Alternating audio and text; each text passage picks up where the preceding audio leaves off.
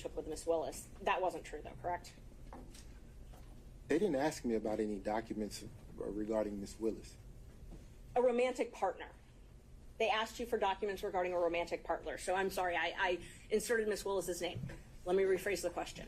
They asked you for documents about travel with a romantic partner in December 2023. And you under oath said you did not have any of those, correct? I did not. Okay. And they asked me about gifts. Right. I've never purchased a gift for Ms. Willis. And they asked you about receipts for dinner, receipts for drinks, hotels, bars, and restaurants. And you said you did not have any of those. I did not and do not have any receipts for any of those things. Okay. And part of the civil discovery, they say that even if you don't have it in your pocket, if it's within your purview, you got to get it and give it to them, correct? Your Honor, I'm going to object again to the relevance of the questions about the scope of civil discovery. I think she's asked him about statements he made in pleadings. The answers are already in the record. And all right, to the extent you're trying to establish a prior mistruth, Ms. Merchant, I'll allow you to ask a few more follow-ups, but if it's not there, we have to move on. Thank you. So in 2023, December, you said you didn't have any receipts. I do not have any receipts. I did not have any receipts. But you did travel with Ms. Willis in 2023, correct? I did. And you traveled with her in 2022, correct? I did. And you traveled with her in 2021, correct? No. So you only traveled with her in 2022 and 2023? 2022 and 2023 is what I recall. That's what you recall? Yes. Okay. So you just don't remember if you traveled with her in 2021? 2022 and 2023 is what I recall. Is what you recall. My question is, did you travel with her in 2021? I'm not recalling any travel in 2021. So it's not yes or no, you just don't remember? I'm not recalling any travel in 2021. So you did not travel with her in 2021? Your Honor. Oh, this has been covered. Let's keep going. Thank you.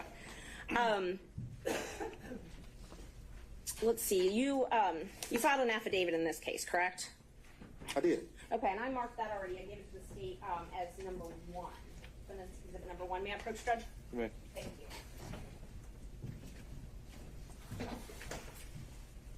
In that affidavit, you swore under oath, correct? Yes, ma'am. And in that affidavit, you swore that, well, first of all, do you recognize the affidavit? I do. Okay. Did you sign the affidavit under oath? I did. And you gave this affidavit specifically to refute the allegations that I had raised? Yes, ma'am. Nobody forced you to sign this? No, ma'am. You chose to sign it? I did. And you signed it on purpose to admit into court to refute allegations? I did. You signed it specifically to prove that you were not in a relationship with Willis prior to November 2021, correct? Correct. Okay. And you were a lawyer when you signed it? I was. And you're still a lawyer today, correct? I am. When were you barred? 1999. Okay. And you believe that your relationship with Ms. Willis is subject to attorney-client privilege, correct? I'm going to object to that, Your Honor. I don't think that's factually correct. I don't think that's a relevant question, and I don't think it's appropriate to question this witness about the scope of his attorney-client privilege. He's got an attorney who can speak for him for that, but questioning the witness, I think, is inappropriate. All right, so a lot to unpack there. The question is simply that does he believe there's a relationship that exists in terms of attorney-client privilege between him and Ms. Willis? Is that accurate, Yes, Ms. Judge. Merchant? It was. I asked if he believed his relationship with Ms. Willis is subject to attorney-client privilege. Okay, I don't see why yes or no would be barred. Maybe I'm not understanding the question. If the question is, does Mr. Wade and District Attorney Willis have an attorney-client relationship? It is not. There's no foundation for that. If the question to the witness is, does his relationship with District Attorney Willis impact his attorney-client relationship with his divorce attorneys, that I don't think is an appropriate question for that witness. First, the first I believe is a proper phrasing. The second, I think there's been a representation that Mr. Wade preserves and doesn't waive anything, and so I think asking him particular questions in order to potentially backdoor a waiver is inappropriate, and that's my impression. All right, if we're just trying to, again, assess where a privilege does or does not exist, and we're not actually getting into it, I think we can establish those, parameters. But Ms. Merchant, can you rephrase the question based on that concern, and we'll see where we are? Yes. Do you believe, that your relationship with Ms. Willis is subject to an attorney-client privilege? Not if you and Ms. Willis have one, but do you believe that that relationship is subject to one? I'm going to object to that question as it's phrased. In what context? Any conversation with his attorneys is privileged. That I think is clear. What's not clear to me from that question is Ms. Merchant asking in the context of your communication with your attorneys? Is that or outside that context? Is it Right. And Ms. Merchant, I think we need to figure out what are we getting at with this. I'm just trying to figure out if he thought that their relationship is subject to an attorney-client privilege. I mean, it's been asserted. I think it's going to be asserted, and that was all I was asking. I mean, the actions themselves wouldn't be an issue. It's more communications. If someone saw them, someone had knowledge of it, is that attorney-client privilege? I want to know. All right. Well, I guess I would find his legal opinion on this isn't relevant. We can deal with that as it comes up. So, sustained. In 2022, in this affidavit, you swore that you and Willis developed a personal relationship. Yes, ma'am. Okay. And you said that didn't develop until 2022, correct? That's correct. Okay. And that's different from what you said in your pleading in May 2023 in the divorce case, correct? No, ma'am. In May 2023, when you were asked if you had if you'd had any affairs, essentially, and you said none. That's correct. Okay. So in May, you said you had not, in May 2023 in the divorce case, you said you had not had a personal relationship, an affair, a romantic relationship with anyone. That's correct. But you told this court in the affidavit that you did have one that started in 2022. So that would have been ongoing at 2023. So here I think there's a distinction, if you'd allow me to explain. Please. The interrogatory asked the question during the course of your marriage. Or to date. It actually says. I'm going to request that the witness be permitted to answer. Mr. Wade. So my marriage was irretrievably broken in 2015, ma'am, by agreement. My wife and I agreed that once she had the affair in 2015 that we'd get a divorce. We didn't get a divorce immediately because my children were still in school and I refused to allow them to grow up without their father at the time. So we waited. We waited until the youngest graduated and we dropped her off at college and then filed for the divorce. So if you're asking me about the interrogatory as it relates to having the 2022 relationship with District Attorney Willis, I'm going to say because my marriage was irretrievably broken, I was free to have a relationship. So the question, though, was if you had had a relationship.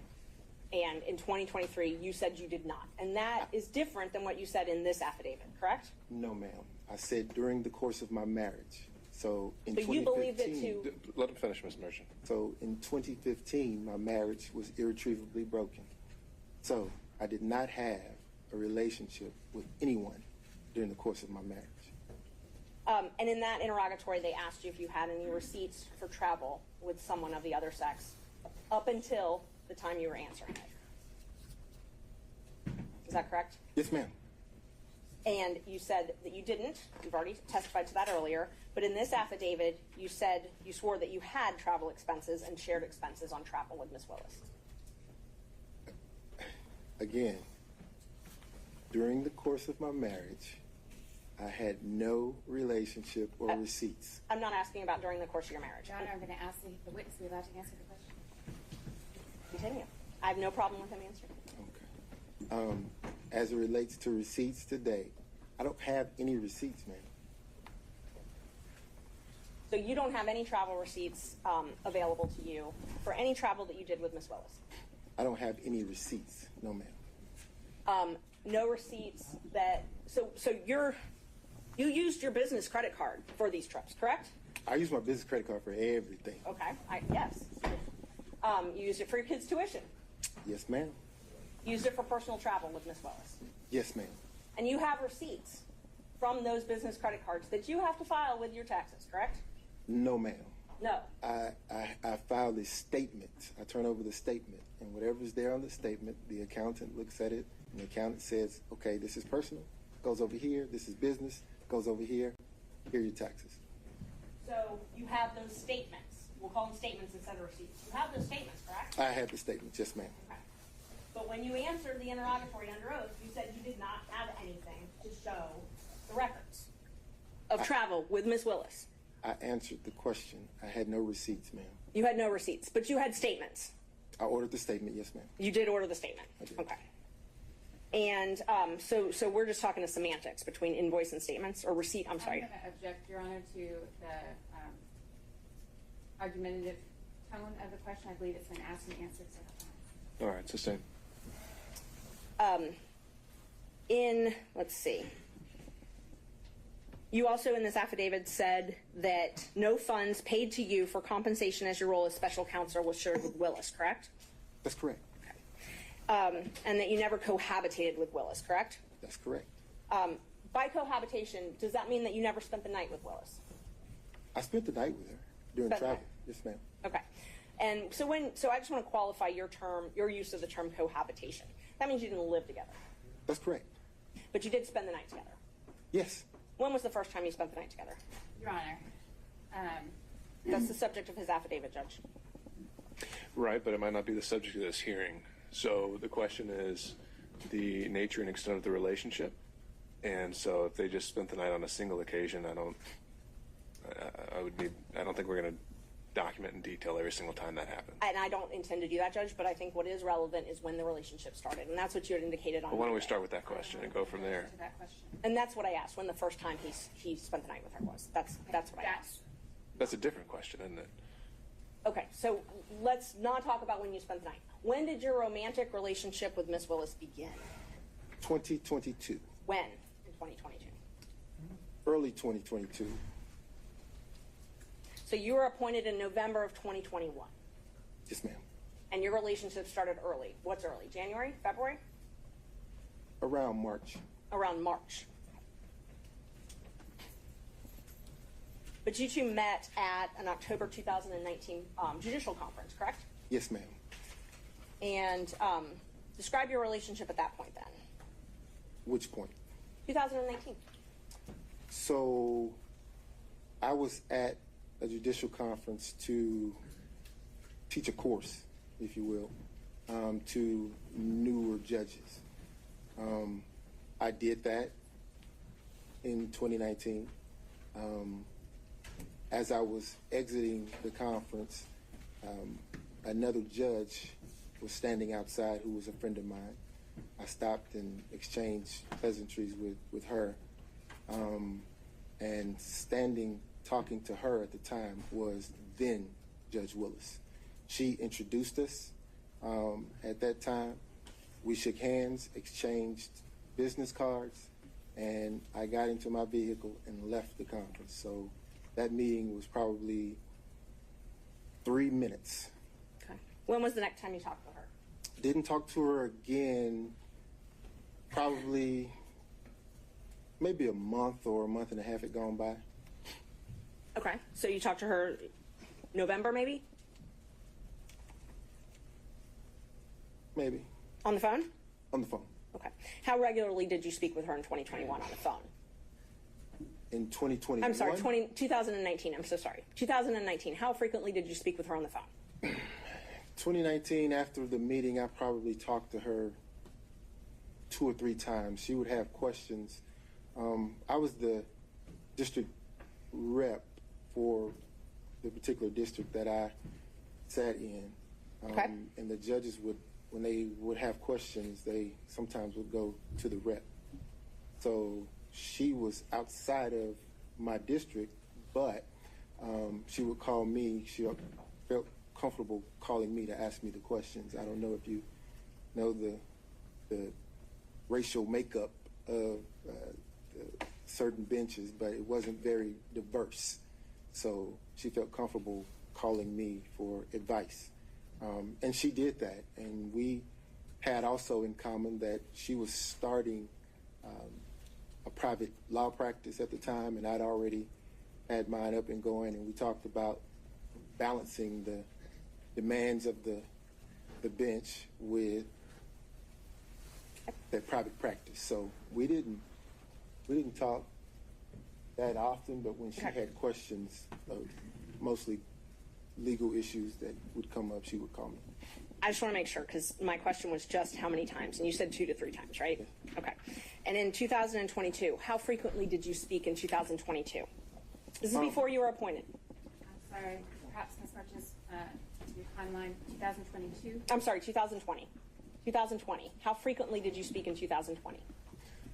2020, it was more frequent than 19, obviously, but More frequent. Can you tell me approximately a month how often you think you spoke with her on the phone? Your Honor, I'm going to object to the granular detail. I think Mr. Wade can certainly answer however he wants to, but if we're going to go through every time they spoke on the phone as opposed to generally characterizing the relationship, it would be more detailed than is necessary. Judge, I'm not going to go through every time they spoke on the phone. I'm asking for generally how frequently they spoke. I think at that level, that's fine. Thank Overall. you. About how frequently did you speak in 2020? per month. I mean, if it was 2 or 3 times that entire year, you can tell me that. If no, it was more than that, then you can quantify it by month. No. We spoke on the telephone often. I mean, I don't know how many. I couldn't give you a amount of time because you remember COVID happened and the world was shut down. But so we spoke on the phone more than 2019, definitely. Okay, let's qualify it. Before her election in 2020, how frequently did you speak? You mean as she was campaigning? Before the election. Yes, as she was campaigning, before she was elected. It's two different animals. As she was campaigning, before she was elected. Okay, so during the course of her campaign, we didn't talk as much, obviously, because she was busy. Fulton County is a large jurisdiction to cover. So we didn't talk a whole lot, but she did know that I'd gone through the election process. So when things would come up, that she had questions about, she would call me and ask me. So And just to be fair, sometimes it would I'm be- only... Ms. Merchant. Judge, actually, he's not asked and answered. And, I mean, I don't mind him explaining, but I just wanted to know how many times. I mean, if we talk about every conversation they talked about, You gotta let him finish his sentence, and then if you need to redirect him or have me direct him, I can. Mr. Wade, you can continue. Yes, sir. So sometimes it would be like a 3-second call. She would go, during your election, have you ever seen this? And I would say, no, but here's what I would do. And we'd hang up. She had a lot of professionals working for her, but she trusted my judgment, so she called me. And it'd be a brief conversation, but she called. So my question was, how frequently did you speak with her prior to her election? I Frequently? Infrequently? more than 2019, but it wasn't a everyday thing, no. In 2021, before you were appointed in November, so January to November 2021, the only time I'm talking about, how frequently did you speak with Ms. Willis on the phone? In 2021, then it became frequent. Frequent. Yes, But you did not work at the DA's office at that point, correct? I did not.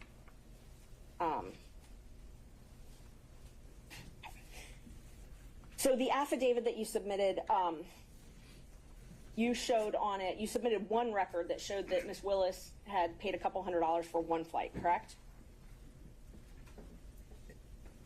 Say again? The affidavit that you submitted to this court showed that Ms. Willis had paid for one flight several $100s. Is that correct? No, ma'am. I think that. Are you drawing a distinction for her paying for a flight or for her actually booking a flight? Because those are two separate things. I will re-ask it. The affidavit you filed in this court, you alleged that Ms. Willis paid for one flight. Paid for one flight, correct? No, ma'am. You did not allege she paid for one flight. No, ma'am. What I allege is that our travel was split roughly evenly. So where you see I have booked the flight or I've paid for a flight with my credit card, what you don't see is that she covered her own flight reimbursement to me. The flights that you see here are the flights that she would have booked with her own resources, with her own card. And there's one flight, correct? One flight reflecting that she submitted actually one booked. flight. Ms. Merchant, let him finish and then you can redirect him. One flight that she actually booked, yes. The other flights I booked, she paid for. So the affidavit, you submitted one flight that she booked and paid for. Yes, ma'am. Your Honor, Thank you. I'm going to object to the phrasing of that question. The line in the affidavit is not as Ms. Merchant is representing it. It said examples of the District Attorney Willis purchasing plane tickets for she and I with her personal funds were attached as an exhibit. It certainly did not represent that it was the only example of the District Attorney purchasing flights for Mr. Wade or for compensating other travel. All right, understand, Ms. Cross. I think that's something you can, it's now on the record, but also something you can take on cross. Thank you. And just so everybody is clear, all I asked you is, your affidavit, you submitted proof of one flight that she paid for and booked. That's all I'm asking. Correct? With the explanation, yes, ma'am. Okay. That's all I needed. You said in the affidavit that you roughly shared travel, though, correct? Yes, ma'am. Okay. So this roughly sharing travel, you're saying she reimbursed you. She did. And where did you deposit the money she reimbursed you? Oh, it was cash. She didn't give me any checks. So she paid you cash for her share of all these vacations. Mr. Schaefer, you'll step out if you do that again. Yes, ma'am. Okay. And so all of the vacations that she took, she paid you cash for. Yes, ma'am. And you purchased all of these vacations on your business credit card, correct? Yes, ma'am. Okay. And you included those in deductions on your taxes, correct? No, ma'am. No, you did not. No, ma'am. Okay.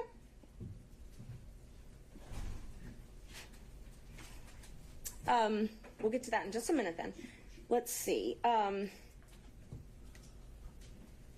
So the only thing that you have actual documentary proof, not cash, is this one receipt that you attached to the affidavit. Is that correct? Your Honor, I object to that question. That is a mischaracterization of the assertion that is in the affidavit. I'm asking. So then he can deny it. I think he can fend for himself. Ms. Merchant. Is this the only written proof that you have of a trip she paid for? That I have? Yes. Yes, ma'am. Okay.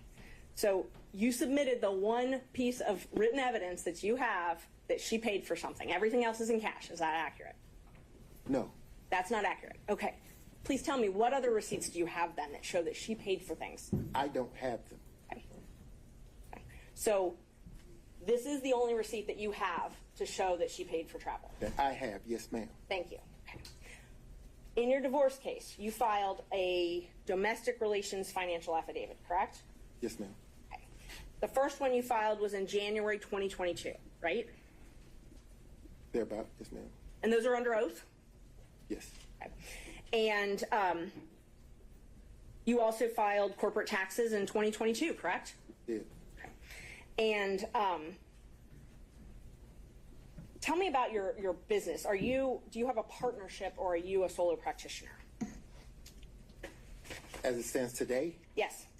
So today, I have a separate PC. My law partner has his own separate PC. Okay. So, but we're under the same umbrella, under the same roof. So we share expenses, we share income, and we split it. So are you a partnership? We are a partnership in the sense of we share expenses, we share income. Are you registered with the state of Georgia as a partnership?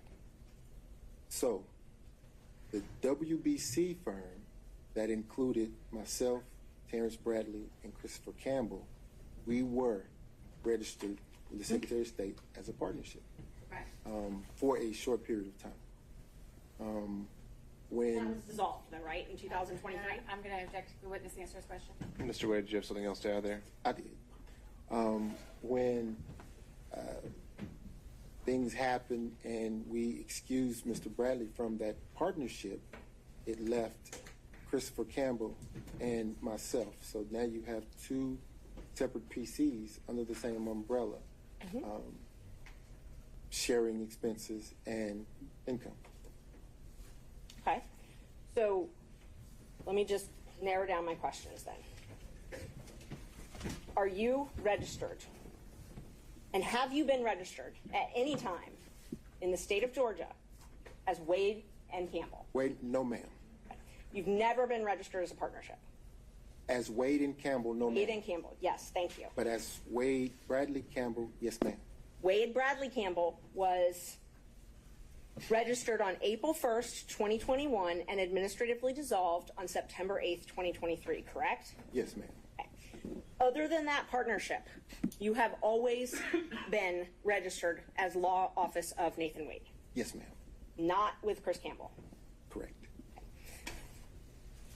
Thank you. So the affidavit that you filed in your divorce case, the first one in 2022, I think I'm up to number 7. I'm going to just show you, give you a group of exhibits so we don't have to go back and forth. I'm marking the 2022 as 7. I'm marking the 2024 as 8. I'm marking the credit card statements as 9, and your taxes as 10. I object to taxes because of the relevance of them at this point. The relevance of this entire business structure doesn't seem clear to me as either impeaching or relevant to the issues that the court's under the court's consideration. But insofar as we're talking about tax returns and other things like that, certainly that's should be redacted, and I would object to the relevance of it. I agree they should be redacted. I don't agree to the relevance, but I haven't tried to tender them yet, Judge.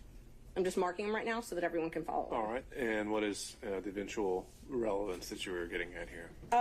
Well, I'm going to ask him because one of the things that we have to show in this case is a personal and financial interest. So, and he's talked about how he was reimbursed for these things, and so I have a right to go into the veracity of those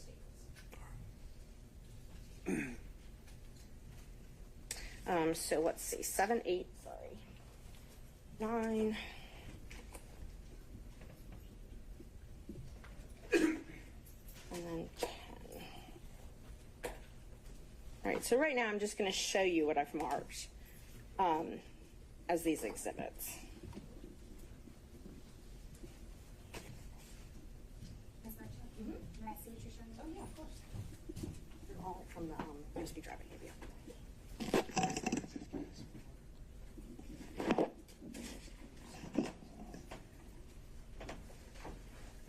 don't want to hold you up to have a copy. No, other than the drive I gave you. I'm just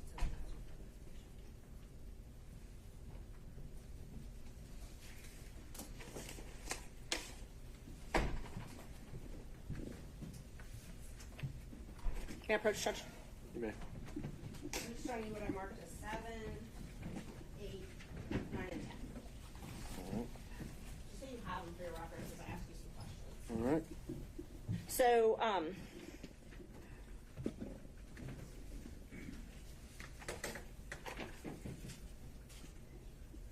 so these are sworn.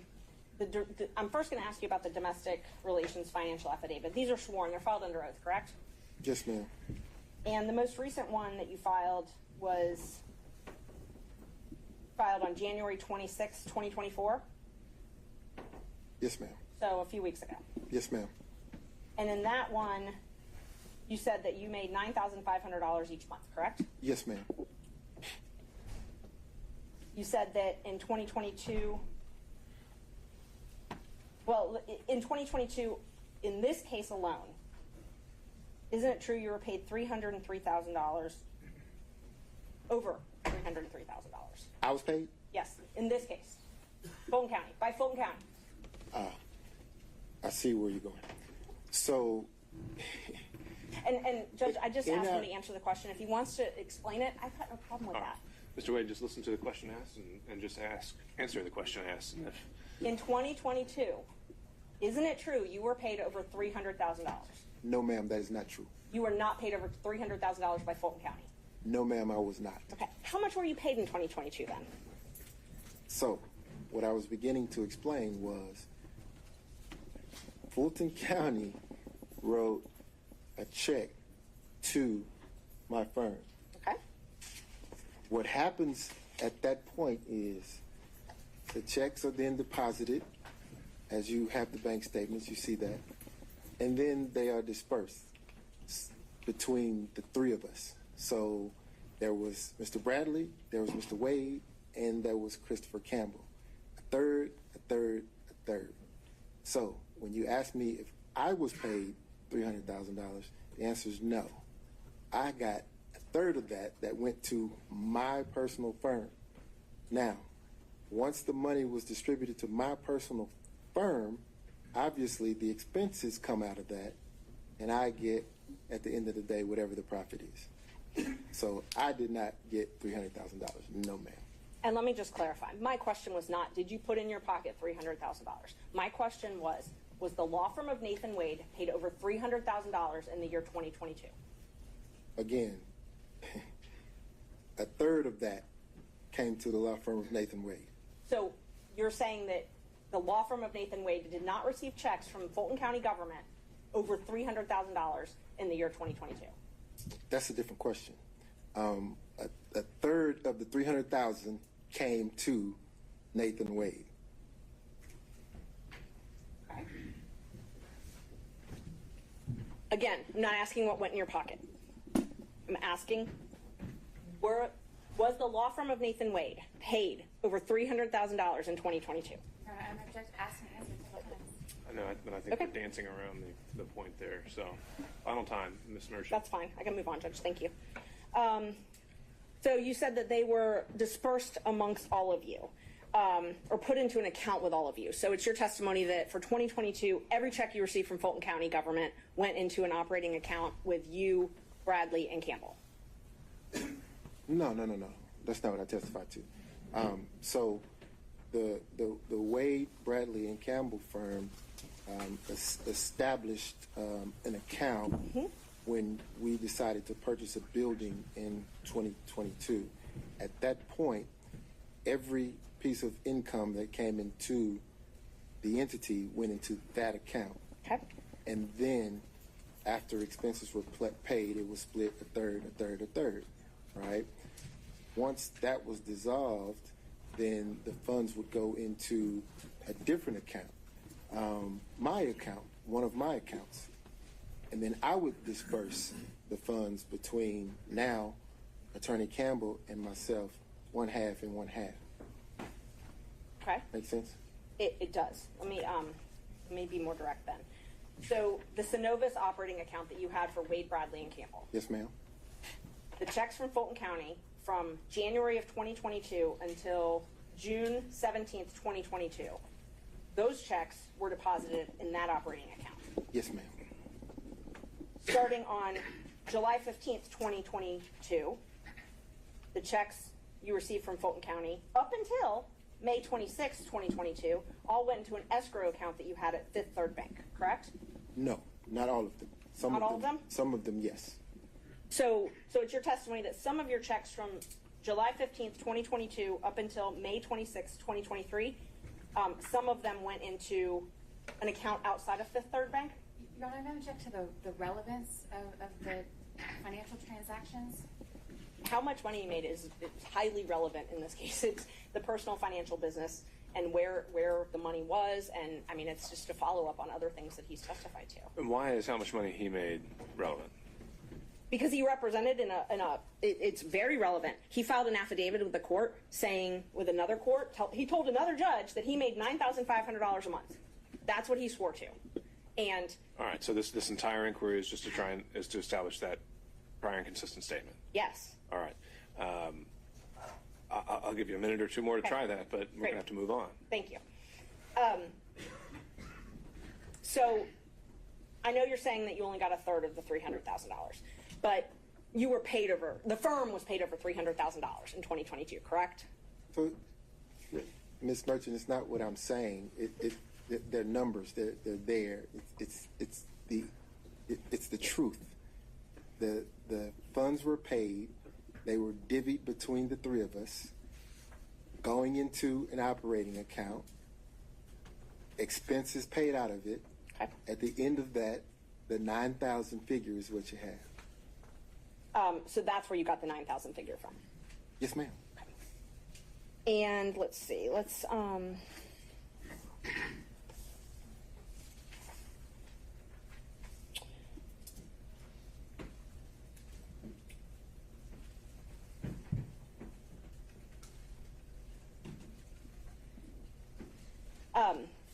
prior to when you filed for divorce in November 2021, you would use Mr. Bradley's credit card to pay for things with Ms. Willis, correct? And then pay him back in cash. I've never used Mr. Bradley's credit card. You've never used his credit card? Never. For transactions to anything with Ms. Willis, out to dinner, anything like that. Hotels? I've never used Mr. Bradley's credit card. I've never used anyone else's credit card. Not even my father's, and we have the same name. And you'd pay back, if you ever did use someone's credit card, you'd pay back in cash, though, correct? Ma'am, I've never used someone else's credit card. Can you take a look at the bank records that I gave you? That's the largest tab you have. For the record, which exhibit is this? It is exhibit, hold on, Judge. It's exhibit 9. It should be the largest section you've got. Your Honor, before there starts Yes. questions from the other, Okay. Is that an accurate copy of your Capital One statements that you provided in discovery to, is that an accurate reflection of your Capital One records? That I provided in discovery to whom? To your divorce lawyers, or that you provided in the divorce proceeding? is the question, does he recognize it by sight? I'm asking if it's his statements, his bank I statement. think that is the question. Well, I mean, it's a thick document, but I believe you if you say that this is what my wife's divorce lawyer gave you. I believe it. Your name's on every page of that document, correct? On every page? Pretty much every page, if not every page. No, it's not on every page. No, ma'am. They're all Capital One bank records showing. They are. Okay? Just take your time, look through it. Tell me if there's anything that you think is not yours. No, they appear to be. Okay. And those bank records show that you paid for travel with Miss Willis. Yes, ma'am. Your Honor, I'm going to object the relevance of these documents and the, Well, I think, are you tendering Exhibit 9? I'm going to, Judge, and they're highly relevant to the whole Well, you've reason. asked him a question about the contents of them, and they haven't been admitted yet. So why don't we start there? Thanks. Those show travel that you and Miss Willis took. Well, so you're asking about the contents of something that hasn't been admitted yet, right? Well, I'm asking him if that's what it shows because I know that they're going to object on relevance. Well, first we got to say if it's you've authenticated it, perhaps, and before we get into other details of what's in it, I think I can it needs tender to be them. That's admitted. fine. I move to admit them. All right, object on relevance. on relevance. All right, and on that overruled, Ms. Merchant. Thank you.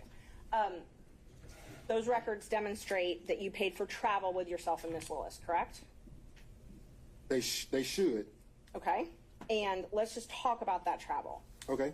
The first trip is Belize in March 2023. Is that a trip that you took with Miss Willis?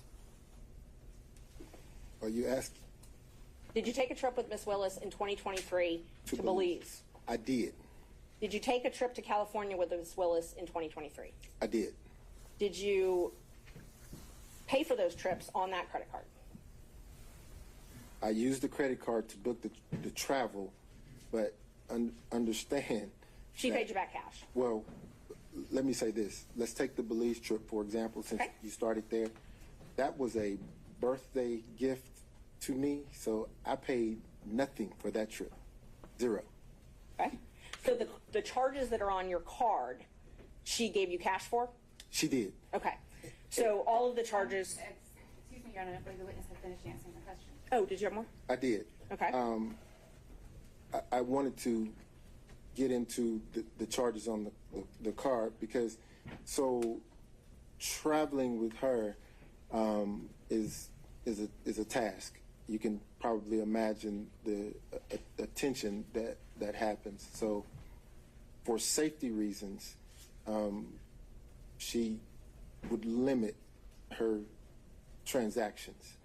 I mean, imagine trying to walk through an airport or sit at a restaurant or do anything.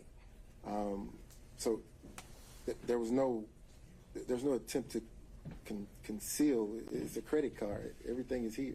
So. And that's not what I asked. Okay. What I asked was the charges for Belize in March 2023 on that credit card. Those are things you purchased to go with Miss Willis to Belize. Those are things that we booked with my card that she paid. Yes. Yes. So those show up on your credit card. They do. And you're saying that she paid you cash to reimburse you for all of that. She did. And she paid you cash for both of your portions or just hers? Both. Okay. So that trip, Belize, just Belize, she paid you for everything on Belize. The entire trip. Okay. So the food, tattoo parlor, all that stuff, she paid for. I'm sorry, maybe repeat the question? There was no tattoo parlor in Belize. The charges, there's a tattoo parlor on the charges. I'm not getting into what it was for. I'm just asking if everything that's on that card related to Belize, she paid you back for. She paid for, yes, ma'am. Okay. Let's talk about California. In May 2023, you all went to California together. Yes. And you booked plane tickets. Yes. And her name was on those plane tickets. They were. And so I know you said that you were worried about security and things like that, but that was in her name. When she traveled, she had to use her name. Oh, so the plane tickets, yes, ma'am. Mm-hmm. Okay. And you paid for those plane tickets, and you paid for a hotel. So, again, the card, yes. You used your credit card, and I'm not asking about after what happened. I'm asking, did you use your credit card to book your flight and hotel to California? I did. And there's a lot of Ubers on there as well for California. Did you pay for those Ubers as well? Yes. Did We were in Napa. And you're saying that are you saying that Miss Willis paid you back for that? Yes. Did she pay for the entire trip, or did she pay for her half of the trip? The Napa trip, she paid for the excursions. So the expenses sort of balanced out. I mean, there was never, let me be clear, there was never a time when I would say, hey, I bought dinner. Dinner cost $25. You need to give me $25. Okay. If you've ever spent any time with Miss Willis, you understand that she's a very independent, proud woman. I'd object. We're not. So she's going to Overruled, Mr. Wade. So she's going to insist that she carries her own weight, and it actually was a point of contention between the two of us. She is going to pay her own way. So let me re-ask the question to make sure that you answer it. A California trip that you paid for, saying that she did not pay you back for cash. Instead, she paid for excursions, and you believe that was roughly half. No, she gave me some cash, yes. But what I'm saying is everything that we did when we got into Napa, she paid for. The trip that she booked on her credit card in Miami, did you pay her cash back for your half of that? No. So you never paid No. her back for the tickets she bought for you? No. I would say I did pay her back because there were times when I would pay for dinner. Okay. She would pay for dinner. It would balance out. But in a relationship, ma'am, you don't, particularly men, we don't go asking back for anything. So you're not keeping a ledger of things that you pay for versus the thing that she's paid for, which is why I said that it was a point of contention because she was very emphatic and adamant about this independent, strong woman thing. So she demanded that she pay her own way. But she's the district attorney of Fulton County, and she has to file financial disclosures disclosing any gifts with anybody that she does business with in Fulton County, correct? I don't know. Okay. Let's talk about Tennessee. You booked a cabin in August 2023 and paid for a cabin in Tennessee. That's when you paid for it. I don't know when the trip was. Can you tell us about that? August of 2023.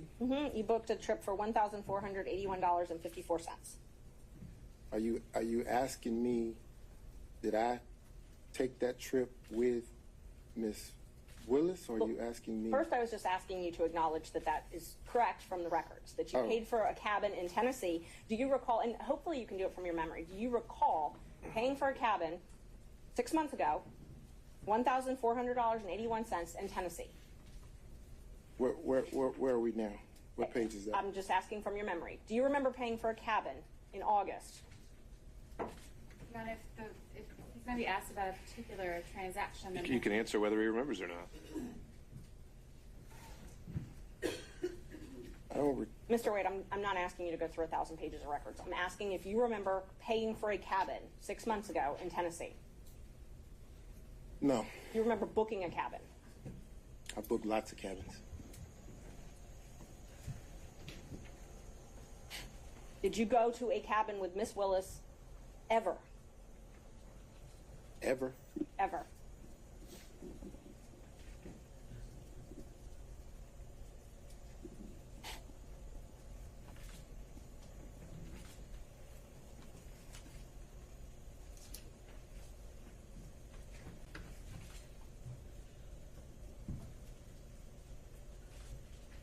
No.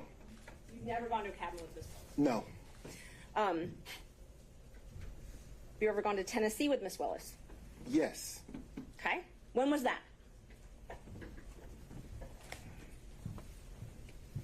That was around 2022, early 2022. Early 2022? Okay. It was a day trip. Okay. So you didn't spend the We night? would- So it was a day trip. Okay. We would drive there, have lunch, drive back. The reason we would do that is because the attention, she couldn't get any peace of mind going locally, so we'd get in my car and drive to someplace off the beaten path and have lunch and drive back. Is that when you went to Fainting Goat with her? I think it's in Jasper, Georgia. No, that's in Georgia. I don't recall going to Fainting Goat with her. So the Tennessee day trips were only Tennessee. Yes. Okay. Did you ever do these day trips in Georgia? Do we drive anywhere in Georgia? Yeah, you were Of course. talking about day Yeah, trips we going drove- out, and I'm talking about outside of the metro area. Day trips that you were just talking about. These trips you were talking about. The ones that you were. I'm only asking about the ones you were just talking about. Are all of those in Tennessee? No, we drove to Alabama before, Okay. back. You drove to Alabama? Did you go anywhere in Georgia? North Georgia?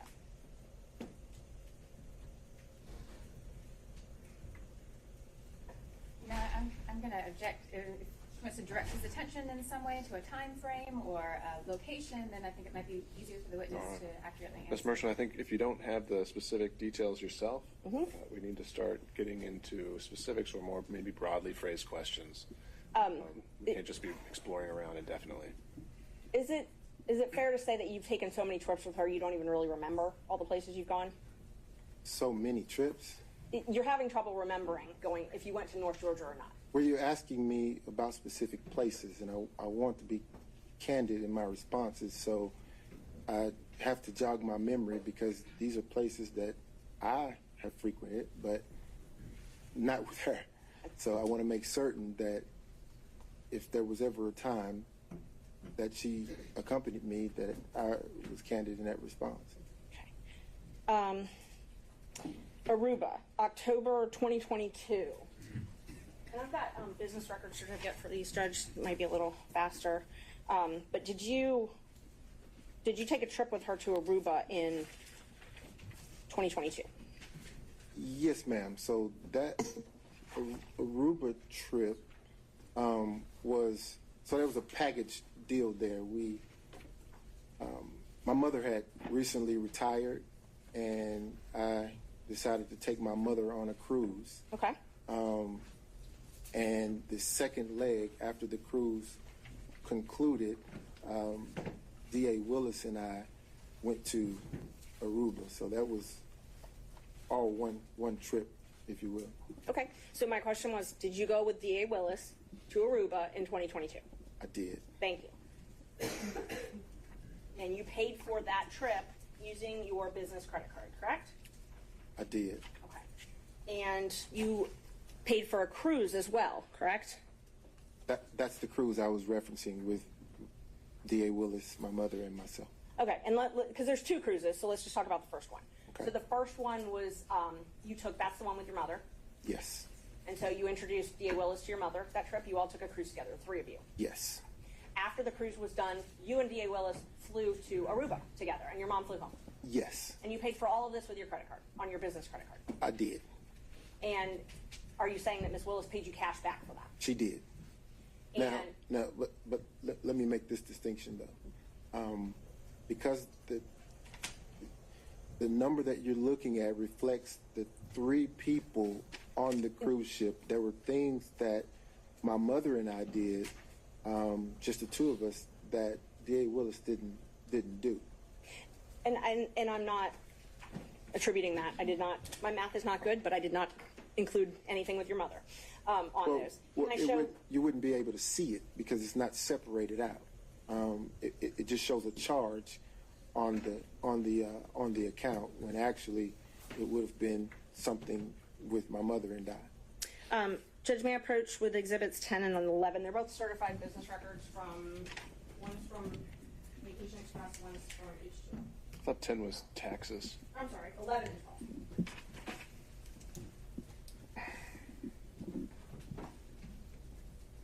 Yeah, for sure. Okay. Thank you. And these are business records, Judge. They have the certification, so I moved to admit them. All right. Defense 11 and 12. Ms. Cross? Based on Ms. Merchant's representation that they are true and accurate as to the certification that was provided to her, we have no objection. All right. Again, seeing no other objection, they're admitted. So the trip to Aruba alone for you and D.A. Willis was $3,835.26, correct? Just Aruba. I'm looking for the amount. Which exhibit? Question 11 or 12? This one is 11. Yes, ma'am. $3,835.26. And then the Royal Caribbean for just you and Miss Willis was $1,269.70, correct? No, ma'am. Your mother's got a different line item on there. I'm talking about the cruise, the actual cruise cabin. I think you need to rephrase that as in the form of a question, Ms. Merchant. Did you pay Royal Caribbean for yours and Miss Willis's cabin $1,269.70? Where are we? Which page? We're on the receipts. There's just a few pages of receipts on exhibit number 11. Okay. I'm in 11.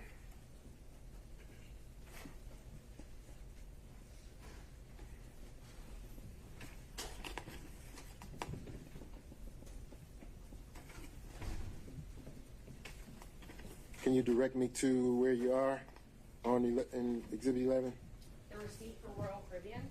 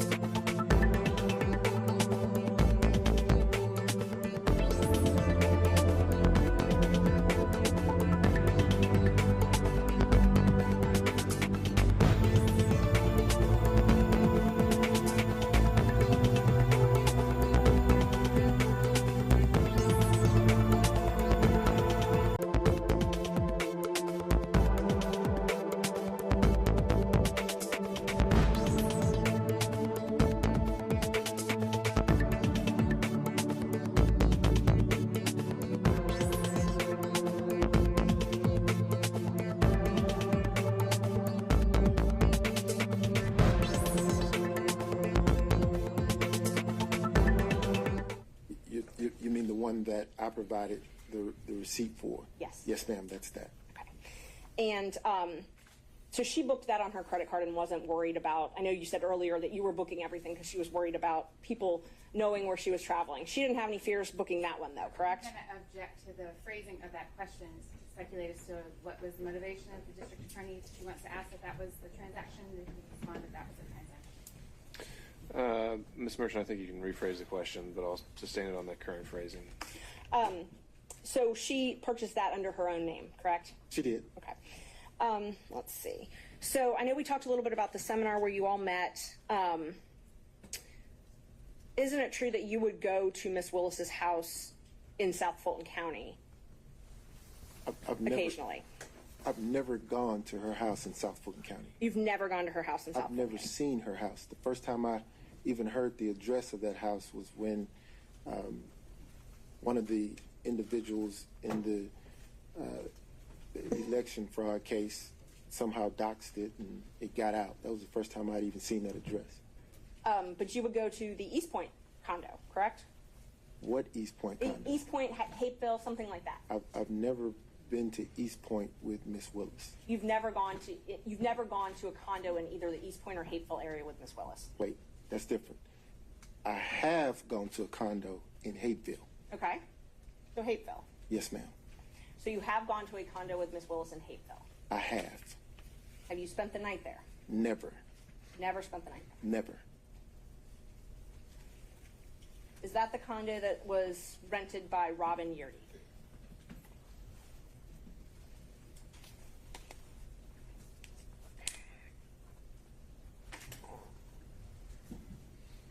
I believe it was. And other members of the DA staff were there as well, correct? Sometimes.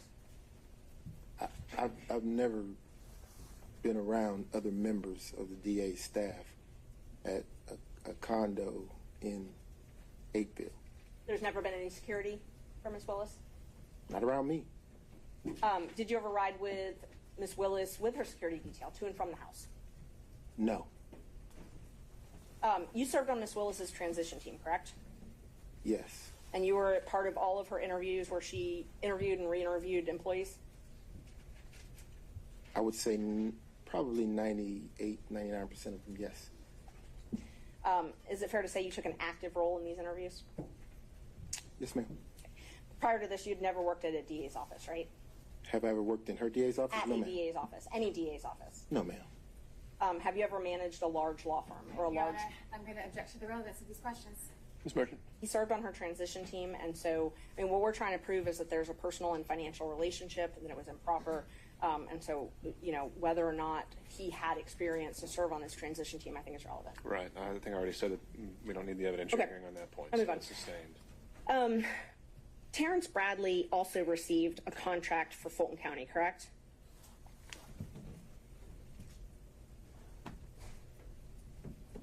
Correct? You're asking me about Terrence? I asked if Terrence Bradley also received a contract for Fulton County. I believe that he did. And you were partners with him at that time, correct? I was. So under what you testified to earlier, you would get a third of that contract as well, correct? I would have. And Chris Campbell also had a contract with Fulton County. I believe he did. And so under what you've testified to, you would also get a third of that, correct? I would. They both had contracts for what are called first appearance, which is where they would appear on behalf of the district attorney to do first appearance hearings, correct?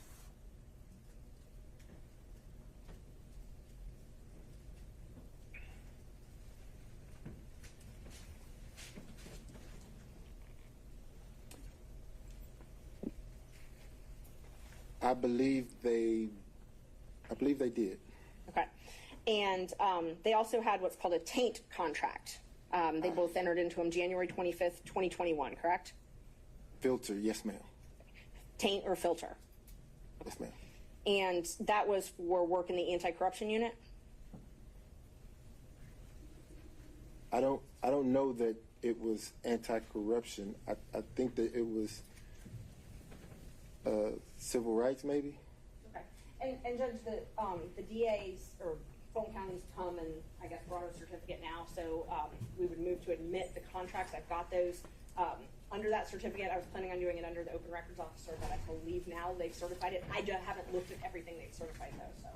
I'm going to ask that the document be looked at and confirmed prior to its tender.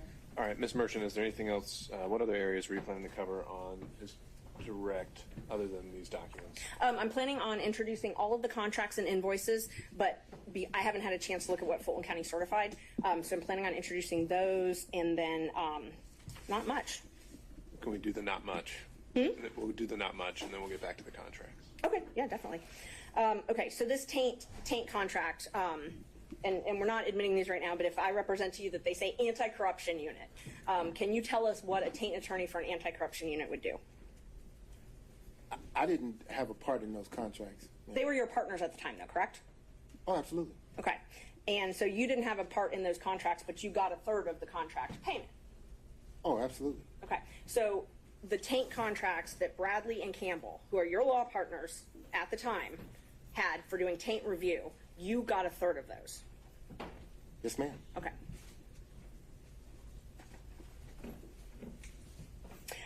You signed a confidentiality agreement with the DA's office as well, correct? I did. And I think I'm up to Judge 13. Marking that as number 13. Yeah, approach, Judge. You bet.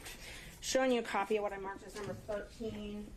If you could take a look at that and tell me if that is the confidentiality agreement that you signed with the district attorney. It is. Okay. And this basically says you can't talk about anything that happens inside the DA's office, right?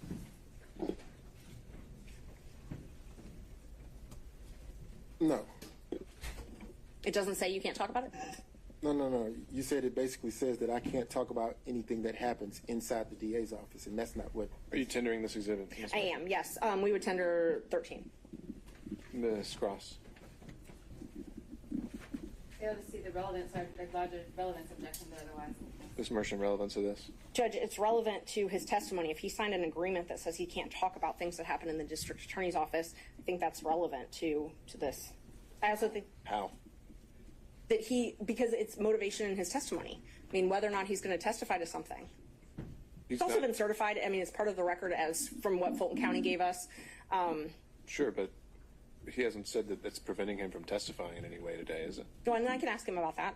Okay. Yeah. Mr. Wade, is this confidential agreement affecting your testimony today? No, sir. Okay. All right. That's fine.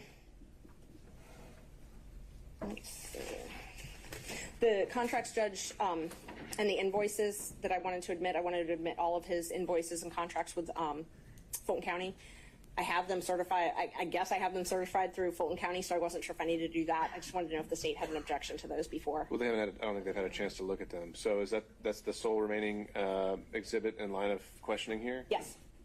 And in terms of the follow-up questions, would it just be for him to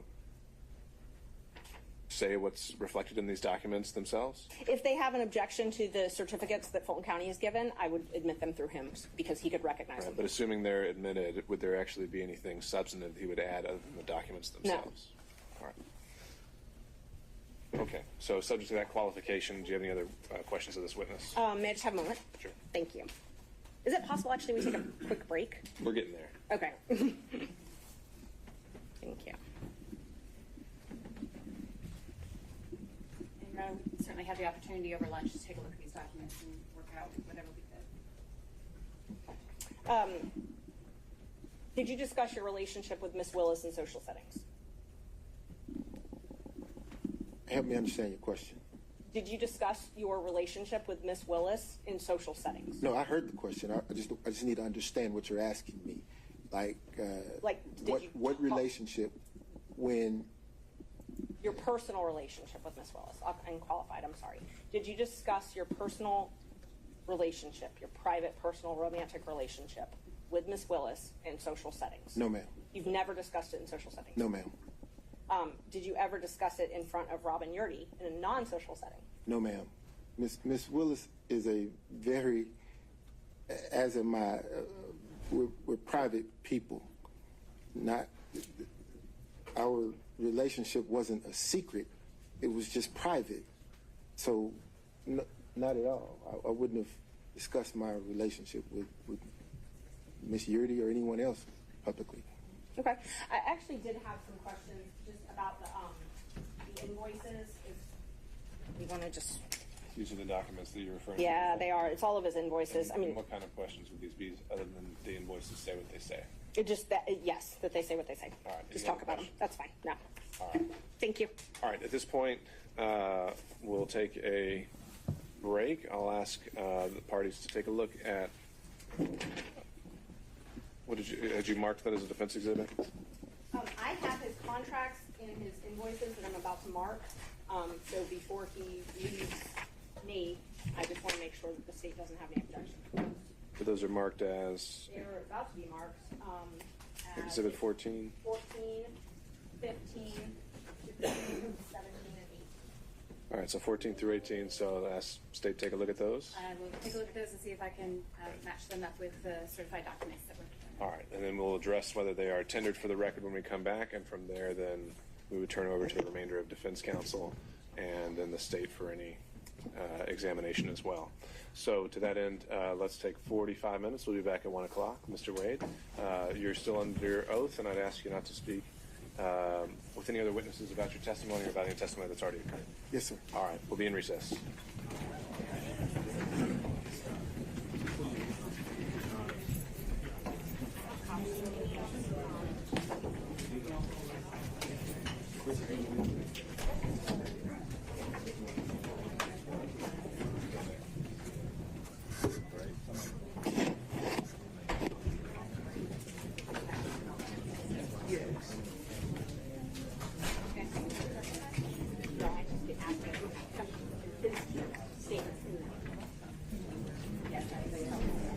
Well, they're in my phone.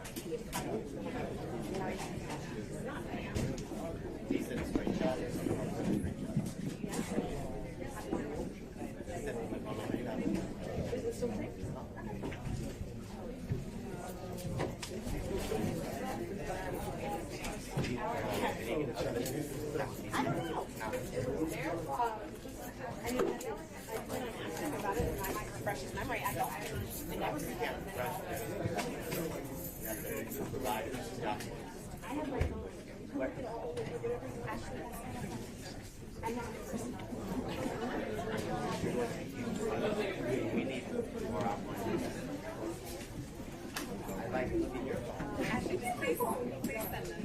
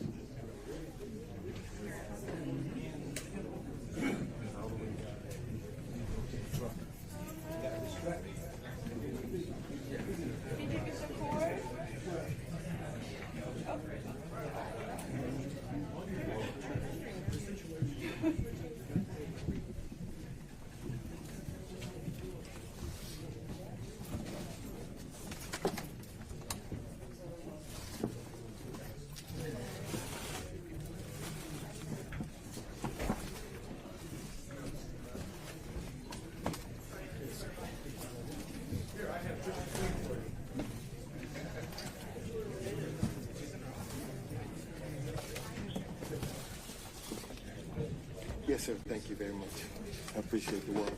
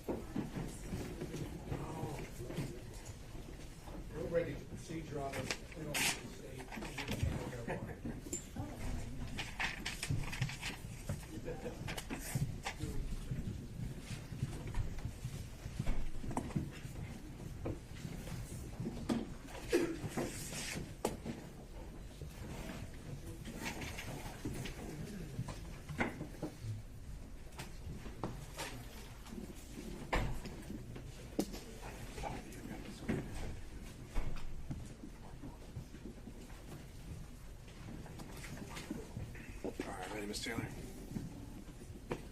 All right, we're back on the record. And Ms. Cross, did you have enough time to review the production of documents provided by Fulton County? I did. Ms. Merchant had marked defense exhibits 14, 15, 16, 17, and 18. Insofar as exhibits 15, 16, 17, and 18, there's documents that I recognize, and I don't have any objection to those. They clearly came from Fulton County. However, defense exhibit number 14 contains several items that did not come apparently from Fulton County, and I'm standing next to Ms. Merchant to show them that they're not in that group. I don't know. The county attorney can wait a little bit, but I got them from the county. So if we come back and test it. I can't agree that the documents that are not in the certified bundle are properly admitted as part of the exhibit. Okay, Ms. Merchant, would you like to repackage and present to Ms. Cross Defense Exhibit 14?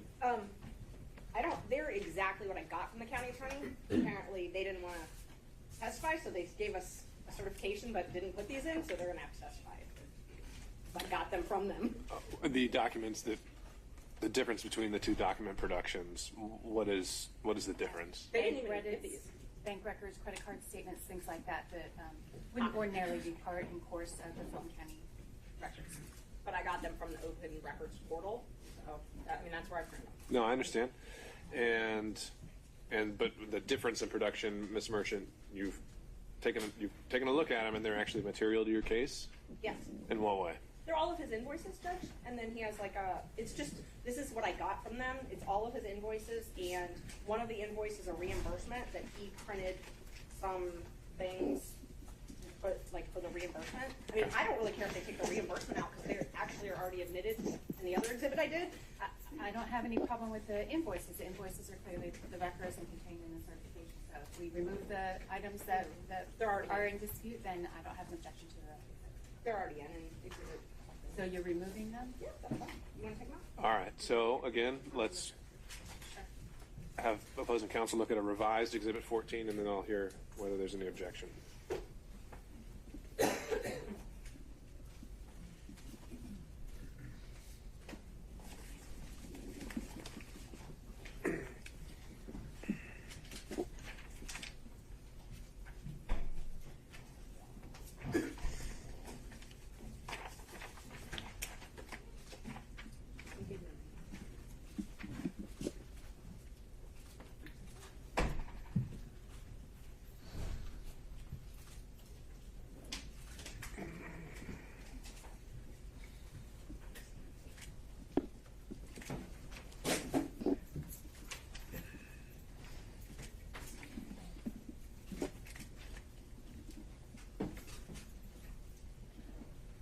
so revised. Exhibit number 14 contains only the invoices that were submitted, and the state has no objection. All right, then, not seeing any other issues from other counsel, we'll note exhibits 14 through 18 have been admitted for the record without objection. Sitting here. I think at this point, it'd be good to make sure we've got, I think, 1 through 18 with the court reporter. Others, but do you want me to give them to the witness? Let's, if he's done looking at them, let's just get them all compiled and organized and with the court reporter in case other defense counsel are going to reference them. No, it wasn't for him to have them all. We just need to have 1 through 18 organized sorry. with the court reporter.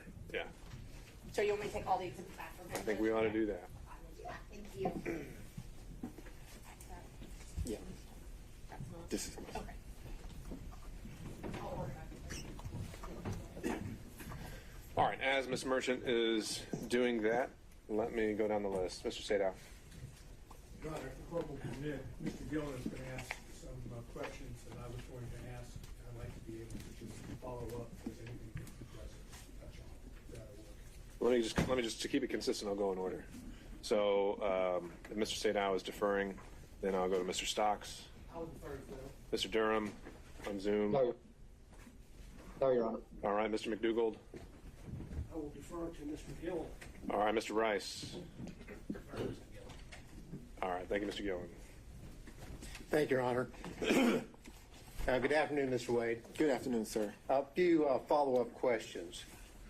I'd like to start off with the exhibit number 4 that you should have up there. Those are the interrogatories. No, sir. They're not up there? Remember, I asked her to compile them all, so I'm now you sorry. can grab Right them. here, I'm gonna give it to you. If you want to make a comment.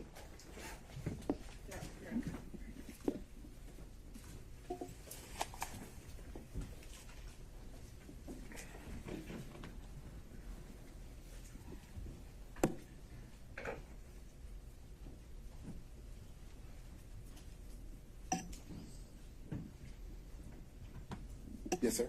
Okay. Now, these are the interrogatories that you had filed on May the 30th, 2023 in your divorce case, correct? Yes, sir.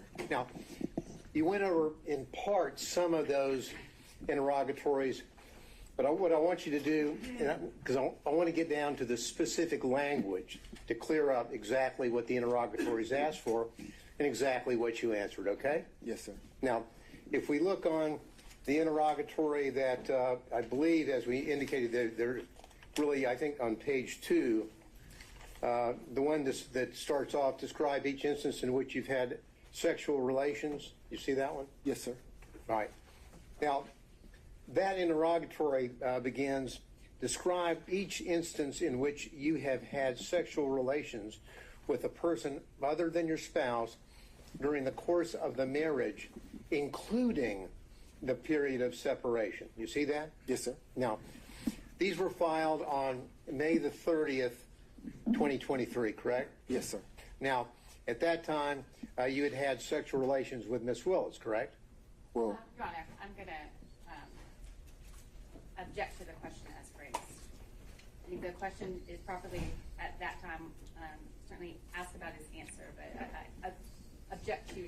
All right, Mr. Gillen, I just asked you to rephrase, but I think you can make the same point. Well, Your Honor, it's a specific interrogatory, and I would, so the words do matter, and I would like him to answer whether or not he'd had sexual relations with Miss Willis, because if he answered yes, then this interrogatory is a false interrogatory. So I would ask the court's indulgence. I'm not here to jump into some salacious bedroom situation, but this is an interrogatory that matters. So I would ask the court's indulgence. Ms. Cross? These questions have been asked and answered several times. I understand Mr. Gillen is coming at it from a different way, but this question is not substantively different than those that have already been asked and answered in the information that he is seeking. All right, Mr. Gillen, I'll allow maybe this question and one more, but I think you are asking it in a different way, and I'll ask you to stick to the point. All right. Now, as of May the 30th, and may I ask the question that okay, thank you, Your Honor. As of May the 30th, 2023, you had had sexual relations with Miss Willis. Isn't that correct? The interrogatory, sir, asks during the course of the marriage and the period of separation. Excuse me. My response, Your Honor, I would ask that the court direct the witness to answer my question, yes or no. As of May the 30th, 2023, had you had sexual relations with Miss Willis? Yes or no? Mr. Gillen, let's start with at the higher level whether he believes he answered it truthfully, and then we can drill down into why or why not he doesn't, and maybe we'll end up exactly where you left us. Well, but again, Your Honor, the point of it is that the words matter, and that we have to establish what did and did not happen, and then he can give whatever explanation he chooses to what apparently is a false answer. But I would like an answer to my question. And you may get one. I would like us to start at the high level before we drill down into specifics to see whether he actually contradicted that in interrogatory, if I'm making sense. Well, the interrogatory is relatively direct and explicit. Sexual relationships with a person other than your spouse during the course of the marriage, including the period of separation. That's pretty simple. Sure. Let's see if that's something you can get him to admit. You did have sexual relationships with someone other than your spouse during the course of the marriage and during the period of separation, which included up to May the 30th of 2023. Isn't that correct, sir? My answer to this interrogatory is none. Is no. So you're saying that you did not have sexual relationships with anyone outside of your marriage, and the period of separation is during the period. Then you're answering the question to this interrogatory, correct, sir? I'm saying during the course of my marriage, I did not have sexual relations to anyone, and this answer's no. Well, again, Your Honor, I understand. You can proceed, Mr. Gillen. We need a yes or no. Let's just get down to it. Did you or did you not, by May the 30th, 2023, have had sexual relations with Miss Willis, yes or no? Yes or no? Yes. Okay. Now, what you did is you answered no to that question, didn't you, or none, correct? I didn't answer no to the question you just asked. I answered no to the interrogatory question. And the interrogatory stands that you answered as a pleading in a civil proceeding, your divorce case, right? Yes. Now, excuse me. The next interrogatory, let's move there. That interrogatory states as follows: identify any and all occasions in which you entertain a member of the opposite sex other than your spouse who is not related to you by blood or marriage. You see that? I do. Now, there are two parts to this. The second part is, I read on, or in which a member of the opposite sex other than your spouse, not related to you by blood or marriage, entertained you. And then it goes on to say, including but not limited to dining, drinking, in restaurants, bars, pubs, hotels. You see that, correct? I do. Now, as of May the 30th, 2023, when you filed this interrogatory, you had in fact entertained Miss Willis on many occasions, had you not? Again, during the course of the marriage was irretrievably broken in 2015. Well, the answer's still no.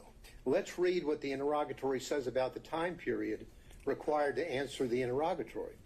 Because what it says is, it goes on to say, including but not limited to dining and or drinking at any restaurants, bars, pubs, hotels, or persons' homes from the date of marriage to the present. You understand what the word present means? I do. And present means the filing on May the 30th, 2023. Isn't that right? It is. So as of May the 30th, 2023, you had done a lot of entertaining of Miss Willis, had you not? I had done some, yes. And in fact, under your testimony, you would have said that she had also entertained you. Isn't that correct? Yes. And so your answer to this interrogatory is false, is it not, sir? No, it's not false. Well, hate to dance around the answer is yes, you did entertain Miss Willis, correct? Right? Yes. She's not your spouse at that time or any time, correct? That's correct. She's not related to you by blood or marriage, correct? That's correct. But you entertained her, right? Yes. And during the course from your marriage, the period of time up to the present, so the answer would have been, yes, I did entertain somebody, correct? During the course of the marriage, no.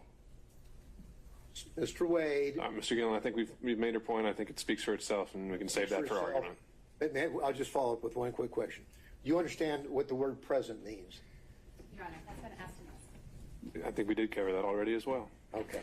Now, what has happened from the time that you filed this court document in May of 2023, let's go over some of the things that you had been involved in terms of being entertained or entertaining.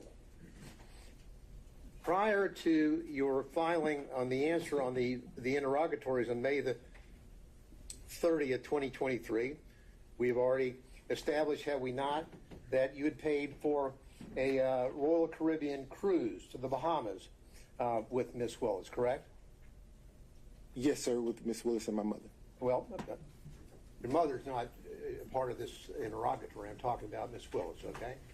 So you paid and caused to be paid approximately $3,335 on that trip, Bahamas trip, from October the 28th through October the 31st, correct? Your Honor, objection. I think we've touched this ground several times already. Mr. Gillen, let's cover new ground. Well, I'm just trying to establish with specificity the things that he had done to entertain or be entertained prior to May the 30th, 2023. I'll try to move through it quickly. Sure. Well, that's already part of the record in terms of his prior testimony, and so if you want to link those two things together, you can do that during argument. Well, so let me discuss this. You indicated that during the course of your explanation concerning the Belize trip, that Miss Willis paid you all that money back in cash. Remember? Yes, sir. Now, the Belize trip had just happened, hadn't it? That occurred in March 18th, 2023, right? Yes, sir. So you're filing this maybe 2 months after you have gone to Belize with Miss Willis, correct? Your Honor, again, I believe all of this is our... I think you might be getting somewhere new. We'll see. All right. Yes, sir. So we've got the trip in to Belize on March the 18th, 2023. You and Miss Willis, correct? Yes, sir. Now, 2 months later, you file the interrogatories that speak for themselves that we've gone over a few minutes ago, correct? Yes, sir. Now, the March the 18th, 2023, to state the obvious, is before May the 30th, 2023. Will you agree with me on that? I do. Okay. So then you tell us that Miss Willis paid you in cash all the money for the entire trip. It was a gift for you for your birthday, correct? Yes, sir. And I'm sure you probably have the deposit slips where you took the cash and deposited the cash into your account, don't you? I did not deposit the cash in my account. You don't have a single solitary deposit slip to corroborate or support any of your allegations that you were paid by Mrs. Willis in cash, do you? No, sir. Not a single solitary one. Not a one. Now, when Miss Willis would pay you in cash, would you scamper down to the ATM with her and as she drew money out of her account Your to Honor. pay you these thousands of dollars? Mr. Gillen might scamper, but there's been no evidence that Mr. Wade does. I object to the phrasing, the argumentative nature of the question. All right. On that issue, overruled. Did you and Miss Wade scamper down to the ATM machine and have her draw out, for example, on the Belize trip, just on your payment would have been $2,794? Miss Wade, For clarity, yeah, thank you. Pardon me? Miss Wade and I didn't go to Belize. No, excuse me, Miss Willis. I'm sorry. Did you go down to the ATM with Miss Willis while she drew out $2,794 to pay you in cash? That you did you go to the ATM with her? No, sir. She didn't go to the ATM. She carried the cash. Oh, and so she would give you the cash Did you have a little place in your house where you just stack up all this cash that you apparently got to repay you for these benefits that you bestowed on her? And Mr. Gillen, if I answered that, I'm putting myself in jeopardy. If I tell the world that I have cash someplace in my home, don't you think that that could be problematic? No, I don't. I want an answer as to whether or not you have a little cash hoard in your house where you have allegedly taken the money that you got from Mrs. Willis and went and put it somewhere. Where'd you put it? No, sir. Now, just put it on the hip and kind of walk around money? Did I put it on my hip and Yeah, just walking around money where you would spend cash yourself? Let me finish. Did I put it on my hip in Belize and walk around with No, it? when you got paid back, would you take the money, the cash that she gave you, and would you just carry it around with you for spending money around town? So we have to break down each trip because, for example, for the cruise, she paid me the money before we took the cruise. So I was here and I could put the money in my pocket or put it away wherever I wanted to do with it. Other trips, she would give me the money there. So at that point, I could either spend it or put it in my pocket or put it in the hotel safe. There's no special place that you would have all this cash that you would be getting from her that you've told us about to pay back for the benefits that you have bestowed on her? The only special place that cash would have gone would have been to one of my children. Okay. Now, are you aware, have you discussed these pleadings with Miss Willis? No, sir. So there's been no discussion between you and Miss Willis about the allegation concerning the benefits that you have bestowed on her. Is that correct? For the phrasing, the benefits bestowed upon her, I don't believe that's an accurate reflection of the testimony, and I don't think that's appropriate for us. I think overruled. You can answer the question. Okay. When you said proceedings, are you talking about the divorce proceedings? Because we were talking about the interrogatories. To that question, the answer is no. If you're go ahead. I'm sorry. Go ahead with your answer. I'll hear the complete answer, then I'll follow up. Okay. If you're asking me about this hearing, the proceedings of this hearing, have we discussed the financial piece based upon Mr. Roman's motion? Yes. So you have discussed the financial piece. Where did that discussion take place? Conference room. Were you other people there, or were you and Miss Willis discussing this about what your position was going to be? The relevance of this. Well, Mr. Gillen? and the relevance has to do with suddenly we have a declaration from Mr. Wade in this case where he says roughly equal and then shows one alleged payment by Miss Willis. No mention of cash, none. So I need to find out a little bit more about how suddenly we have this revelation about cash from the witness stand today. Overruled. So we part company there when you say no mention of cash. If I provided one receipt that didn't amount to what you would think was roughly equal, the rest of it is cash. Well, did you in your declaration, sir, that was filed in this case, did you tell the court in that declaration that the expenditure that you had provided on behalf of Miss Willis was paid for back by her in cash, yes or no? I believe that I did when I said that the expenses were split roughly evenly. If you could point to me any place in your affidavit where you used the word cash, I would appreciate it. Take your time. I didn't use the word cash, no, sir. No, you didn't use the word cash, did you? But I didn't say that she didn't give it to me in cash. No, you just didn't tell anybody that you allegedly got paid back in cash, right? No, I told everyone who asked. Today. Yes, sir. Now, who else was with you, if anyone else, when you and Ms. Willis were discussing how you would be handling the financial component of the motion here today, that is the personal benefits? I'm going to object to the relevance of that, Your Honor. Mr. Gillen? Well, the relevance is if they know that they're going to be called as witnesses, they've been subpoenaed, and they are discussing what they're going to say, we need to know that. The court needs to know that. It goes to the veracity of Mr. Willis and Ms. Willis and Mr. Wade. Overruled. We didn't discuss how we were going to handle testimony. My question was, when you were discussing with Ms. Willis in the conference room, when you were discussing what you perceived to be the situation concerning the benefits for the payments, Yes, sir. was there anyone else present? No, sir. How long did the meeting take? Probably 5 or 10 minutes. Did Ms. Willis tell you what she was going to say? No, sir. Did you ask her whether she had any bank withdrawals that would corroborate the assertion that she would pay you back in large sums of cash for these trips to the Caribbean, Belize, California, on and on and on? Your Honor, again, I object. The proffer, when the last relevance objection was made, was that Mr. Gillen needed to know who else was there. These could be potential witnesses that he could cross-examine. That question has been answered, so I again object. Okay. I think it's still exploring possible bias or motive to shape his testimony, so overrule on that ground. Thank you.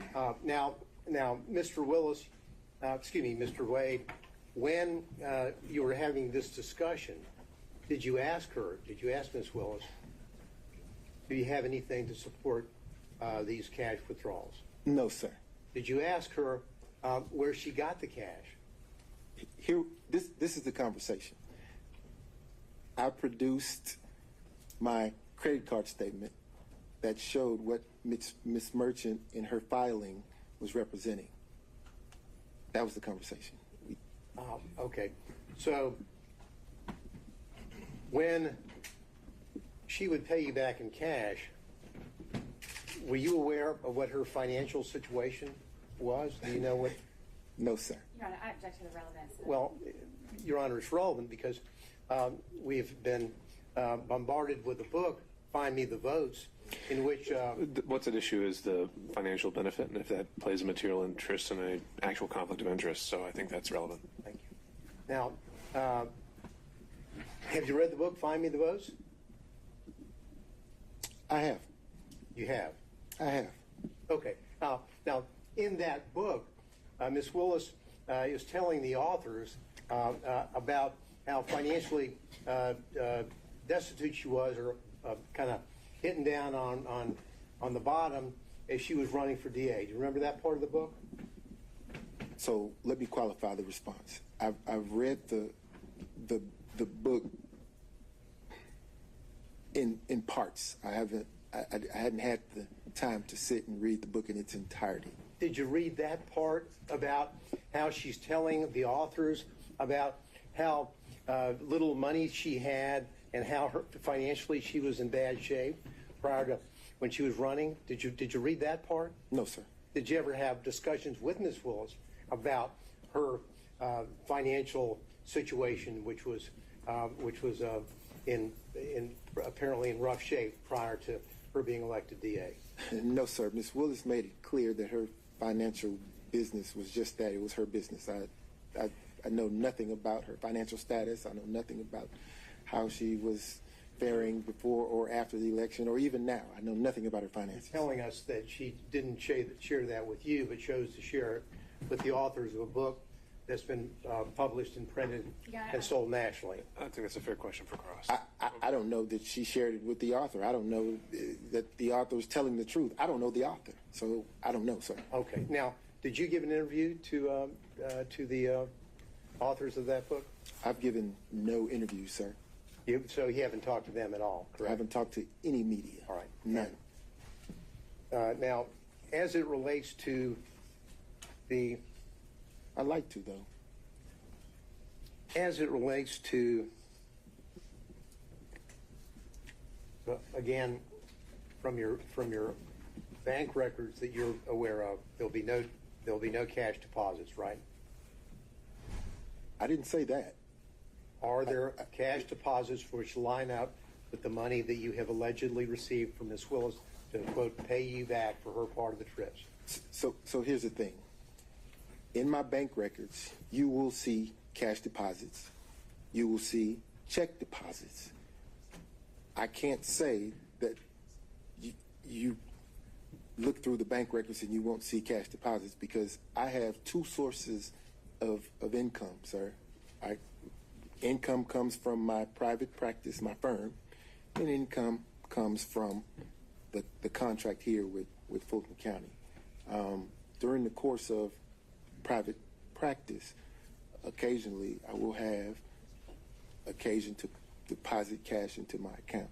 And in preparation for this hearing and your testimony, did you go through your bank records to find out if you could locate any cash deposits that would corroborate your testimony? No, sir. I didn't go through my bank records at all. Now, so what you would do, the money that you received, of course, the money that you received from your work for Fulton County, that's public funds, correct? No, sir. That's private funds. It's my Public funds pay you to do work for Fulton County, correct? Tell me what the definition of a public fund is. A public fund would be your funds, as in not fund, but funds, money. Public money, as in money from taxpayers, either in Fulton County or the state of Georgia, pay you to do the work that you're doing here in this case, yes or no? One or the other, I'm certain. You know which is one? the case. I don't know which one. No, sir.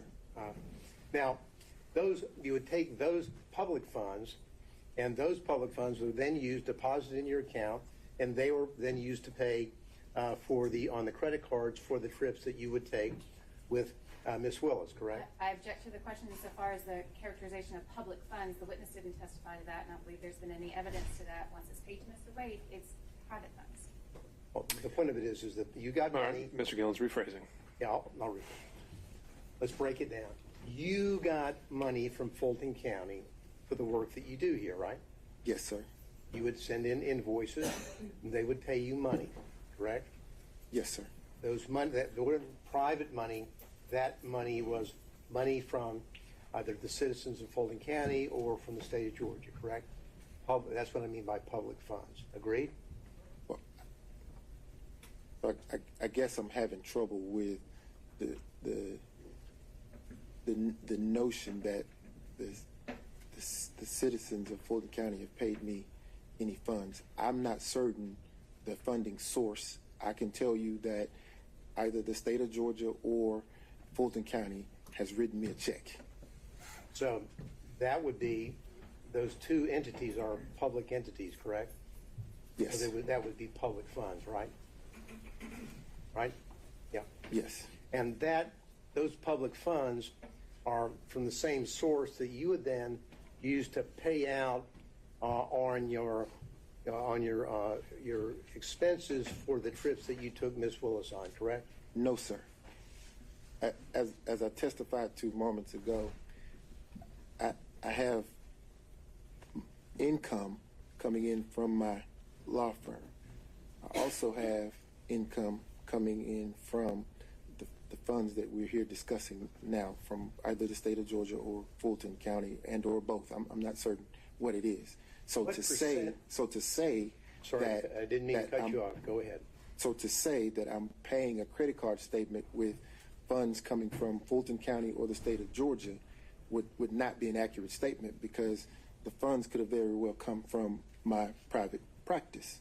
What percentage of your income in 2022 came from money where you're working on this case or from your partners working for the Fulton County office?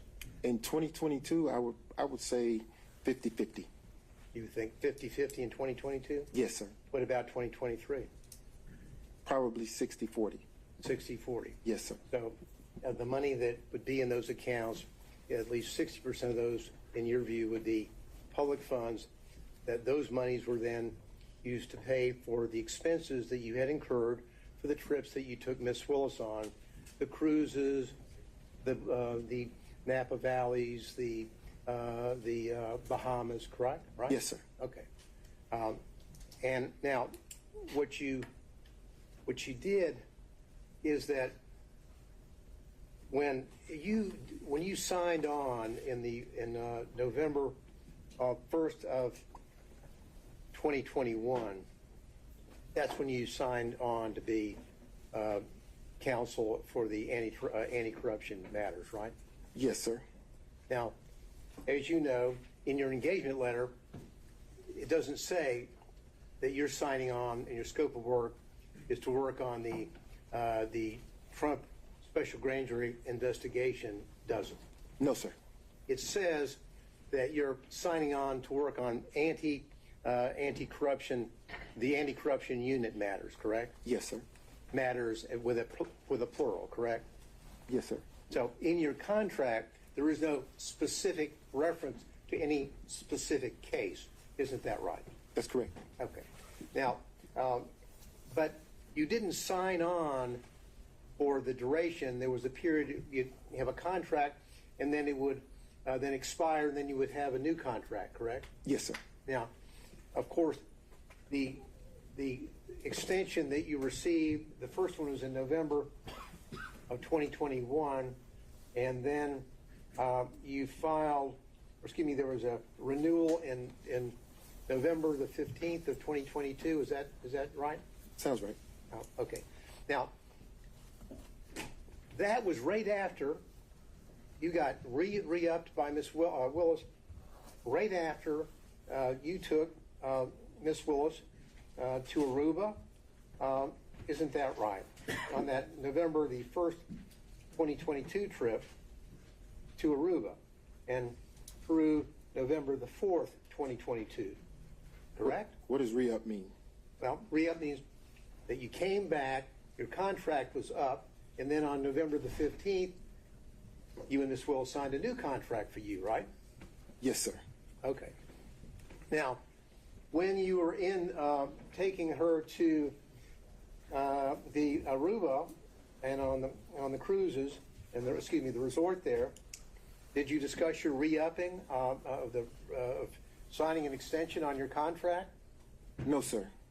But you make an excellent point. I'm glad you pointed that out. So the trip to Aruba, the contract was not in existence then. No, you're saying that you were not Under contract. in your contract. Did you send any invoices in for work that you did after your first contract expired? No, sir. You didn't. No, sir. So when that expired, that was it. So and then you're saying that after the Aruba trip, you get re-upped with a new contract, correct? I signed a new contract. Yes, Now, sir. was there any modifications on that contract? Did you get an extension on the cap that you were limited on the first one? Were there any modifications at all, Mr. Willis? Excuse me. I've done that again. I apologize. I've been called worse. Wait, I'm sorry. I've been called worse. Now, were there any modifications on that? Do you have the contracts in front of you where you could? I don't have it in front of me, but I think that Birch is going to. Because I believe as the work gradually, as the time of the work gradually increased, the hourly cap would increase. In other words, starting out the investigation, it was impossible to anticipate the level of cooperation during the course of the investigation from some of the witnesses. So if you assume that there would be great cooperation with the witnesses in terms of interviewing and speaking and being voluntarily speaking with you, it doesn't take as much time. So after getting into it, realizing that most of the witnesses were not willing to speak or willing to turn over evidence or information, quickly you figure out that this is going to take a little more time than originally anticipated. And because of that, you have to compensate for those hours. That's why there was a compensation on your extension? Yes, sir. The caps. A cap. Now, did Mrs. Willis, did Ms. Willis review your invoices with you when you would submit them? Never. Did anyone ever question whether or not you worked 24 hours in one day and billed 24 hours in one day?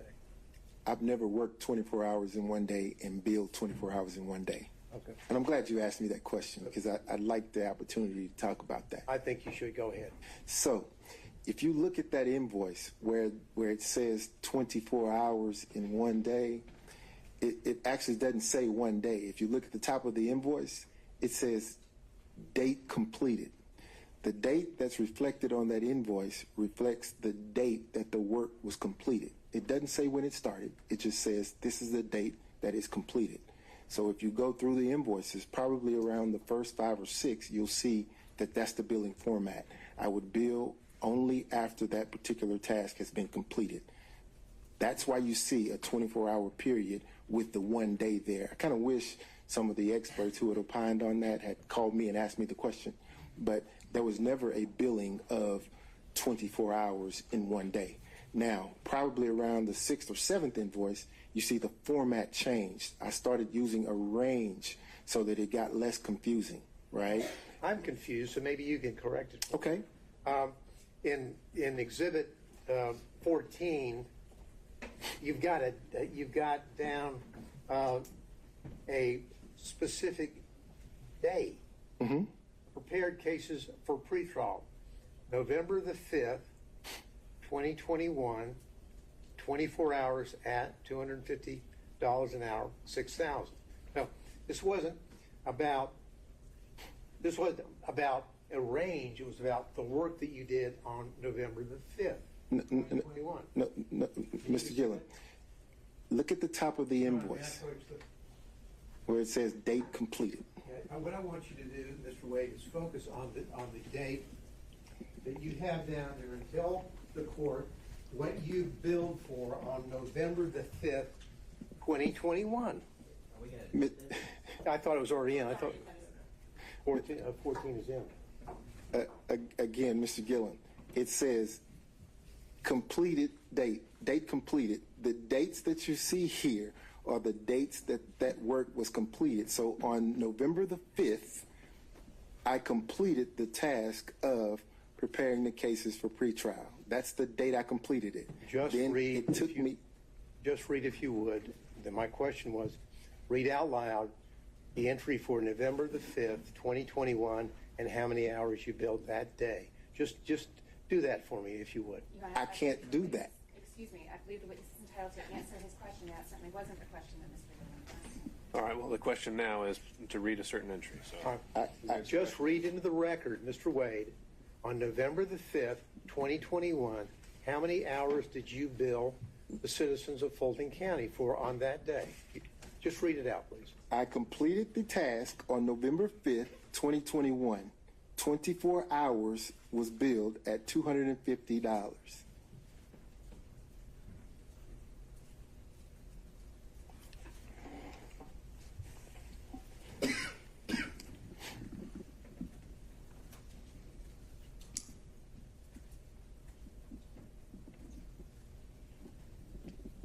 Now, when you talked about your relationship with Ms. Willis, and your testimony is that it began in 2022. Do you remember that testimony? No, sir. Our relationship began in Your romantic 2019. relationship began in 2022? Yes, sir. That's your testimony? Yes, sir. Okay. Now, when you were re-upped on this contract, you had a romantic relationship already established with Miss Willis, yes or no? In 2022? You know, when Yes, you were sir. re-upped on November the 15th, 2022, you had a romantic relationship with Miss Willis. I signed the second contract. Yes, sir. Answer my question, please. I'm not going to use the words re-up. Signed up on the we re-up or whatever you want to call it, your contract on November the 15th, 2022, you had a romantic relationship already existing with Miss Willis, yes or no? I signed the contract, the second contract, yes, sir, during the course of a romantic relationship. Yes or no, you had a romantic relationship with her at the time that you signed up the extension on November the 15th, 2022, yes or no? The answer to that question is yes. Thank you. Now, this was before the special purpose grand jury released a report. Isn't that correct? Correct? Are you asking me if it's before the work was completed or before the special purpose grand jury actually publicly released the report? When they Those are released two the different. report. Your relationship with Miss Willis already existed when the special purpose grand jury released its report, correct? At the time the report was released, yes, sir. But And- you understand that the report had the work had been completed prior to the release of the report. You understand that? And your relationship with Miss Willis, of course, was prior to the indictment in this case, correct? Yes, sir.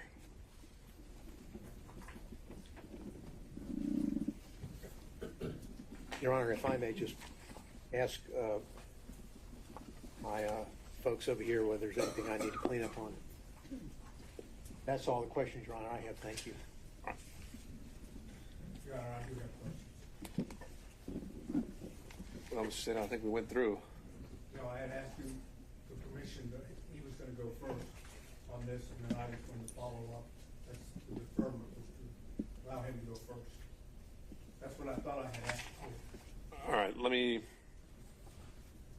with the understanding next time, we're going to keep going in order and not skip around the order. All right. That's why I brought it up, because I thought that's what. Okay. All right. Mr. Sado.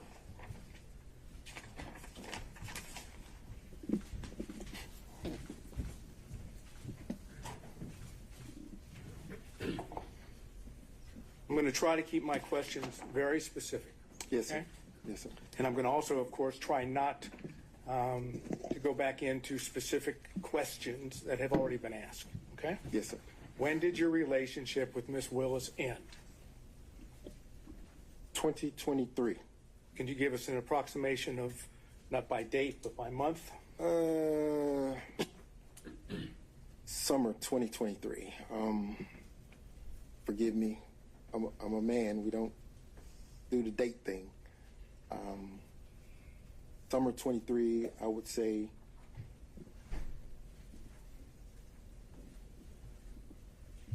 June, maybe. Okay. Using the euphemism personal relationship, did you have any personal relationship at all with Miss Willis after the summer of 2023? I want to make sure that I'm answering your question. Are you, because Let me rephrase, if I might. The way it has been characterized in, for example, the response of the state, and I believe in your affidavit, is there's a difference between a personal relationship and a professional relationship. Correct? yes, sir. Okay. I'm not talking about a professional relationship. I'm talking about a personal relationship. Have you had a personal relationship at all, and you know what I mean by that, after the summer of 2023? Are you asking me if I had intercourse with the district attorney?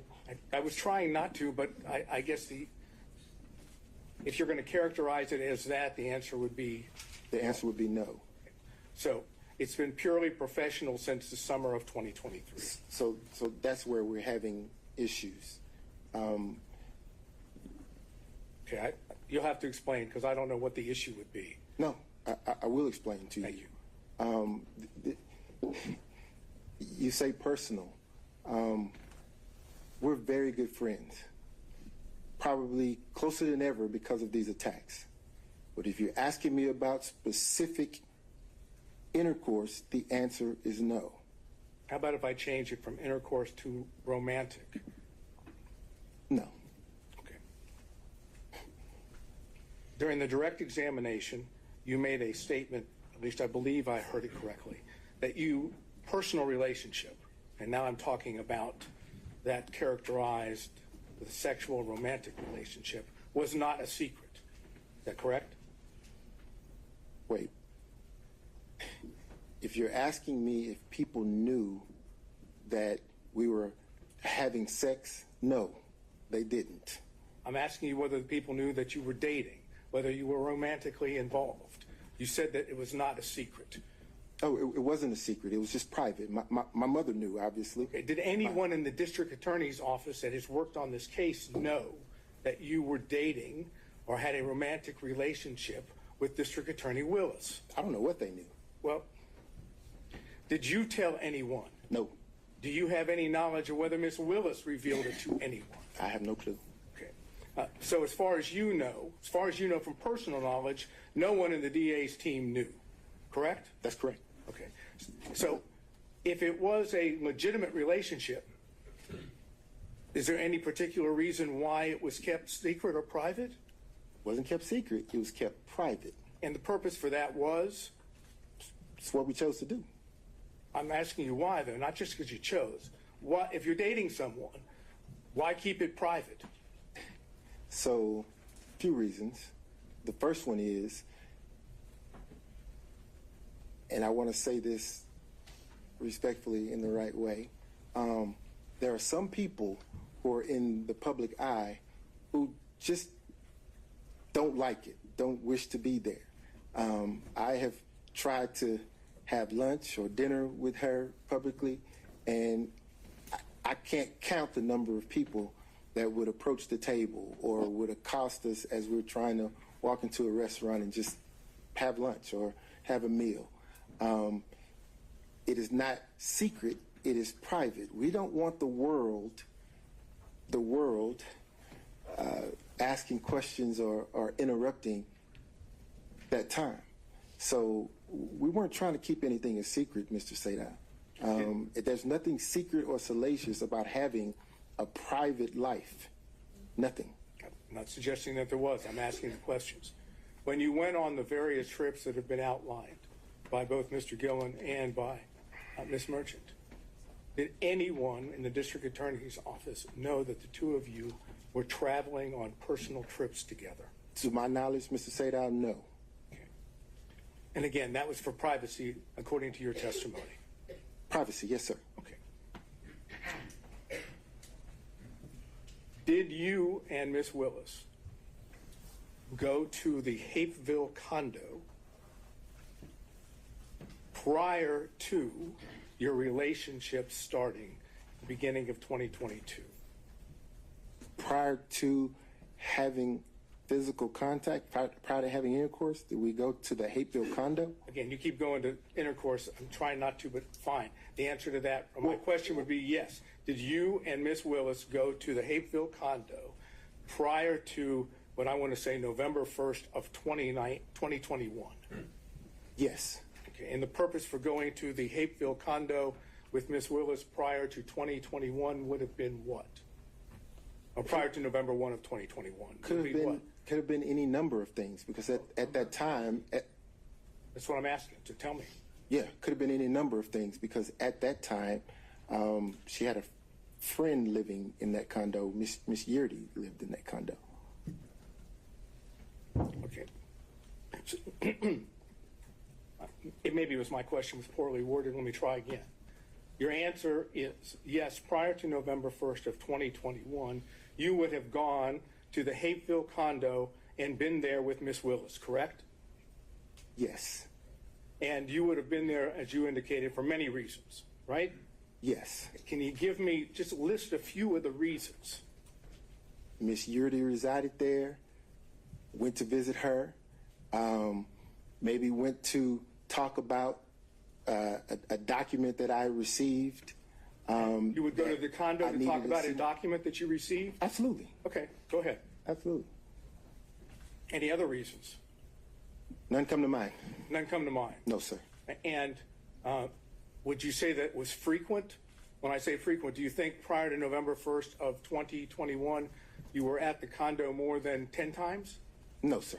So it would be less than 10 times? Yes, sir. So if phone records were to reflect that you were making phone calls from the same location as the condo before November 1st of 2021, and it was on multiple occasions, the phone records would be wrong? If phone records reflected that, yes, sir. They'd be wrong? They'd be wrong. Okay. Where did you live during that time period? Same place I live now. Which is not in Hapeville, correct? It is not in Hapeville. It is north of Atlanta, the city of Atlanta, correct? It is. Okay. And any other reasons why you would be in the Hapeville area? on multiple occasions prior to November 1st of 2021? Let's see. The Porsche experience is there. I'm sorry? The Porsche experience is there. Okay, so that would have been one. Any other reason? Yes, sir. The airport is there. Airport in Hapeville. Yes, sir. Delta Airlines is Okay. But headquartered there. Let's see. Restaurants there. okay.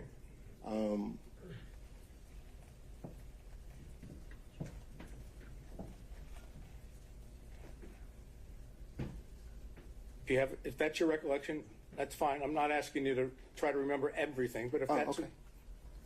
Okay. Did you discuss your affidavit filed in connection with the response with Ms. Willis? No, sir. Did you know, personal knowledge, whether Ms. Willis reviewed your affidavit before it was included with the response? I have no clue. So, as far as you know, personal knowledge, Ms. Willis did not know what you said in the affidavit. I didn't give it to her. That's what I said. You have no personal knowledge. No personal knowledge. And as far as you know, no one else has told you that she did or didn't. I hadn't asked anyone. We've kind of worked this up a little bit, and the numbers could be off. But according to our numbers, $10,000, give or take, would have been reflected on your credit card statements in connection with things of potential benefit to Ms. Willis, okay? I want you just to assume that. Assuming that there was $10,000 that you had on your credit cards, is it your testimony that Ms. Willis paid you back $10,000 in cash? Not acting about. Can I object? The characterization of $10,000 for Ms. Willis's travel, I don't believe is an accurate reflection of what the numbers, at least the summary that I've been provided by the defense, would reflect. I think that's joint travel. Is that right, Mr. Sater? I'm sorry. No, it's not joint travel. But all I'm trying to understand, I'll rephrase because I don't want to get bogged down on specific numbers. You would have received thousands of dollars in cash from Ms. Willis, correct? Yes, sir. Okay. And the thousands of dollars in cash from Ms. Willis, do you know, I'm not asking you whether she took it out of her pocketbook or she took it out of a suitcase. I'm saying, do you know the source of the cash? Just that, out of her pocketbook. Yes, sir. You don't know where she obtained the cash? I didn't ask her. And the whole time that she was paying you in cash, you never said, hey, why do you have this amount of cash? Why would, Mr. Sadow, in my practice, people come into my law firm all the time with cash. I never question where they got it. Yeah, but we're talking not about people that come into your law firm. We're talking about the district attorney of Fulton County who, I'm assuming, receives a paycheck. She doesn't get paid in cash. So, just like you assumed, I assumed she got it from her paycheck. I don't know. Okay. But of course, it's already been, and I'm not going to go back into it. You've not seen any records indicating withdrawals of cash from Ms. Willis at all. Why would I ask her? I didn't No, ask. sir. All I said is you haven't, right? No, sir. Okay. Now, can you explain why you filed for divorce one day after you were hired by Ms. Willis? You filed on November 2nd of 2021. You're hired on November 1st of 2021. Why the day after? You mean one day before? So You filed for divorce one day after you were hired, right? okay, I'll answer your question. Okay, please. So in 2015, when my wife had the affair, we had a conversation that we would divorce right then. Again, the better practice, at least for my children at the time, was to stay in place until the youngest could graduate and matriculate into college. We did that. When she graduated, matriculated into college, at the time my wife had moved back and forth to Houston, to Texas. So she's in Texas. We take our child off to college. We come back to Georgia for a brief period of time. Divorce gets filed. She gets served. There we go. Now, the reason that date was selected. Yes, sir. That's what I asked. The specific reason that that specific date was selected was because she was only in town for a brief. Your Honor, this is attorney-client privilege. Why he decided to file this? And why do you have the right to object on his behalf for attorney-client privilege? Because, Well, I don't make a formal objection. All right, there we go. And I believe that he's already attempted to answer this question, and there was no privilege raised. So he's given a partial answer, and now he's about to finish that. So, first of all, I don't think it's covered by attorney-client privilege, and I'll deal with that if you want me to. But otherwise, he's already answered part of it. So he doesn't get to say, now I'm going to stop. So, well, it was a long preface, but I don't think it ever actually got to what might have been at issue there. So if you can lay the foundation, we'll deal with the objection. okay. Take a step back. Okay. You realize that an attorney-client privilege is the privilege of the client, correct? Yes, sir. And you, in connection with your representation, at least has been proffered to the court by Mr. Bradley, that it's up to you to decide whether you want to raise the privilege, right? Yes, sir. It's not up to Mr. Bradley. Yes, sir. So you have the power, in order to get to the truth of the matter, you have the power to waive the attorney-client privilege, do you not? I believe that's an inappropriate question. The privilege is there. Whether he uses it or not, it doesn't matter why. Mr. Sato, I think if we're trying to get to the answer to your question, let's figure out whether it covers the question you were trying to get to. And if I may finish, and your position is you have no intention of waiving your attorney-client privilege, correct? That's correct.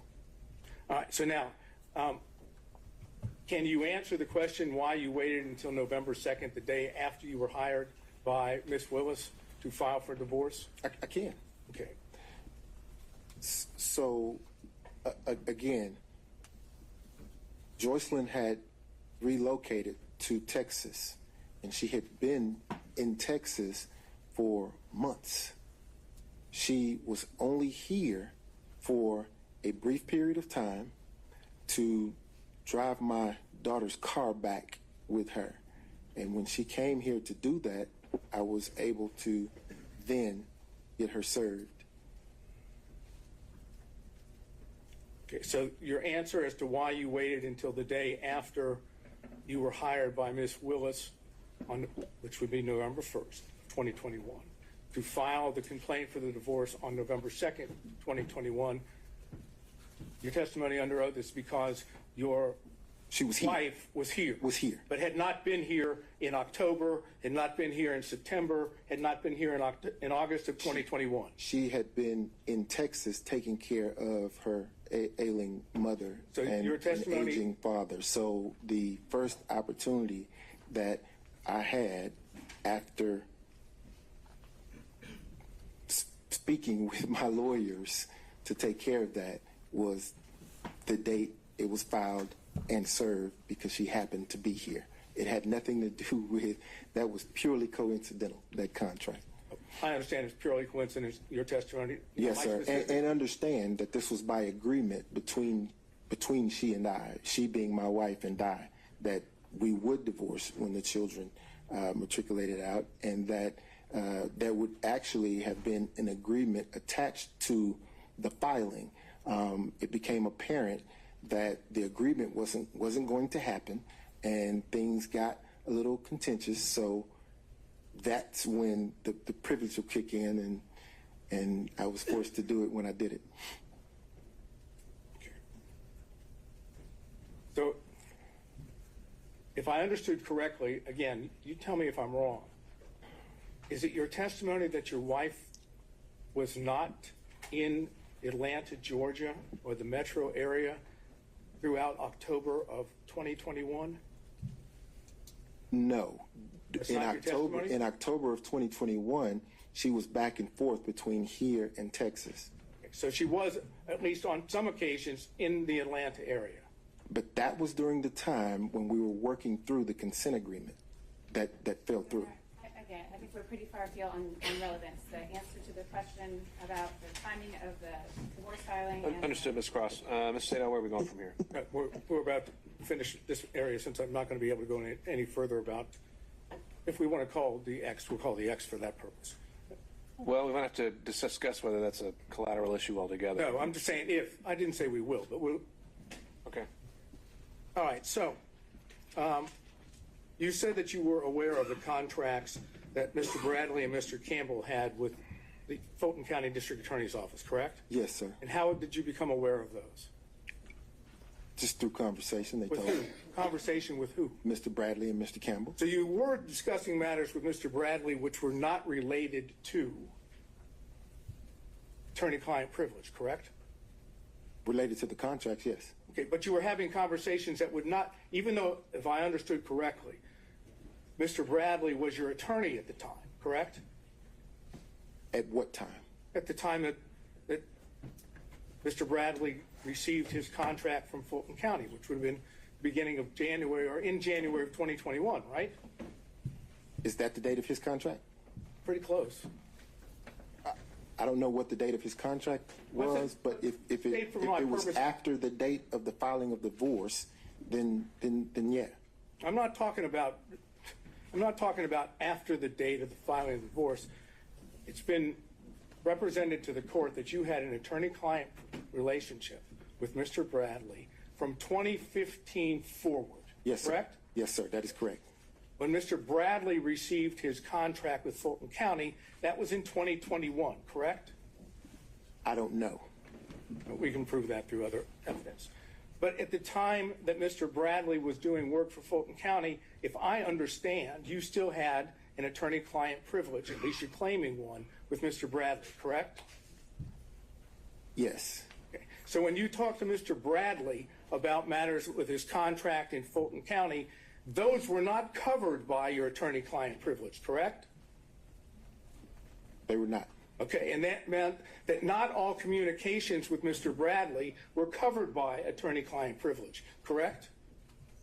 Well, those certainly weren't. Well, but my question was, not all communications with Mr. Bradley were covered by, at least as you've been represented to the court, by the attorney-client privilege, correct? Those communications were not. So there were communications outside of the attorney-client privilege, correct?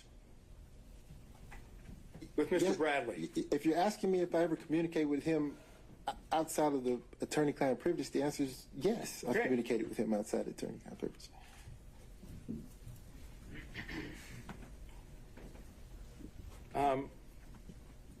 Let's finish this up. And did you call it Roman number 4? Or just defense? Okay. In defense exhibit number 4, and Mr. Gillen went over with you your responses to certain interrogatories on May the 30th, 2023. Remember that? Yes, sir. Not going back into those. The words in the interrogatories are already in evidence, so we're not going to do that. But the ones that we've gone into, there were 2 of them. And your answer to both of those was none, correct? Yes, sir. Okay. Now, on January 25th of 2024, Yes, sir. you again were in a position that you answered those same interrogatories, the 2 that we're talking about. I can get specific if we need to, but as long as we understand we're talking about the same 2, Yes, right? Sir. Yes, sir. Okay. And they are in defense exhibit number 6, and they are interrogatories number 4 and number 5. Okay. Go ahead. No, I want you to be able to see it. So it's a defense exhibit number 6. I don't. Does he have 6 up there? I'm told that you have 6. Okay.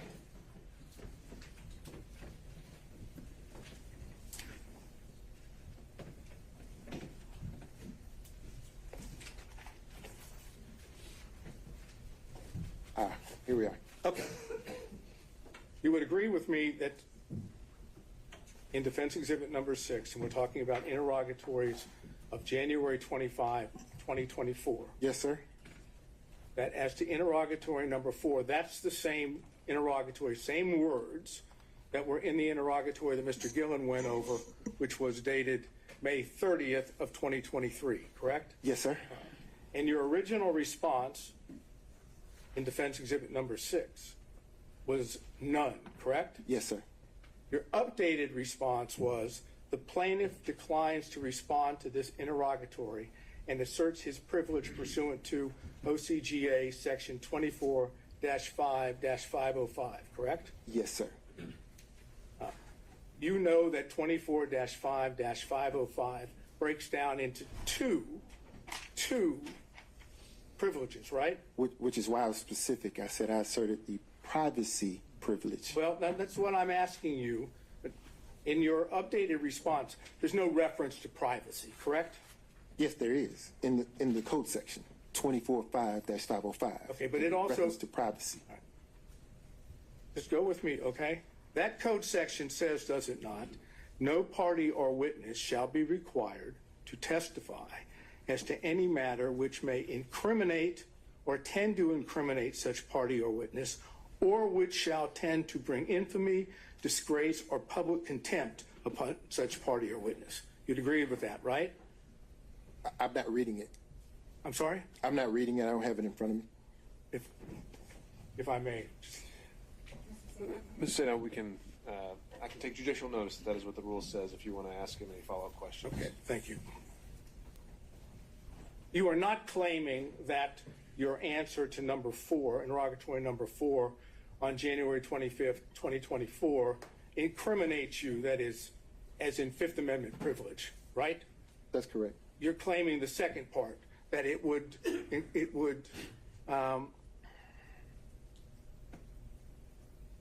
bring infamy, disgrace, or public contempt, correct? I'm going to object to that. I don't think that's the full thing, but and also the witness doesn't have it in front of him, so I don't know how he could respond to that. He has said several times privacy is why he invokes that statutory. Overruled. I'm claiming privacy. The privilege that you make reference to is to infamy, disgrace, or public contempt upon the witness, right? Or party.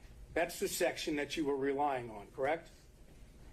If that's what it says, yes, sir. Okay, look, I could show you, but I think the court has already indicated he can take judicial notice of the statute. So you assume that what I'm telling you is accurate, okay? Yes, sir. Okay. How would an answer of none bring infamy, disgrace, or public contempt upon you?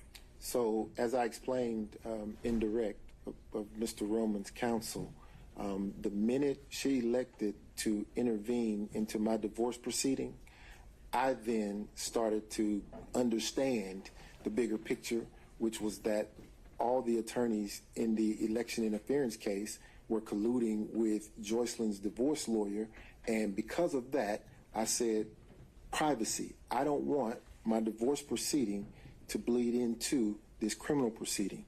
I just didn't want that. So you raised a privilege, if I understand, that indicated that your answer would bring infamy, disgrace, or public contempt upon you, right? Your Honor, I'm going to object to the relevance of this. It's been asked and answered several times. Mr. Sato, where are we heading with this? I think I can finish that up by saying you didn't say none again. You asserted a privilege, correct? That's correct. Okay. And you did the same thing, did you not, with number 5? That's correct. That is, you didn't say none again, right? Correct. Okay. Is the answer to the interrogatory number 4, if you have it in front of you, is the answer none? Is that the truth? The answer is, to that interrogatory, is as I placed it at the time I responded, sir. I'm That's asking the you answer. now, is the answer to that interrogatory The answer none? The answer is still privilege.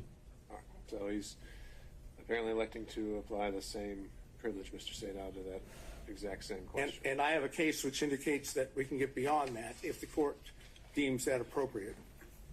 And to what end? To what end? Where? That the privilege actually does not apply and he must answer the question. And where does that get us?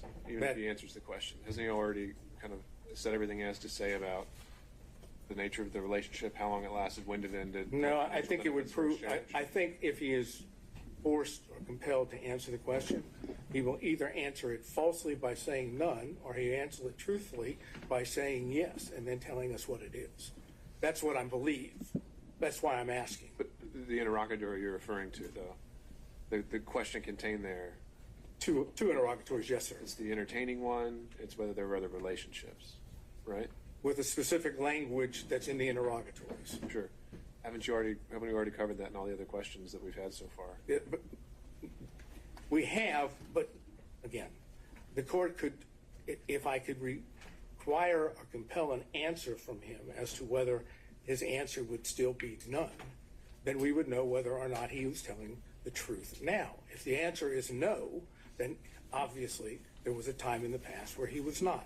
It simply requires him to now answer under oath what he refused to answer and claimed, what I might suggest is a bogus privilege, and that you can pierce that privilege because it's a material fact in connection with this case.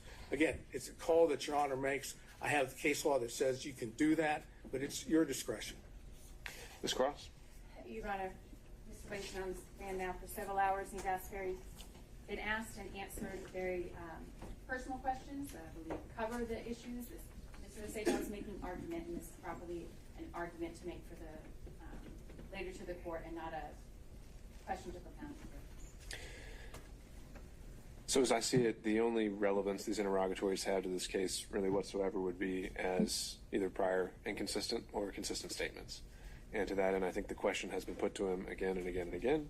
He's answered how he believes he felt his answer should be and why he answered a certain way.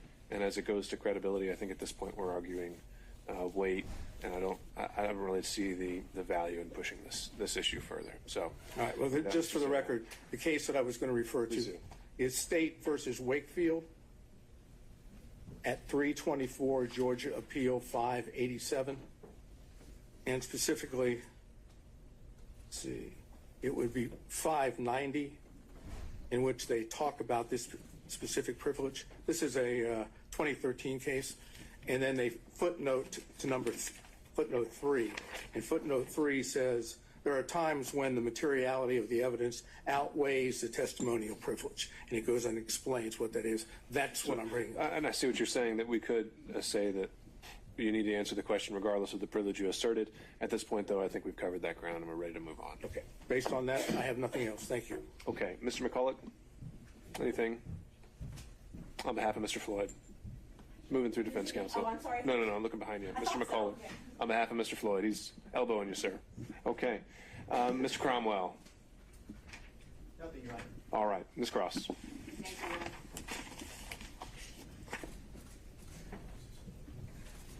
Mr. Wade, have you still got exhibit number 14 in front of you? The one with all of the invoices, I believe. I believe I have them all. All right. So you were asked, Mr. Wade, about a couple of the invoice items. And your testimony, I think, was that the percentage of income post special counsel appointment in November 2021, the percentage of your income roughly after that time was about 50-50, Fulton versus other income from your law practice, correct? Roughly, yes, ma'am. Okay. Sometimes more, sometimes less? Yes, ma'am. All right. How about your time? I'm interested in the percentage of your time from November 2021 to, let's say, the close of the special purpose grand jury when it was dissolved in January 2023. Can you estimate for us the percentage of your time that was spent on Fulton County work versus other work? Oh, gosh. 99% of the time here in this building working on this case. All right. It was, as I understood your testimony, it was an intense period in terms of hours while that special purpose grand jury was meeting, correct? Yes, ma'am. And who was head or manager of the election integrity case during that time for the district attorney's office? I was. You were coordinating the efforts? Yes, ma'am. And those efforts included not just the proceedings that were happening in this building, correct? That's correct. You don't need to go all through it, but is your representation that 99.9% of the time, let's restrict it to 2022, 99% of your professional working time was devoted to this case? Yes, ma'am. And the remainder, whatever it was to some of your other cases that were ongoing? Yes, ma'am. All right. 2022, I want to focus on that a little bit because if we are looking at, I believe, the financial affidavits, do you have those in front of you as well? I do.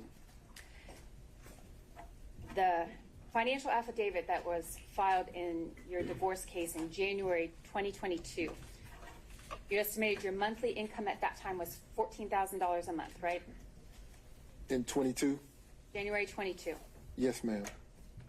January 23, what'd that number come to? 9,000. What about 2024? I don't know. Is that there in front of you? Is that one? That's not one of the ones that's there in front of you? No, ma'am. All right. So as reflected in those financial affidavits, your income decreased as a result of your work in this case, correct? Significantly. The structure of your firm, we talked a lot about that, and I don't want to go through it anymore, but than we need to. But 2022, the structure of your firm changed. Is that correct? That's correct. All right. In the early part of 2022, there were 3 of you. You and Mr. Campbell and Mr. Bradley, you split expenses, is that right? That's correct. And you profit shared among yourselves, correct? Correct. Right. After Mr. Bradley left the firm, then there were just 2 of you, correct? That is the cause of the significant change. Yes, ma'am. So now you have 2 people bringing in income, correct? Correct. And one of those people, you, is spending almost all of your time devoted to this election integrity case, correct? Yes, ma'am. Right. And your income from this election integrity case is less than what it was the year before. Yes, ma'am. We talked about the monthly caps, or we didn't talk about it. There was talk about the monthly cap that was included in your contracts, indicating there was a certain threshold that you could reach, number of hours a month, and over that amount you were not going to be compensated, correct? That's correct. All right. And you kind of smiled when you said that. That's a little bittersweet there, isn't it? That's bitter. All right. Exhibit 14, is that still there in front of you? It is. I want you to take a look, please. That's a collection of exhibits that includes all of your invoices, as was represented. I want you to take a look at invoice number 9. Yes, ma'am. Is that there in front of you? I have it. Invoice number 9, Mr. Wade, indicates that you performed hours of work that you were not compensated for because your cap had been reached. Yes, ma'am. I want you to take and what did you do in those circumstances? When the hours that you worked per month were more than the cap that was in your contract that you were permitted to be paid for? I was forced to lose that time. I didn't get paid for it. Okay. And that's what exhibit number 9 shows? Yes, ma'am. All right. And in exhibit number 9, you've got a task, hours that were completed, and you just didn't bill for it. You noted the time and then a 0 beside it because you didn't bill the county for that time. Yes, ma'am. All right. What about exhibit number, invoice number 13? Can you flip to that for me? I have it. Is that a similar situation? Yes, ma'am, it is. And what is it on invoice number 13?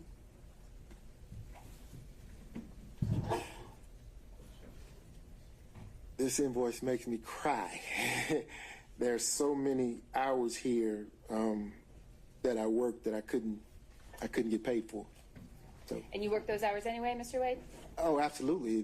This is not the type of job that you could walk away from just because you're not getting paid for it. I think there's some professional rules of responsibility to an attorney who's engaged in a case. You have to see it through. So it's not like I could just throw my hands up and say, well, I reached my monthly cap, I'm done, I can walk away. I can't do that. This is ongoing, it's constant, and I have to do the work.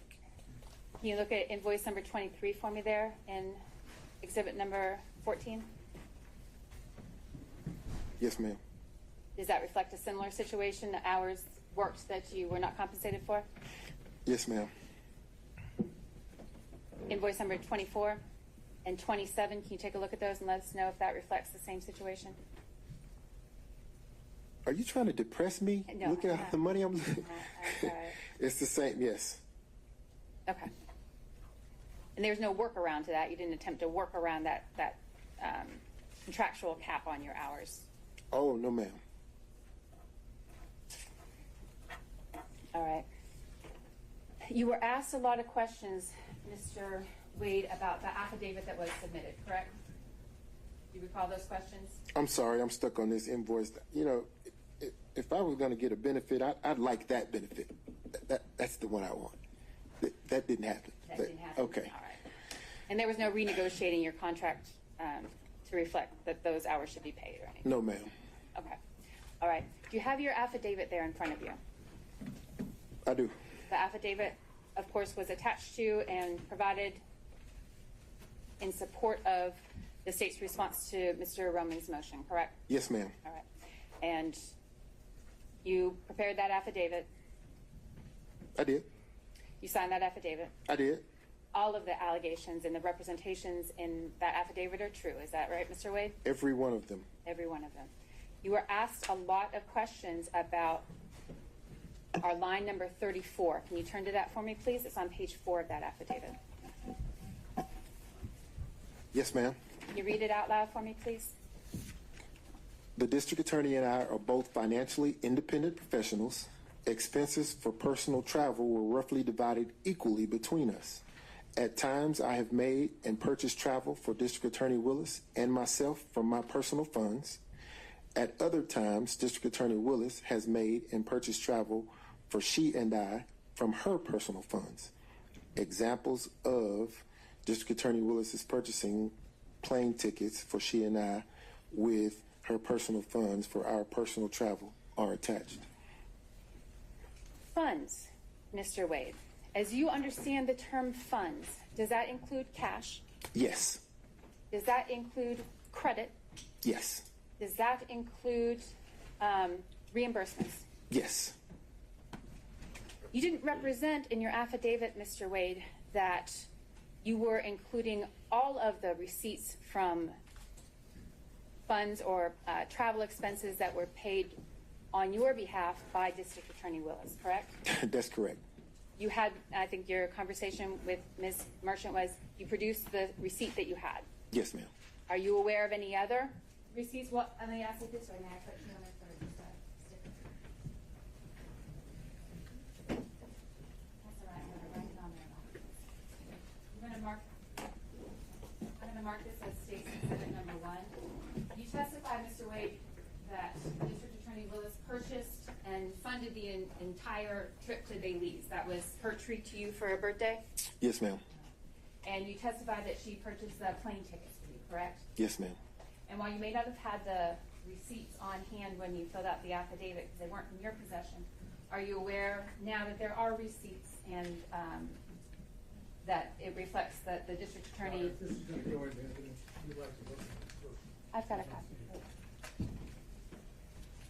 Do you remember, Mr. Wade, approximately how much, and that's again State's Exhibit number 1, may I approach the witness?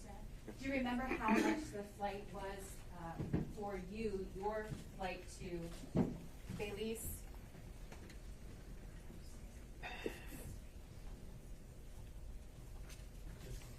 And if you don't, I'm not tendering it through you, I'm just asking you to take a look at that and see if that refreshes your recollection as to the amount that plane ticket cost that was extended by District Attorney. You may keep it. You keep it. Does that refresh your recollection, Mr. Wade? It does, thank you. Approximately how much was the amount of the ticket that District Attorney Willis purchased for your travel to Belize? $887.35.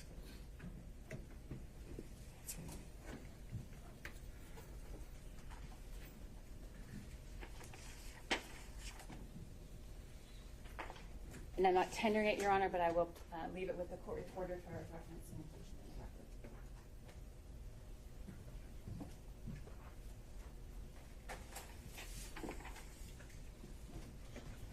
record. All right, Mr. Wade.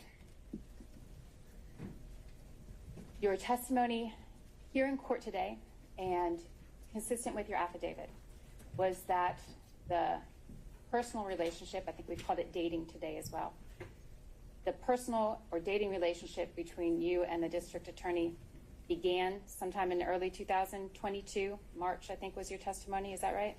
Yes, ma'am. Right. And that March date isn't included in the affidavit. The affidavit is less specific, but that was your testimony today? Yes, ma'am. And that there was no personal or dating relationship prior to that time, right? None. Right. Mr. Wade, I'm sorry. I'm going to direct your attention to 2020. In 2020, were you dating the district attorney? No. 2020, that was during the COVID pandemic, correct? It was. Was there a situation for you, Mr. Wade, that made you particularly vulnerable during the COVID period?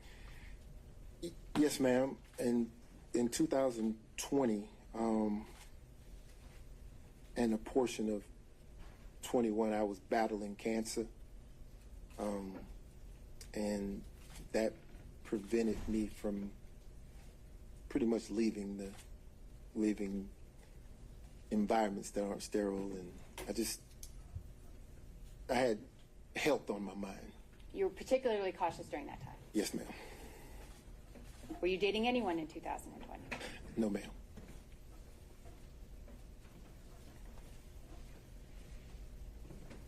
All right. Thank you, Mr. Wade. That's all I have. Ms. Merchant, recross on those points only. Yes, thank you.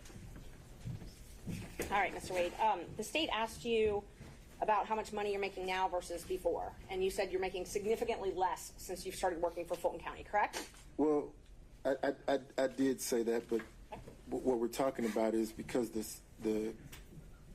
now at this point, the splitting of the financial obligations in the firm are now there are 2 people carrying the weight of 3. So that would scale back on the amount of income, right? Amount of profit. Well, you're splitting the profits 50-50 though, instead of 1/3, correct? The profits, yes. Okay. So, but you did testify that you're making significantly less now. We heard about it for a few minutes. Significantly less now that you work for Fulton County, right? Yes. Okay. Would you agree with me that $236,000 is more than $184,000? Absolutely. Would you agree with me that $262,000 is more than $236,000? Absolutely. All of these years, despite you saying that you were a 3-way partner with Wade and Campbell and Bradley, and now a 2-way partner with Campbell, all of your corporate tax returns are filed in the law firm of Nathan Wade, though, correct? My returns, yes, ma'am. Yes, for your law firm. Well, for my law firm, because I also have personal returns. Right, and I'm not talking about your personal returns. I'm talking about your business returns. Yeah, but the question contemplates that my bring home money is more or less. So I want to be clear that is reflected in my personal returns. I didn't ask you anything about bring home money, though. I'm not sure what you're talking about. What I'm talking about is your question was the portion of my testimony dealing with earning significantly less money. No. My question is I'll just break it down. During 2019, you filed your business returns. I'm not talking about your personal. Your business returns for the law firm of Nathan Wade only, correct? I filed personal and business. Yes, ma'am. And even though you said you were partners with Bradley and Campbell later on, you filed your business returns not with them, but as a solo practitioner, correct? I see where you're going. There's a different return for that Wade, Bradley, Campbell entity. And I'm not asking about that. What I'm asking about is during the years 2019, 2020, 2021, and 2022, you filed a business return for the law firm of Nathan Wade. Yes, ma'am.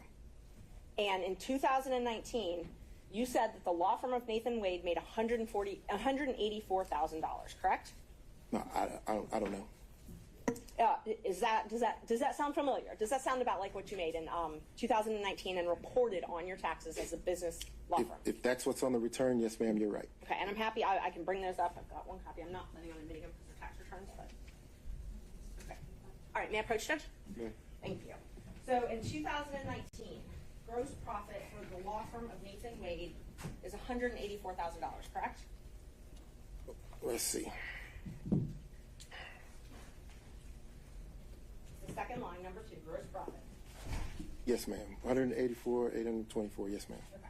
And then in 2020, you also filed Nathan Wade, attorney at law, and your gross profit was $230,000, correct?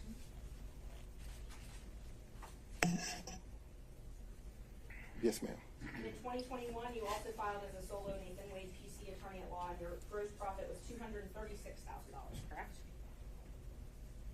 Yes, ma'am. And then in 2022, you filed as a solo practitioner, Nathan Wade, and your gross income was $262,000, correct? Yes, ma'am. Okay. I'm not going to end the business. You've got your position. But nowhere in these documents do you document that you received cash payments from Ms. Willis, correct? I don't. I hadn't looked through them. I would be surprised if there were something in there that said that. Do you want to look through them? Listen to the answer. I'd be shocked if there was something in there that said that I received some cash from Ms. Willis. Okay. But there is itemized expenditures for travel in here. You did itemize that. I didn't itemize anything. My Your accountant itemized it. I hope so. But you're responsible for your taxes, even if your accountant files them, right? I agree. And so you itemized your expenses for travel on all these documents, but you didn't put anything in there about you being reimbursed for half of that travel. Well, those are business returns. Yes, you used your business card to pay for the travel, right? Yeah, but I wouldn't put a personal expense on a business return. But you used a business card to pay for these personal travel. I use a business card to pay for everything. And what I do is turn over the statement to the accountant, and the accountant then says, okay, this expense, that's personal. We'll put that over here. This expense, that's business. We'll put that over here. And they reconcile it. So you wouldn't find a reimbursement from Ms. Willis on a business return. Okay, so they're not anywhere there. Nor would you find, well, go ahead. No, I'm just asking. So there's nowhere for any of that cash to be reconciled there, right? On the business returns, no, ma'am. Okay. We talked a lot about the financial affidavits. I know the state asked you a couple questions about them. You filed one in 2022. In that one, you stated that you only had $5,000 in cash, correct? I believe you. Yes, ma'am. That was sworn under oath. At the time of the filing, yes, ma'am. Okay. And then in January of 2024, you filed another one that also swore that you only had $5,000 in cash, correct?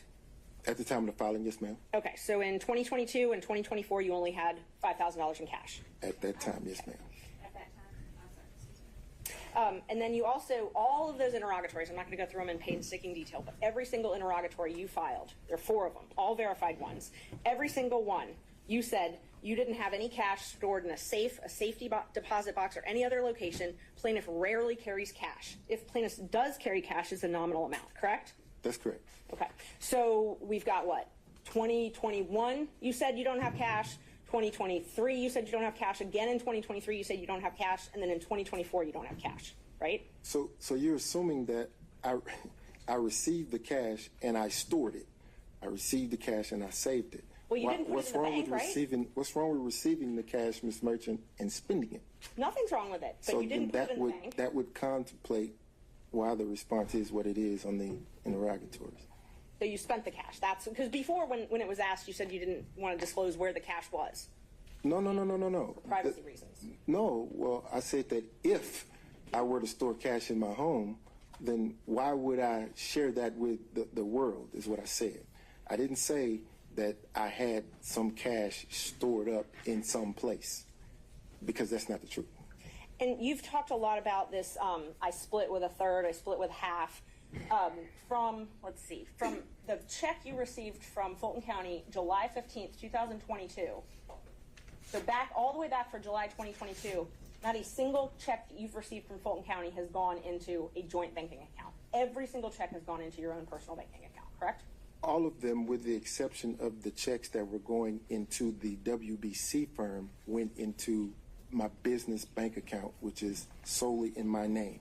Right. Your WBC account that you're talking about, that account was closed, though, in June of 2022. Correct. So everything after June of 2022 was put in a Nathan Wade bank account, not a corporate bank account with I'm gonna partners. ask the witness to be permitted to. I think the question right before that only needed a yes or no.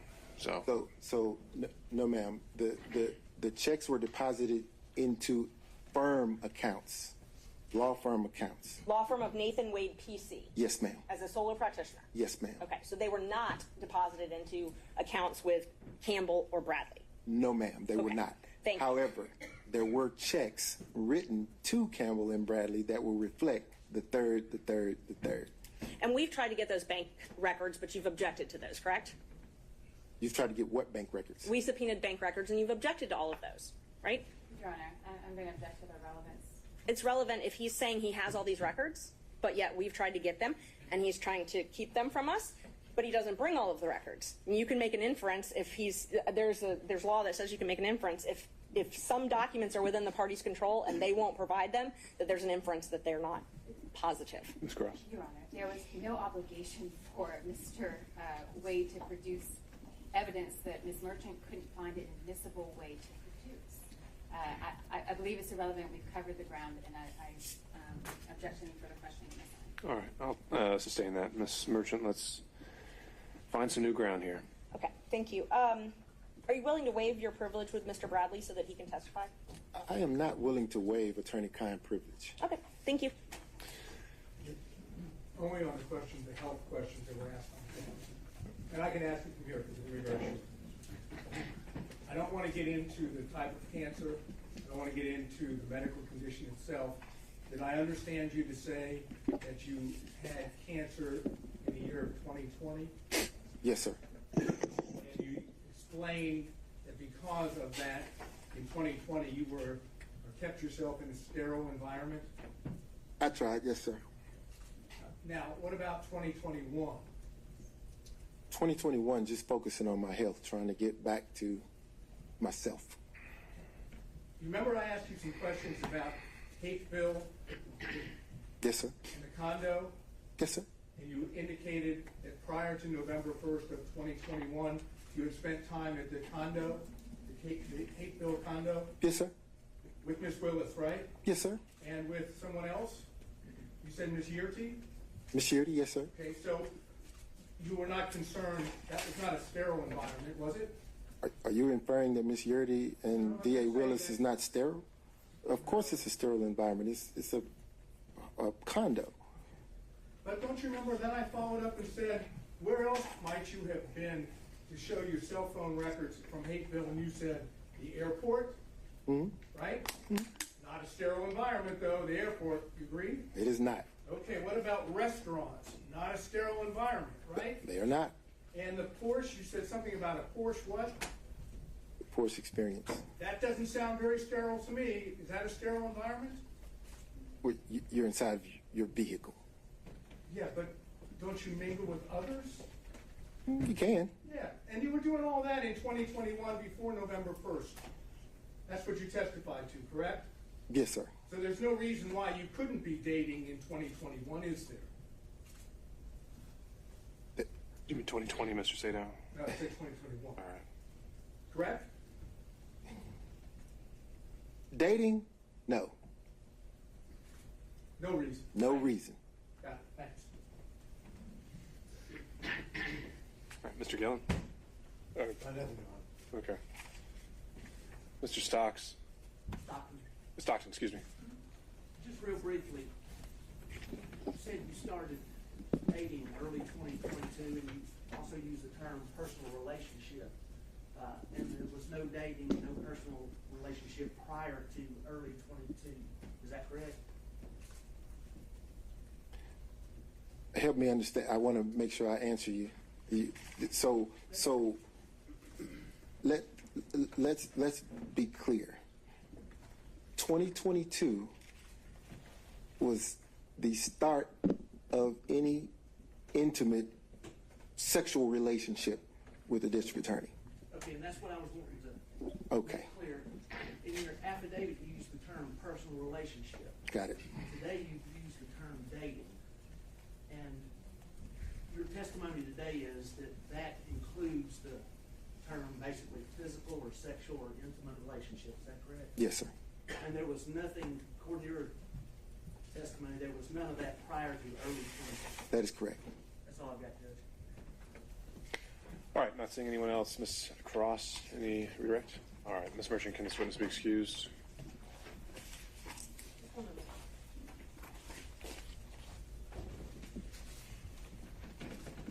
Judge, we'd ask to keep him under subpoena. We might need him to come back after that.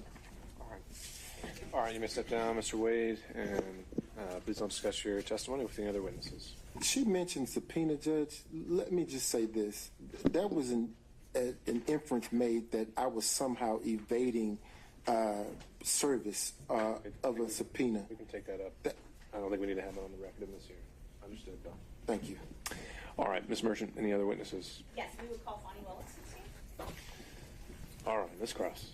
Your Honor, I am going to object and remove to the motion to quash the district attorneys. There's been now lots of testimony from Mr. Wade. I don't believe that there can be a showing for the need for the district attorney to testify as well. For all of the reasons that were cited in the state's motion to quash initially, it's a tremendously high burden to call opposing counsel. I don't believe it's been met, particularly given the cumulative nature that would be the subject of personal details that Mr. Wade's not testified to. All right, Ms. Merchant, what do you think you can establish and have through the testimony of Ms. Willis? And let me stop there. Conflict in the evidence, Judge. Now that how Mr. Wade has testified, there's a conflict in multiple different issues. I'll just go through all the different issues. The first one is the reimbursement issue, the cash. That opened the door in and of itself to Ms. Willis testifying. Well, what's the conflict there? That he testified that he didn't have receipts, but we don't know if Ms. Willis has receipts. So that's one issue. So we don't know. So there's no conflict. We just don't know. We don't right? know. Right? Okay. So it's a question, not a conflict. But what else do we That is a question. So, and there's a lot of different issues with different reasons. The first one would be the receipts. Whether or not these cash payments, if there's any payment receipts. The Belize trip, whether or not she paid for the entire thing in cash. Mr. Wade doesn't have knowledge of that. Couldn't remember a lot of things he couldn't remember. So now it goes to Ms. Willis, unfortunately. That he testified that she insists on paying her own way, gave him some cash, that's the quote, some cash. Miami trip, she booked it, but thought it would balance out. A couple other trips that we didn't get any information about, Tennessee, Alabama, Georgia, all of those could be financial benefits. We don't know. He didn't know. He was very vague about that. Yuri, her best friend, testified that it happened in 2019. And now Mr. Wade has testified that a relationship began to become romantic in 2022, I think is what his testimony was. So that is a conflict in and of itself. Right there, that's a big conflict. We've also got more receipts. But the biggest thing about the conflict is when the relationship started. He said he talked with Willis in the conference room after we filed our motion. He specifically didn't use the term cash in the affidavit, but he told anybody who would ask about the cash. And he specifically discussed this and the response. So we have a right to go over this. All right. So you've highlighted the areas you'd like to go into. I think the central question may be, what is it other than, I'm just really curious what she has to say, you have to put on the record. And so that's what I'd like to go through. Ms. Cross? Your Honor, I think you've identified, Ms. Merchant hasn't itemized inconsistencies for you. She's identified areas of inquiry. The testimony in the record from Mr. Wade is not inconsistent, it's unrebutted. Excuse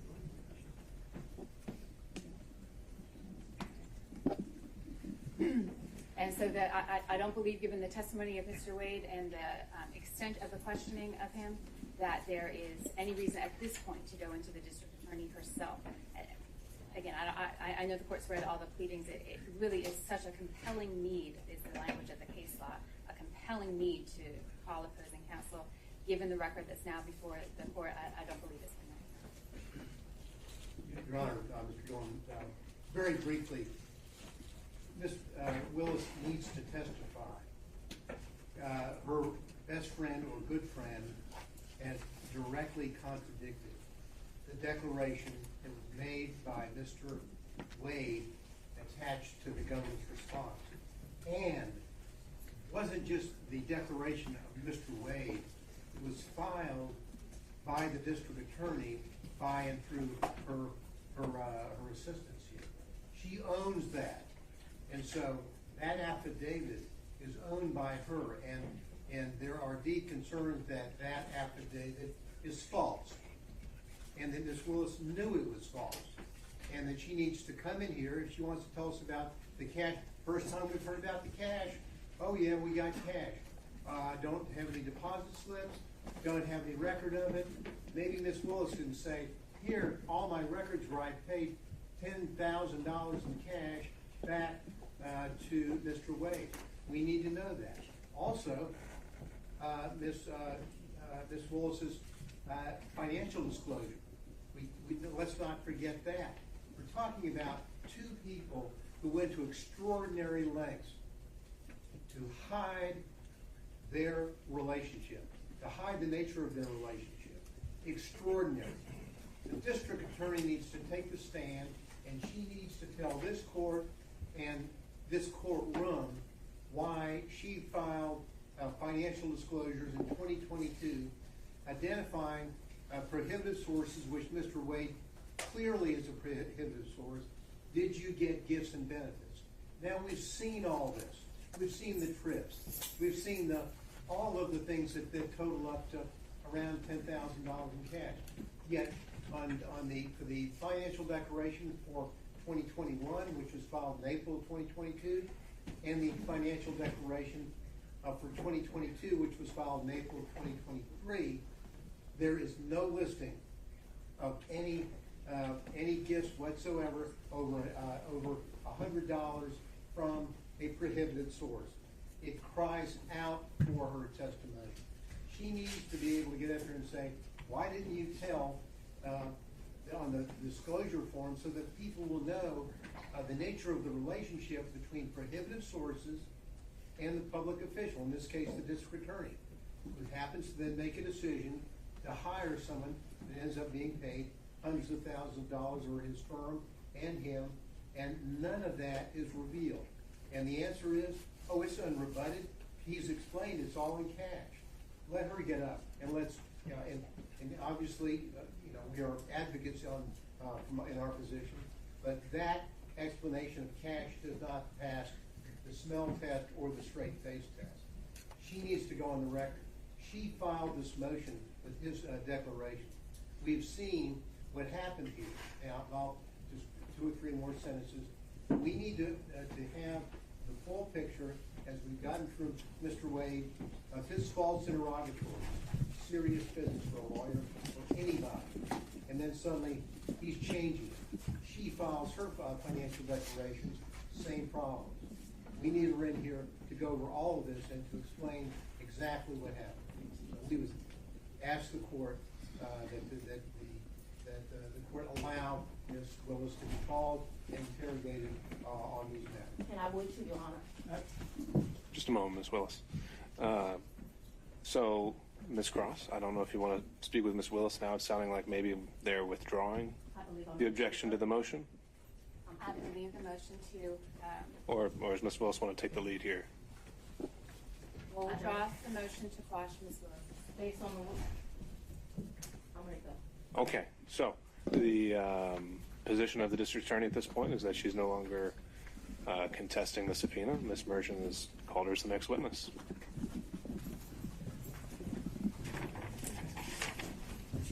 I would ask, I need 3 documents in front of me, and they're the 3 filings of Ms. Merchant. 3 filings.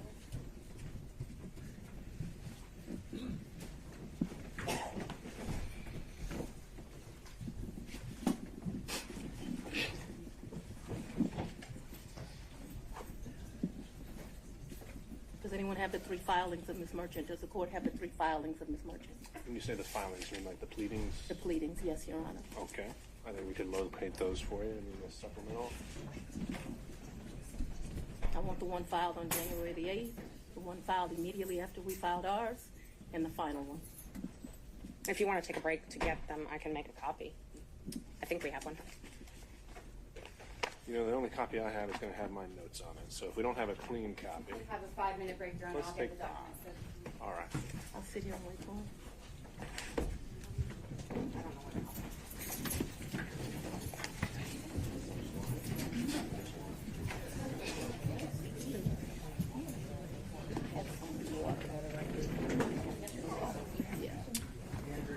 did we elect someone? Who's actually making the copy? You got it? Okay. This crosses yours. There. I can.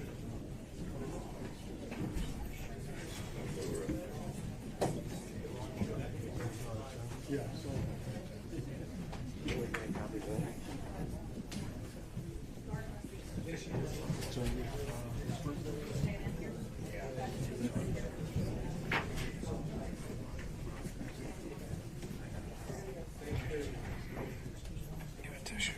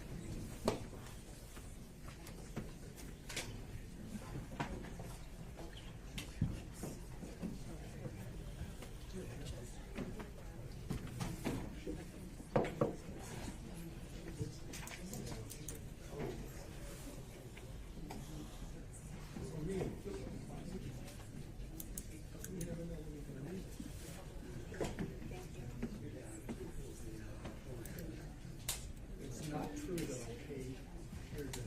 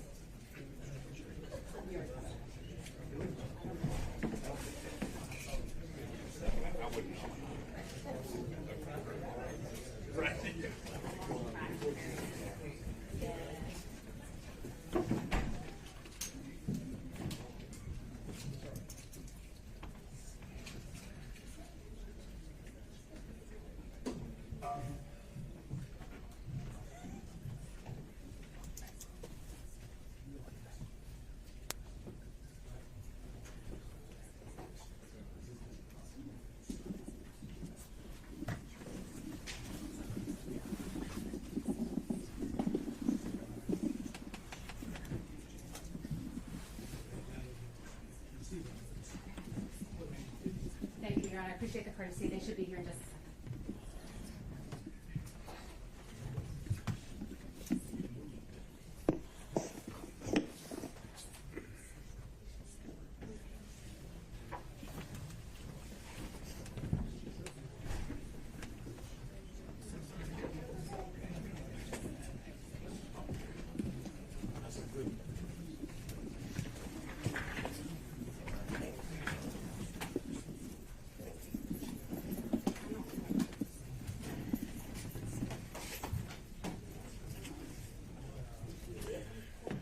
All right, Ms. Cross, you can bring everyone in. Thank you.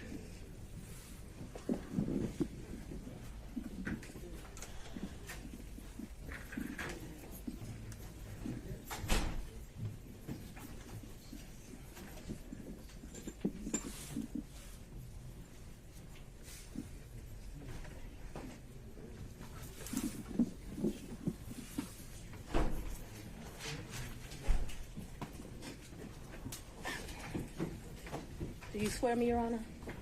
You want Do to you, take whomever would like to. We got Deputy Scott usually. But let's go, wait a minute, let everyone get situated, and then we'll go back on the record.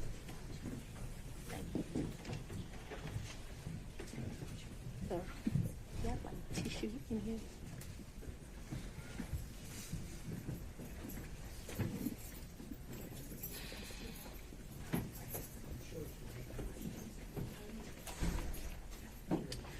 All right, we are back on the record. Deputy Scott, if you could swear in our next witness.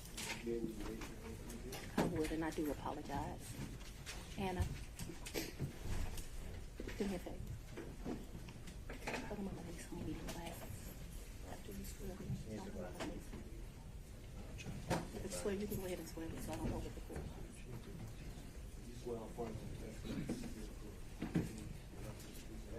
Yes, sir. District Attorney Fani, F-A-N-I. Last name is Willis. Ms. Willis, how did you know to come into the courtroom right then? There were people, I was pacing in my office. Okay. And I heard someone yell, his testimony is done. It only made sense to me that I would be your next witness. And I've been very anxious to have this conversation with him today. So I ran to the courtroom. So as soon as you heard that Mr. Wade was done testifying, that's when you just assumed you would be the next witness? It only makes sense. Did you listen to any of the testimony? I've been in my office pacing, ma'am. Okay. Did you listen to any of the arguments? I did hear the arguments this morning. It's ridiculous to me that you lied on Monday, and yet here we still are. And I did listen to that argument. All right, so that was it, just the argument, no testimony. Right, I listened to the argument this morning where Adam Abadi, I thought, did an excellent job pointing out how dishonest you were with the court on Monday. And I'm actually surprised that the hearing continued. But since it did, here I am. Great. So let's just talk about what you did in preparation for today. did you meet with Mr. Wade at all? Once the motion was filed, did you meet with Mr. Wade and talk to him about the motion that I filed to disqualify you? On January, this first January motion? Yes. I don't know if you could say talked about. I probably had some choice words about some of the things that you said that were dishonest within this motion. So I don't know that it was a conversation. As you know, Mr. Wade is a Southern gentleman. Me, not so much. Okay, but my question was, did you have a conversation with I him? didn't have a substantive conversation. You did not? I read this motion, skimmed it more so, and I've probably said some choice things to him about some of the lies they were told. Okay. And then printed in the media because, you know, we used to be in a day and time where you had 60 Minutes and people did stories and they verified information and you had this great reporting. But it seems today that a lawyer writes a lie and then it's printed for all of the world to see. Well, I just want to make sure that you answer the question I asked, though. So my question was... I'm going to object. It's been asked and answered. Overruled, Mr. Abadi. I told you what happened. I read the motion. I am sure I told him what my opinion of it is. Okay. And past that, we had no substantive conversation. You did not? Okay. Is there something you didn't understand? No, I just wanted to make sure that Okay. you did not have a meeting with him in the conference room to discuss the motion. Next question, No. Ms. Merchant. So in the conference room of my office within this week, you produced some financial document. That financial document was given to me, something, and I'm not even sure who was given it to him by me or Mr. Abadi gave it to me. And I think he showed me a document in our conference room. But as far as a substantive conversation, I don't believe I've had any conversation with him that is substantive related to this. Okay. I have had conversations with him since you filed the motion, but they wouldn't be substantive to this. He's sent me very nice sermons that have been done. And so we've had conversations about, did you listen to that sermon? You know, things of that nature. And I would say they were in relationship to this because I think he did it to be kind. Okay. Let's start back in 2019. Yeah. So you and Mr. Wade met in October 2019 at a conference? That is correct. And I think in one of your motions you tried to implicate I slept with him at that conference, which I find to be extremely offensive. I stayed at that conference. Mr. Wade was my teacher. I did not meet him when he taught the class. I was standing outside talking to Lisa Reeves, who is a judge. Me and her were just having a conversation. Mr. Wade walks up. I think they hug each other.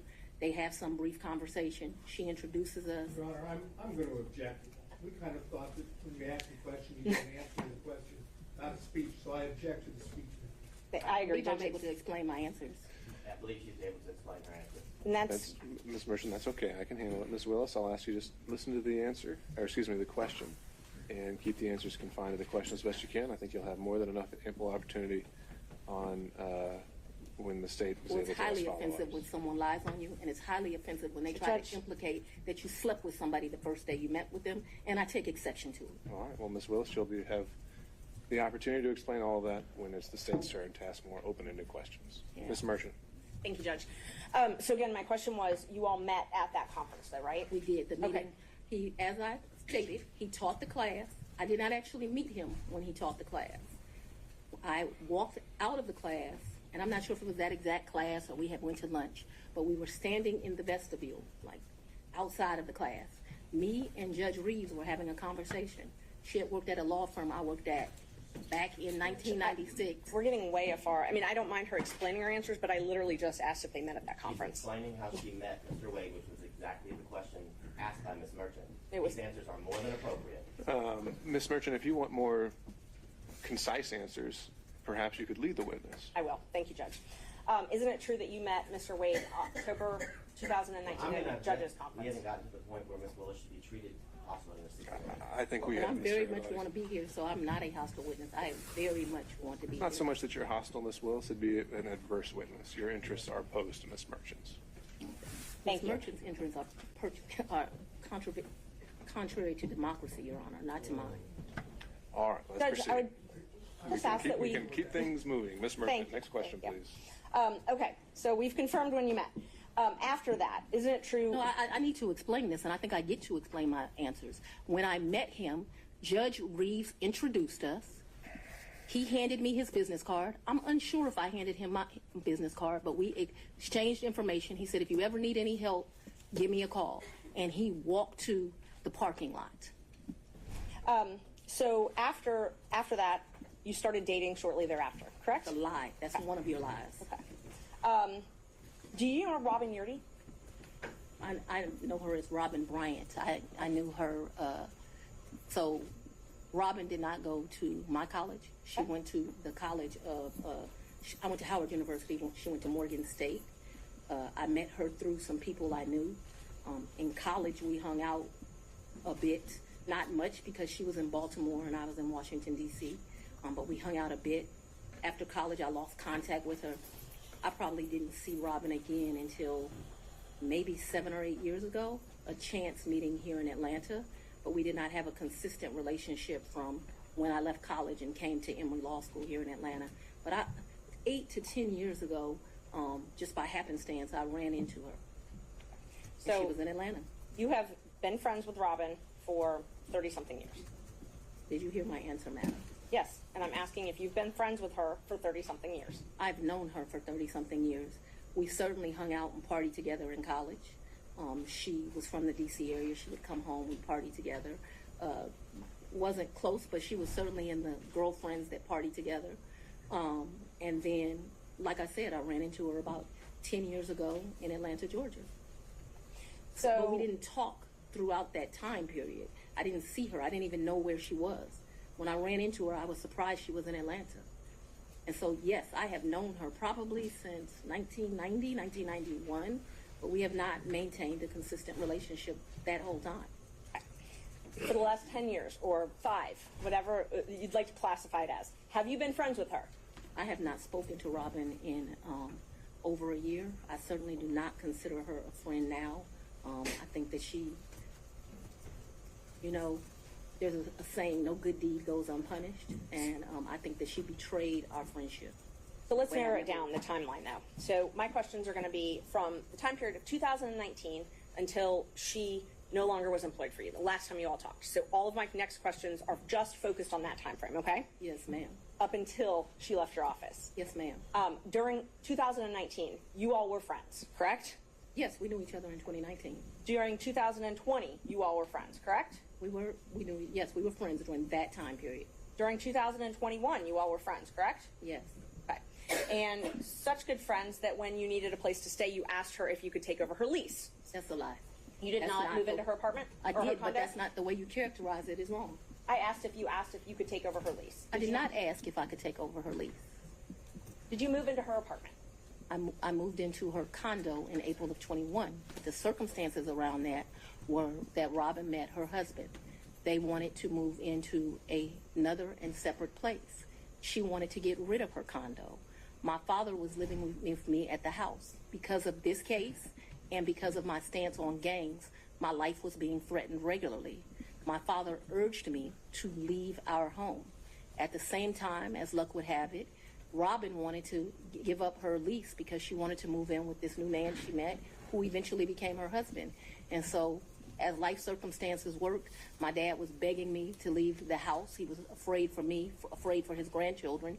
She wanted someone to take over her lease so that she didn't, have to pay a fee or get abandoned.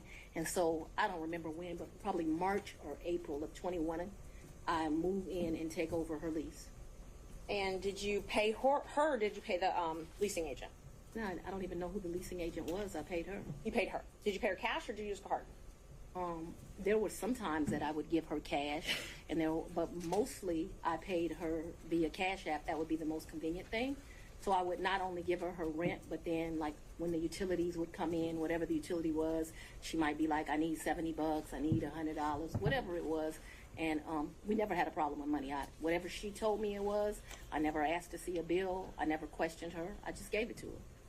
What percentage would you say you paid cash versus Cash App? Oh, the vast majority was Cash App. I don't know what percentage. I'm not going to guess that. But the vast majority was Cash App. But there would be times she would say, this bill came in at $70. Here goes $70. Did you have a monthly rent amount that you paid her? I can't remember. It was $1,500. I can't remember what it was. And it would vary, which I don't understand to this day. But like I said, I never questioned her. When did you move Whatever out? she said it was, that's what I paid. When did I you move out? abruptly moved out in February, either late January or early February of 22. 22. Yes, February ma'am. 2022, is that what you said? January, February of Jan- 22. I believe it is January, but I paid her half the rent of February of 22 is what I remember. And because I was offering to pay the whole rent, even though I didn't live there, I didn't think it was right. And I ended up just paying her half the rent. So that's after you moved out. You said you ma'am. paid her half of that. Okay. And the time that you said you had to move out of your house because you were scared, did your dad stay there at your house? My father was concerned. Yes, we were both concerned. Okay. But he remained there. My father's 80 years old. He would have been 79. He was scared to death of COVID. You have to go back to when this was. My father's an older man. I wanted him to move out. We had some discussions about him moving out, and what he decided was the risk of COVID was more dangerous than the risk of the people that were threatening. Typical man, more worried about his daughter and his grandchildren than his own safety. You'll get to meet him, and you'll understand he doesn't scare too easily. So his grandkids were living at the house as well at that time? Well, I don't know how old your children are, but when you have adult children, they leave and they come back. They leave and they come back. So there have been periods of time that they're there, they come, they do whatever they want to do. Children do what children do. As long as their mother has a house, they'll come to it. Unfortunately, now the threats because of this case have gotten so extreme. I just pay a mortgage and no one lives there. And that's what I was going to ask you. So when you moved out in, I think you said April 2021, you left your dad and your two kids at the house? My dad and my two kids were not at the house. They were not? Okay, so they didn't still live at your house? My youngest daughter certainly did not live there. Okay. My oldest daughter would come back and forth. I can't say month for month when she was there or when she was not there. I know that she has been there post me moving out. At this time, no one is at my house. So at some point after you moved out for the safety reasons, at least one of your children did come Ms. back Merchant, to can the we house. get to either the Yeah. relationship or the Sure. financial benefit? Yes. So let's see. We were back at 2021. So you were still friends with Miss Yeardy then. Were you also friends with Mr. Bradley? I've never been friends with Mr. Bradley. You've never been friends with Mr. Bradley? No, I don't consider us to be friends. I don't dislike Mr. Bradley, but I don't consider us to be friends. Is he someone that you would have in your phone and you would message with? I might have text messaged him. Okay. Would you text message him and Mr. Wade on the same conversations? I don't recall doing that, but if it happened, it wouldn't surprise me. Okay, so that wouldn't surprise you, the three of you. Okay. How frequently would you think that the three of you would have texted Not in a very. group chat? I wouldn't think very often, but you're asking me to recall. I don't even know what time period you're asking me to recall, but I'm not going to speak to that because I just really don't know the answer to that. And so I don't want to speculate as to how often that would happen. But it's not out of my practice to text two people on one text message. So if you told me that happened and showed it to me, it wouldn't surprise me, although I have no recollection of it. But there would be some record of it in your phone, or the phone records would have some record of those texts. Perhaps. Talk about, you said that sometimes you paid Miss Yeardy cash. I don't When think you I- went, I'm sorry. when you went on vacation with Mr. Wade, let's just go one by one. Let's start with the first one. What's the first time you went on vacation with Mr. Wade?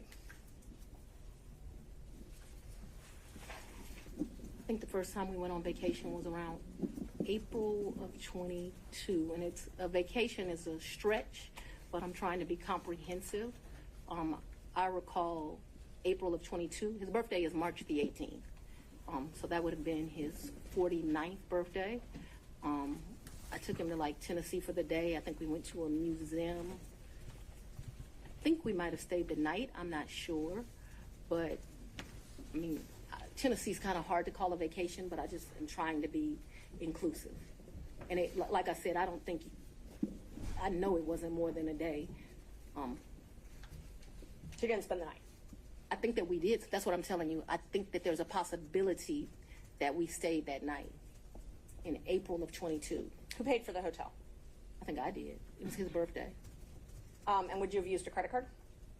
Probably maybe a debit.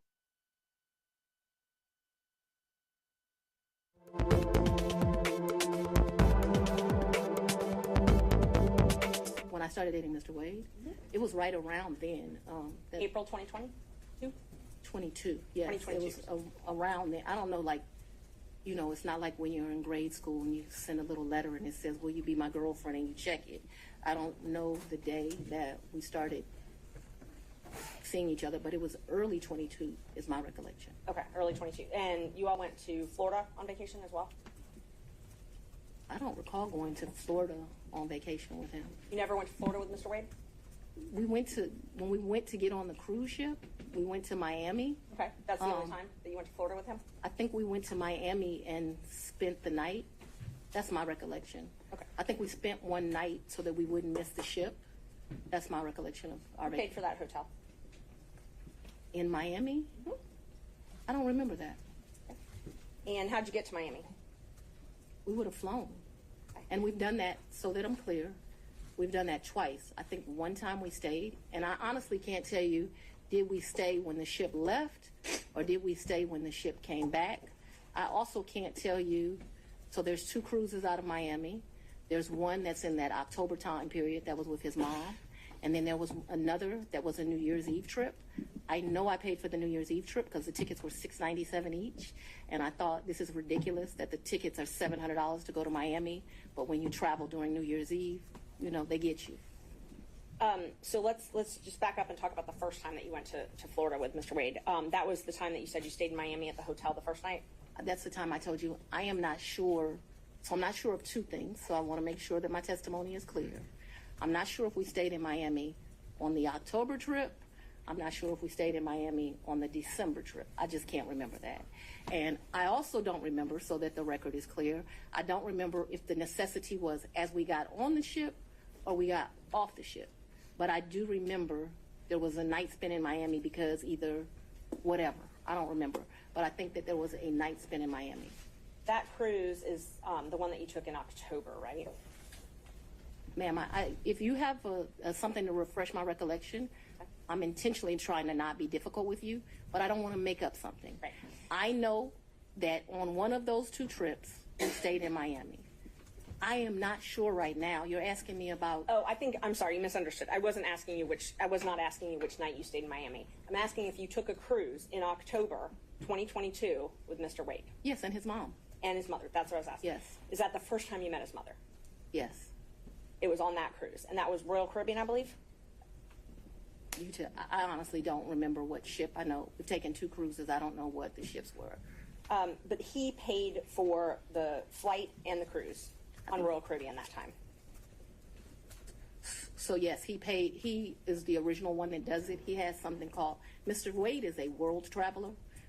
I'm not as versed as him. He's been to 6 of the 7 continents. And so he has both a personal travel agent and he also has a cruise travel agent. I don't know anything about either of those kind of travel agents. So he is the one that would book the travel, but we need to be clear when we're talking about just because he booked it doesn't mean, like, I don't consider him having taken me anyplace. Let me just be honest. The only one that's ever taken somebody someplace is for his 50th birthday. I consider that I took him to Belize. And I took him to Belize because, I don't want to discuss his personal business, but I'm happy Mr. Wade is still here with us. And I did 50 big, very big. So still on that October Royal Caribbean cruise, even though he had a travel agent. I'm sorry? If you do me a favor, I don't know what cruise ship, what time. So if you'll help me and say October cruise with Mama or the New Year's Eve trip with his sisters, I'll be able to, we can communicate. I just don't know what ship. October cruise with Mama. That's what I'm talking about. Yeah. He paid for the cruise and the flights for that trip. So he called his cruise agent and he booked that through them because he has a cruise agent. Right. He also has a regular agent. I don't know the cruise agent's name. So I wasn't asking about his travel agent. I was just asking but if I'm he trying paid to, for those. He did not, though. Okay. Because the reason I consider that he did not is I gave him his money back. And I was about to ask that. But initially, he paid for them. Yeah, he called his cruise agent. Like, I think they have his card on record. They do whatever. Okay. So initially, he paid for the cruise and the flight to Miami and the Royal Caribbean cruise. And my understanding of that October cruise is like it was a package the lady did for him. Okay. And I'll get to the reimbursements and all that. I'm just trying to confirm he paid for the flight and the cruise in October. And I think that when you say things that way, I want this record to be Initially. abundantly clear that he calls his travel agent, he calls his cruise agent. They do whatever he tells them. He's like on a first name basis with these people. They do it, and then he tells me how much it is, and I give him the money back. I don't, just like you're asking me about the money with Robin, I don't do my friends like that. So if you tell me it's a G, then you're going to get $1,000. Whatever it is, I didn't ever make him produce receipts to me. Whatever he told me it was, I gave him his money back. Isn't it true that he paid for the cruise and the flight on his credit card? I'm not asking about reimbursement or after. He used his credit card to buy the cruise and buy the flight, correct? I have no idea how he paid for it, Okay. if it's a credit card, if it's a debit card, but certainly he called his cruise agent.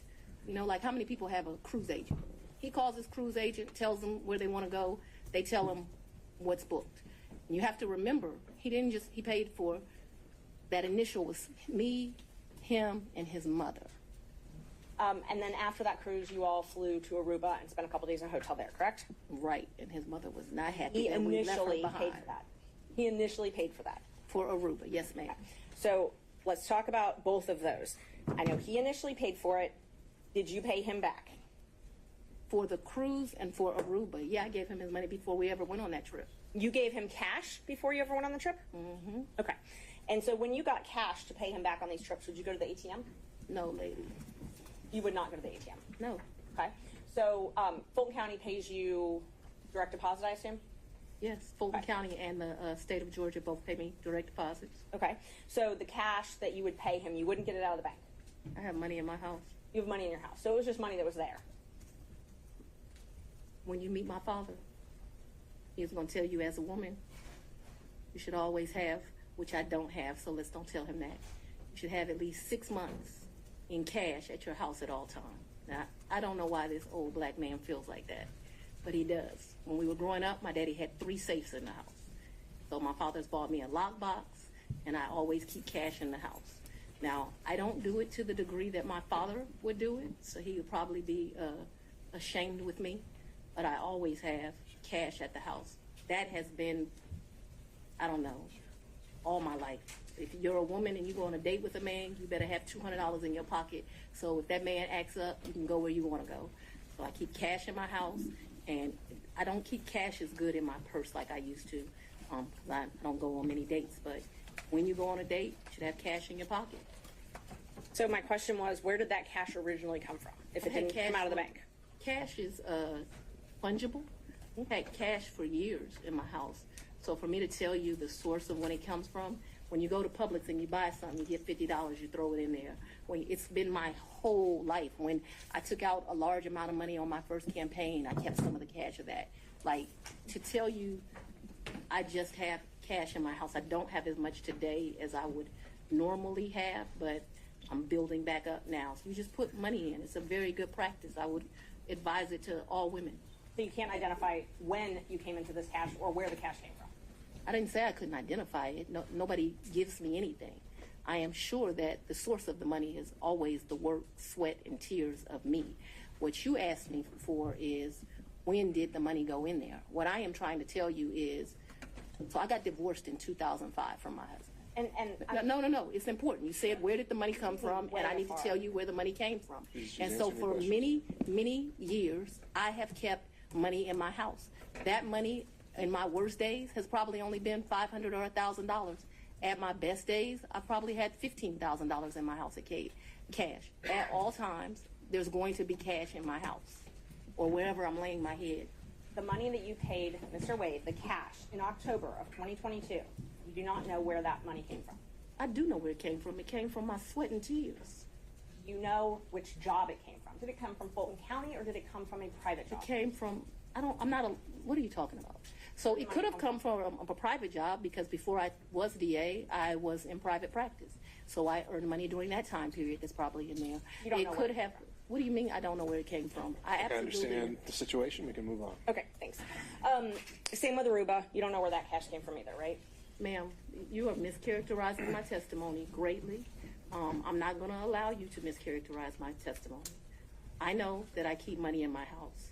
The amounts of money I gave Mr. Wade, it was never that serious. I don't think I've ever handed him more than $2,500 in a reimbursement. So we're not talking about $20,000 in cash. I don't have $20,000 in cash right now. The most I ever gave him, I know I gave him $2,500 when we went to Belize because we went to one hotel and then we went to a second hotel. That $2,500 I actually gave him while we were still in Belize. I know that the Aruba trip, the one that you described with his mom, I think I gave him about $2,000 for that trip for like total. His mom went to Aruba with you? The Aruba trip. So I consider that to be one trip. So we got off of a cruise ship and then we went to Aruba, which is why I cannot remember is that the time that we had to stay in Miami to wait for the flight for Aruba. So I consider that one trip that we didn't like come back to Atlanta and leave. We flew down to Miami. We got on a cruise ship. We spent a couple of days with his mama.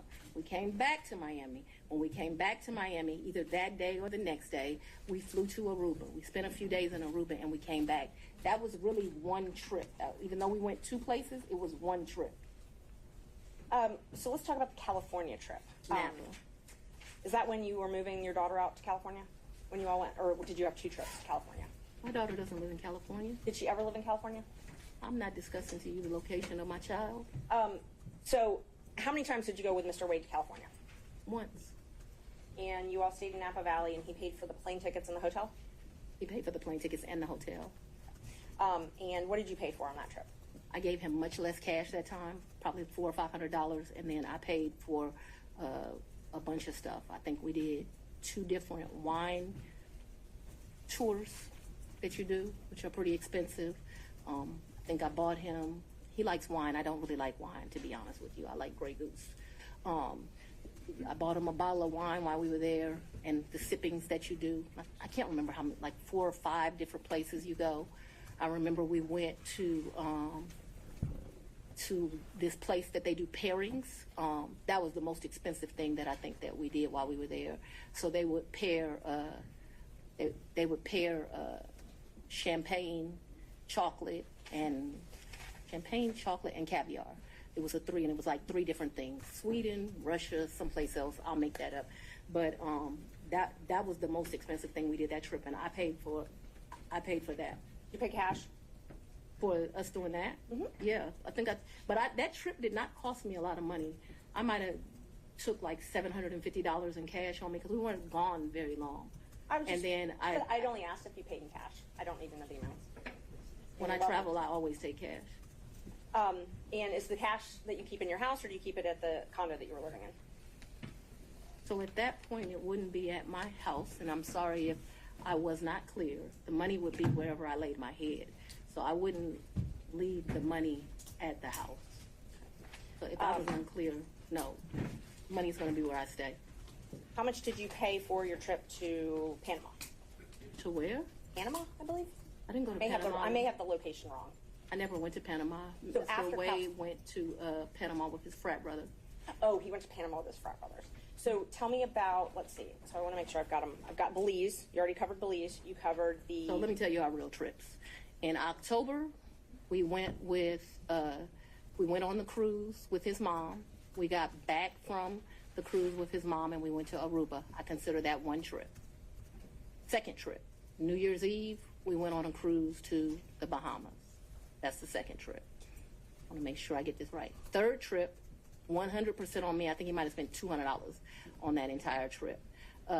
We went to Belize. That was my trip. That was, his 50th. And then Napa Valley, we went around May. I don't know the dates, but it seems to me like it was close to Mother's Day. And those are the only trips? So so that the record is complete. I can remember one time driving to, where were we? South Carolina, and we met my sister for lunch with her man. When was that?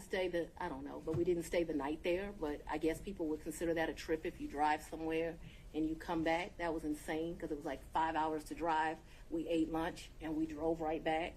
I can remember driving to some little town in Georgia. I don't even know where I was. I had never been there before or after. There's some boat you can get on over to, and there's like a slave thing, if that gives anyone any reference. We didn't do that. I remember doing that. I remember driving one time to Charlotte. We had lunch with one of my very close girlfriends, and again, we drove to Charlotte, met my girlfriend for lunch, and drove right back. So that's a trip. We didn't stay the night there, but I just want to be complete in my testimony. We drove someplace, had lunch, drove back. I don't remember another driving someplace distant for lunch and coming back to Charlotte to see a girlfriend, to meet my sister in South Carolina. We went by ourselves when I told you about that remote place in Georgia. We could have driven someplace else and had lunch and came back, but that's all that comes to my recollection right now. There could have been another place we drove and had lunch. My security team was very clear to me. I'm not to be out and about in Atlanta without them. And so for me to do something just very normal that a normal person would get to do if they weren't prosecuting this case, I got to drive 4 hours to do it. And that's what I was going to ask you. Your security detail, did they take you to and from your house? So I haven't been able to enjoy my home. Condo, I'm sorry. Since March of where you lay your head. Did they take you to and from where you lay your head? 99% of the time. Would they take Mr. Wade to and from wherever you laid your head? That has never in the history of ever happened. Ever, okay? Your security team has never taken him? From my house? That's a lie. I'm asking if they've ever taken him anywhere. And I'm telling you that that's never happened. So your security team has never taken Mr. Wade My security team has never taken Mr. Wade from any place where I have lived and brought him here. Never. Not once. Not ever. Have they ever taken the two of you together? To where? Anywhere. Well, we've left this building and gone to lunch, but I go to lunch so rarely that is a very rare occasion. I am sure, and let me be clear, it wouldn't just be Mr. Wade. So I'm sure my security team has taken me to lunch. Probably been a time I've left here 7 o'clock, gone to get something to eat, and I don't even know that they would have taken him or if he would have driven himself, but they've taken me to do that. But we're talking very few, very far in between. Most days I don't even eat lunch, and when I do, it's because my assistant has heated up some bag, something, and I eat through meetings and eat in my office. It's not a practice of mine to go to lunch. During the time period that you were dating, would your security team ever take you two together anywhere? No. Never? If there was a lunch that occurred that I just described, if there was a meal that occurred that I just described, anything outside of that, and it needs to be very clear. Not often. Once, twice. Because I want to be over-inclusive, I'm saying once or twice. I'm not certain that it happened, but I'd rather be over-inclusive with you. So your office objected to us getting Delta records for flights that you may have taken with Mr. Wade. And, no, look.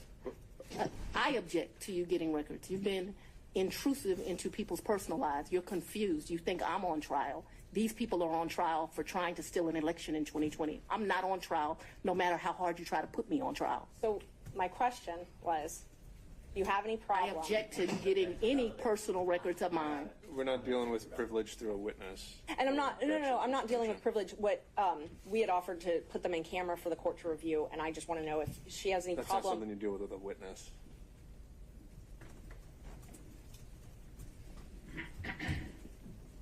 Okay, you have to file as part of your job something called an income and financial disclosure report, correct? That's correct. And you filed your first one, so you filed 2 to date, is that right? Is it 2 or 3? I probably would have filed 21, 22, and maybe I haven't filed 23 yet, because isn't it due like June of the next year? April, I believe. So you filed, let's see, you filed your first one, it looks like April 15th, 2022, and your second one April 17th, 2023. Does that sound familiar? That I don't remember the dates, but you're an officer of the court. I'm gonna hope you're telling the truth now. May I approach the witness? You may. Thank you. I already gave the state a copy, exhibits 20 and 21. If you take a look at those. They're part of the certified records. Can somebody bring me some? Yeah. From Fulton. Guys are getting a little old.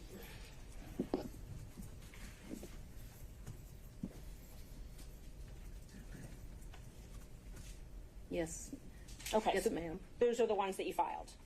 This looks like me for sure. Yes, ma'am. Yes, ma'am. Judge, we'd move to admit 20 and 21. I think you need to delineate which one's which 20 one's which. is 2021, so it accounts for the time period, Your Honor, January the 1st, 21 through December the 31st, 2021. That is Defendant's Exhibit 20. Defendant's Exhibit 2021, it accounts for the time period January the 1st, 2022 through December the 1st of 2022. All right. Any objection to exhibits 20 and 21 Nope. Sorry. from other counsel? Admitted without objection. Yeah. When did your personal relationship with Mr. Wade end? Our personal relationship ended in this year. So let's be very clear so that we don't mix words. I don't want to mix words in here. Mr. Wade is my friend right now. Mr. Wade, I would say, has been my friend since 2020. I think he started out as like a mentor and a professional colleague. He became my friend and somebody that I really respected. I feel very indebted to Mr. Wade for taking on the task of this job. And he is certainly my friend and one of the people that I respect the most. So if you ask about a personal relationship, I consider myself to have a personal relationship right now, Mr. Wade. I consider myself to have a personal relationship with Anna Cross. I consider myself to have a personal relationship with Mr. Abadi. I consider myself to have a personal relationship with Andrew Evans. Okay, let me just clarify that I before we have go. a personal relationship with him as we speak right now. A romantic I don't think relationship. that's what you're asking. I think that's what you're asking. Relationship. When did your romantic relationship with Mr. Wade end? My- Did it end? Me and Mr. Wade, we are good friends. My respect for him has grown over these 7 weeks of attacks. We are very good friends.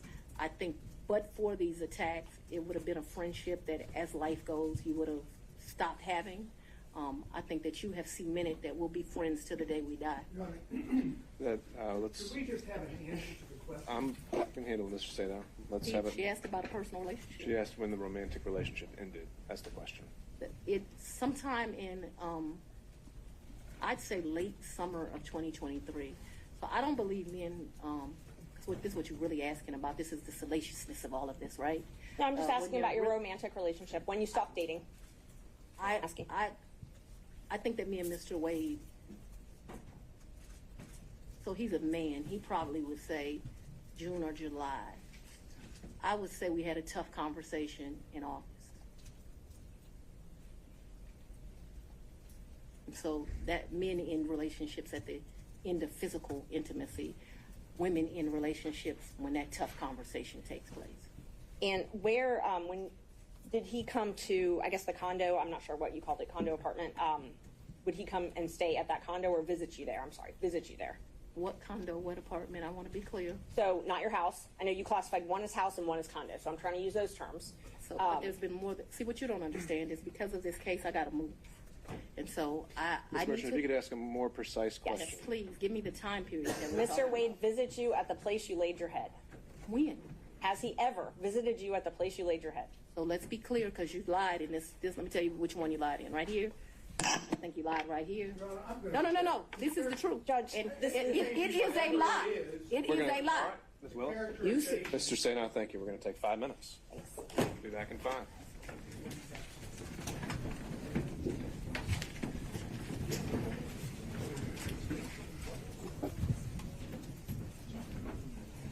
May I go to the bathroom?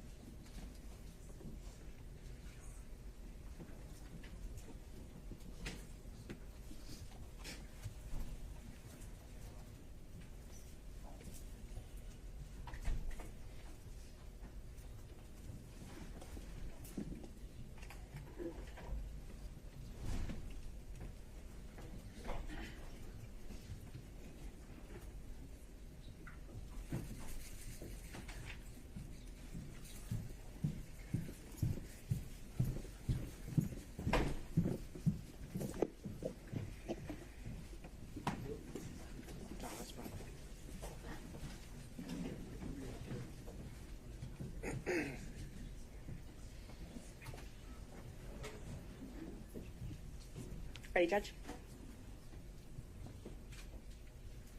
Yeah. Yeah, you go. All right, Thank you. We're back on the record. Before we proceed, though, I would advise everyone here, this being a room mostly full of lawyers who have spent their lives in a courtroom. We all know what professionalism looks like, what decorum looks like, and devoting ourselves to the rule of law and proper advocacy. I would urge everyone to keep those principles in mind, starting with the fact that we won't talk over each other. And from there, we'll get through this. Ms. Merchant. Thanks, Judge. How often did Mr. Wade visit you at a place where you were living between 2019 and 2021? So you want to start with the lie that he lived with me in South Fulton in 2019, a home he's never been to? That's one lie you told in your Judge, document. Judge, I didn't ask her about that. Ms. Merchant, I want you to ask a very precise question. I think she's saying and answering that he did not live with her. So why don't we break that up into smaller parts? And I didn't ask about living. But you put in your, while we're talking about professionalism, while we're talking about professionalism, she put in 3 different documents he lived with me. Full opportunity to respond. In And 2000 filed that with the court. in 2019, He's never been to South Fulton. In 2019, I lived in South Fulton. He has never been to my residence in 2019, ever, not once. in 2020? 2019, he's never been to your residence, any place. I lived in my home in South Fulton before I started getting the threats that were here, a house I paid for with my own sweat and tears. I'm no longer able to live there. But in 2019, I did.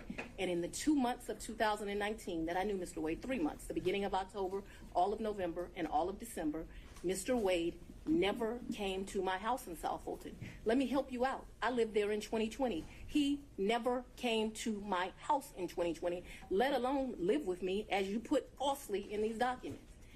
In the first 3 months of 2021, when I could still enjoy my home, Mr. Wade never came to South Fulton, and it is certainly a lie that he lived with me. So in 2020, so you said 2019, 2020, did Mr. Wade ever visit you at a place that you resided? He has never been to my home in South Fulton.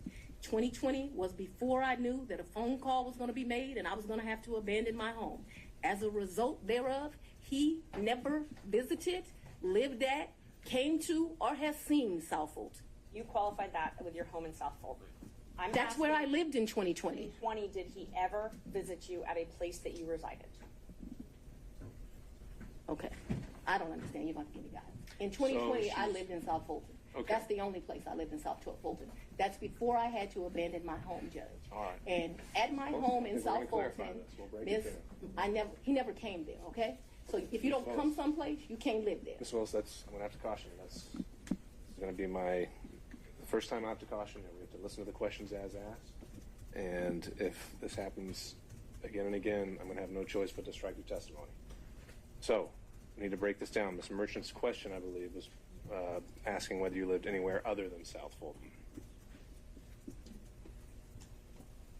I did not live anywhere but South Fulton, Georgia in 2020. That is before I began my prosecution of this case, and it was my plan to only live there. Did Mr. Wade ever visit you at the condo that you leased from Miss Yurdi? He visited that condo, yes. He did. Yes. Did he ever spend the night at that condo? No. Just visited. Yeah, but he did visit for sure. Did you ever go out to eat together, other than the lunches you talked about, In during 2020? 2019 or 2020? I would think that we probably went to lunch, but it wouldn't have been, let me think, 2019. I'm going to say, I don't know, I'm going to say we probably broke bread someplace in 2019. I don't remember it, but it seems like we would have broke bread sometime in 2019. So I'm going to say yes, although I have no recollection. But it seems to me like I go out to eat and drink with pretty much everyone, so I'm going to say yes. So outside of the vacations that we've already talked about, did you ever go out to dinner with Mr. Wade? I mentioned to you that I'm going to object as to what time period. Like, we're asking very vague questions. I thought we were treating the witness as hostile under 611. We're no longer doing that. So we're going to go back and forth. We need to be more specific with our questions if we're going to treat her as hostile. All right, Ms. Merchant, it's not so much, I think you can elect between leading and open-ended questions, but I think we are still wondering about, and I think we need to get back on track of focusing on the financial benefit or the relationship. And my next question about if you did go out to dinner, who paid when you went out to dinner? he paid, I paid. You both paid. Okay, so let me be real clear. We didn't say, oh, the bill is $102. You give $51, I'll give $51. I don't operate like that with my girlfriends. I don't operate like that with anyone. He caught the bill, I caught the bill. Whomever. Did you ever pay him through Cash App? No. You only ever paid him through cash? Well, yes. We're talking about, I'm very confused You've now. never given Mr. Wade money through Cash App. No. The only money you've ever given him outside of a contract is cash. I didn't give him money in a contract, so that was cute, but I didn't give him money outside in a contract. What happened, no, we're going to answer it since you said it. He worked more hours than he was paid, and the county paid him for the work that he did. So don't be cute with me and then think that you're not going to get an answer. And I will ask you about the contract in a minute. I asked you about cash. Did you ever pay him anything? And I'm trying to qualify my questions. I'm not talking about the contract with Fulton County that was paid. I'm not talking about that. I'm talking about outside of that. Did you ever pay him anything other than cash? I've only given him cash a few times in the course of what we're talking about. So you've if never we used would a go to credit card? dinner, Let her finish her answers. if we would go to dinner, I wouldn't give him cash because he paid for dinner or I paid for dinner. I've given him cash only a few times in life, probably 4. Okay. Probably the most money I've ever handed him is $2,500. The least amount of money I've handed him, probably between $500 and $1,000. You never wrote him a check? Ma'am, I don't have checks. Okay. So you have no proof of any reimbursement for any of these things because it was all cash, right? The testimony of one witness is enough to prove a fact. So my Are you question was, telling do me you that have I'm any lying to you? proof? Is that what you're intimating right here? I'm asking if you have any proof that you paid him any of these The monies. proof is what I just told you. You have no written proof. Is that correct? So I have some, probably some transactions like in Belize. I probably spent $500 on my card in Belize. I spent I can't remember, $900 on each of our tickets to go to Belize. I did the $700. I probably got some minor expenses in Aruba that would be on a card. But for the most part, for those trips, other than, so the 2 cruises, I gave him money for those before we ever left because they were pre-booked. Let me answer. Well, the question was if you had any written proof. And so I've answered you that I've had written we proof. can move of, to the next question. If you've answered if you had any written proof, and that was my question. I want to make sure that we're clear that for the 2 cruises, Judge, and that's I the asked if cruise she gave plus him written Aruba. proof. We're not going to talk over each other. Ms. Merchant, she answered your question, so we can ask the next question. Ms. Willis and Ms. Cross will have plenty of opportunities to let you clarify your answers when it's her turn. Thank you, Judge. Knowing your role as district attorney, you know that public funds are scrutinized and money is scrutinized and things like that. You And understand. I'm sorry, go ahead. You understand you're under a microscope. You have reporting requirements, all of those types of things. You have no record other than your testimony of the money that you've given Mr. Wade. You've already asked that question. Let's keep going. When you took office, you had a tax lien of $4,600. Did you pay that with cash when you made that tax lien whole? I probably paid through however you pay. Okay. So, but you were saying that you had amounts of cash. You still had that lien in 2022 when you were dating Wade and going on these trips. So the cash that you gave him, that could have been used to pay the tax lien off? You gonna tell me how to pay my I'm going bills? to object. This is not relevant as it relates to why we're here today. Ms. Merchant, are you trying to establish that she was insolvent in some way? I definitely was trying to establish that she did not have these mass amounts of cash that she's talking about, yes. All right. Re-ask the question. You You had a tax lien in 2022, $4,600. Did you say I did? And you did not use this cash that you had to reimburse Mr. Wade to pay that off, correct? No. Okay. I went shopping too and I didn't pay it off. And you talked about, you gave a lot of interviews to some authors of a book called Fani Willis, right? I would not characterize it as a lot. I probably have spoken to them No, no, 2 or 3 times. My question is relevant as to. I think it's already come up that finances are discussed in the book. I'll overrule that. Thank you. Ms. Willis, you can continue your answer. What came up with Mr. Wade as it relates to hearsay statements that he was asked about in relation to what Ms. Willis may or may not have said in relation to an author. So it's not relevant to the testimony that's occurring at this time. I think Ms. Merchant has said that inside the book, she also makes a statement as to her own finances, and that's at issue. So you gave interviews to the authors of this book, correct? Once or twice. Okay. And 3 times, just to be comprehensive. I don't know if it was 3 times, 2 or 3 times, I think. you were quoted in the book, and I will give you a chance to say if this is a misquote. You were quoted, when they asked you about if you wanted to run for office for DA, you were quoted, "I really don't want to be financially effed up again." Do you remember saying that? So what that refers to, My question first is if you remember saying that. I remember saying something similar to that, but I would like to be able to explain what that's in fine. reference to. That's not in reference to anything else. It was a huge sacrifice to be district attorney in Fulton County. Huge. I was doing just fine. I had a municipal court judgeship that was paying me $100-something thousand a year, and like you got to show up twice a week. Easiest thing I've ever done in life. I also had private clients that were paying me to represent them, so I was able to have a law practice and that. Raising 2 daughters by myself, there were times in life where things were hard, and so I was telling people, I don't really run for DA. I don't want to run for DA. I'm in a good position right now. I got this easy job that I enjoy, being the chief judge of the city of South Fulton. I'm making money at the law firm, and I'm not sure that I want to make this sacrifice. And why does it always have to be me? Eventually, I prayed. I think that I was the appropriate person. I think that I did that. So when you're referring to that, what I'm saying is, why should I make a sacrifice again? And what I was not talking about is being district attorney. Once you get elected district attorney, you're in a fine financial position. I make over $200,000 a year. What I was talking about is I ran for judge. When I ran for judge, I took $50,000 of my personal money out of my retirement, and that money ended up being lost.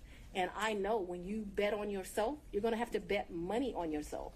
And so what I was talking about was not wanting to go through the personal financial expense of running for office. By no means did I think that I was going to be financially in a bad position once I won. Let's talk about what I was up against, because it's important to understand that comment. I had a district attorney who had been here for 24 years. People, no, it's very relevant as to what my mindset was about this. So I'm trying to answer your question. So what I was saying is Tailored solely to finance. Right, but it is about my finances. If I didn't, nobody put me in this seat. So I had already run for office once. I had spent $50,000 of my own money running, and it was vamoose, nothing. And so when I'm talking to those offers, I'm talking about the contemplation of the sacrifice of the run, not the sacrifice of once you become DA. The odds were against me. I was likely going to lose the election based on who I was running against. So that needs to be in the appropriate context. Isn't it true that the authors also wrote, and you can dispute this if you'd like, that you were broke after that race? The 2018 race. Yes. Yeah, that was a hard race. I wasn't broke like I didn't have any. So broke is relative to depending where you are, but that hurt to lose that $50,000. So I'm sure my mental mindset was like, I just gave $50,000 away. Right. So they characterized it from their conversations with you that you were broke, you had poured your own money into the campaign, and you weren't able to pay your own bills because of your clients couldn't pay their bills to you, and you had a paltry array of family and asset forfeiture cases. It says you were trying to make it month to month. Is that an accurate depiction of your financial situation at that point? I would want to read that, but I don't remember clients not being able to pay their bills. Or May I approach, Judge? You can't. You may. Page 14. I have not read this book.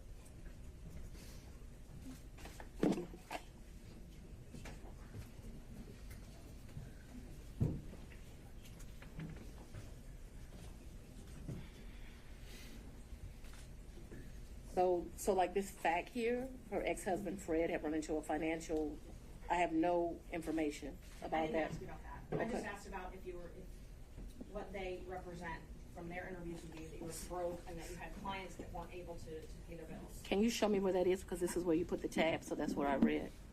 Broke, couldn't pay their bills.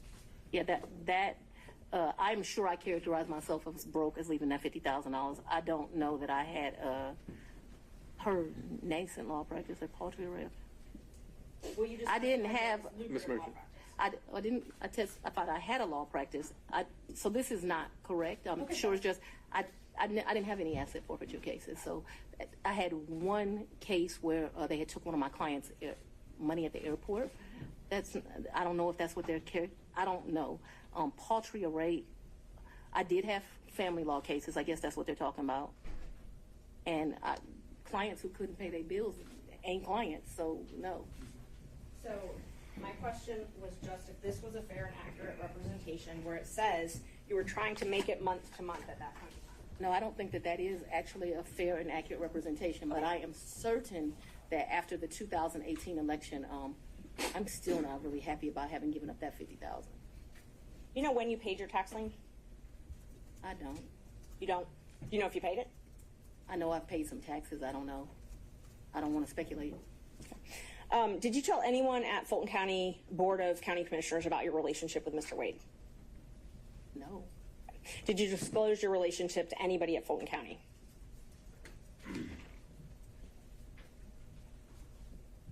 No, I don't think so. And as the Chief Law Enforcement Officer of Fulton County, I assume that you're familiar with the county code and ordinances? I've said we're not going to cover that in this hearing, Ms. Merchant.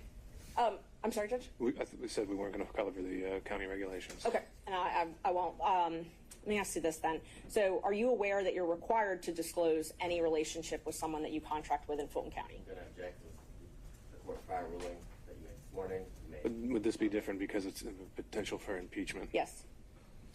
What did you ask me? Ms. Merchant, if you could re-ask the question. Okay. Are you aware that Fulton County requires you to disclose any relationship with someone that you're doing business with? I'm not aware, and I know often that things are confused with state constitutional officers in county, but I'm not aware. Okay. So it's not so it's your understanding that you don't have a duty to disclose the She's relationship? answered that question. Let's keep going.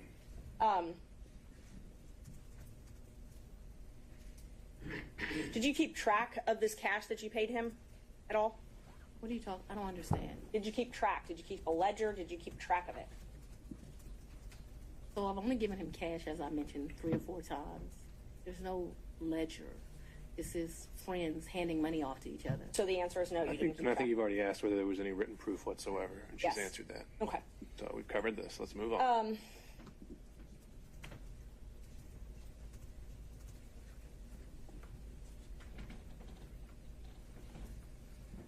Who were you referring to when you suggested that Mr. Roman's motion to disqualify was racially motivated? We already said we're not talking about the forensic misconduct that's been alleged. And okay. And just so the record is clear, I don't believe I said that his motion was racially motivated, so I don't want that to stay there. I've never said his motion was racially motivated, so that should not be Ms. Willis, true. I if think she it would wrote be that. best if we don't need to go down that road. We're going to save that for argument. You once said that you would not engage with a personal relationship with anyone that worked for Fulton County. Is that correct? An employee? Anyone that worked for Fulton County. I think I said an employee. Okay. So that's the qualification you give an employee. You wouldn't. I think that's a statement that I made, so if you want to quote me accurately. So it's your position because Mr. Wade was not an employee, or it's your position he wasn't an employee, correct? Mr. Wade is not an employee, and he will tell you that over and over again. Just one moment, Judge.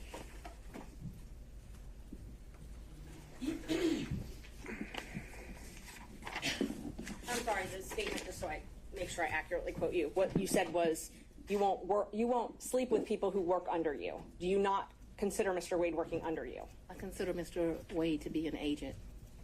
An agent?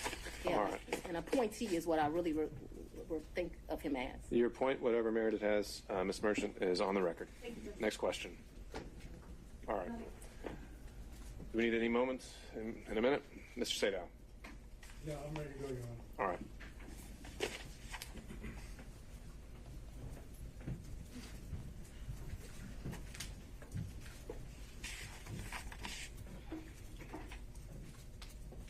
I'm going to try to ask you questions that you can actually answer without having to explain, okay? Yes, sir. My comprehension skills are pretty good, so we should do all right. We shall soon see. If I heard you correctly, you moved into what I will refer to as the Yurti condo in either March or April of 2021. Is that correct? Sometime between late February and April. Yes, I don't. Just so we're clear, yes. But in that time period, you're in the ballpark. We're in the ballpark. And is that Yurti condo, would you say that it is in Hapeville? It is in Hapeville, yes, sir. And you moved in there for safety reasons? My father, yes, I moved in there. We were concerned. My father was terribly concerned about me continuing to live at the house. And so that we're clear, people came to my house at 5 o'clock in the morning about the police brutality cases, saying I was going to have a wake-up call.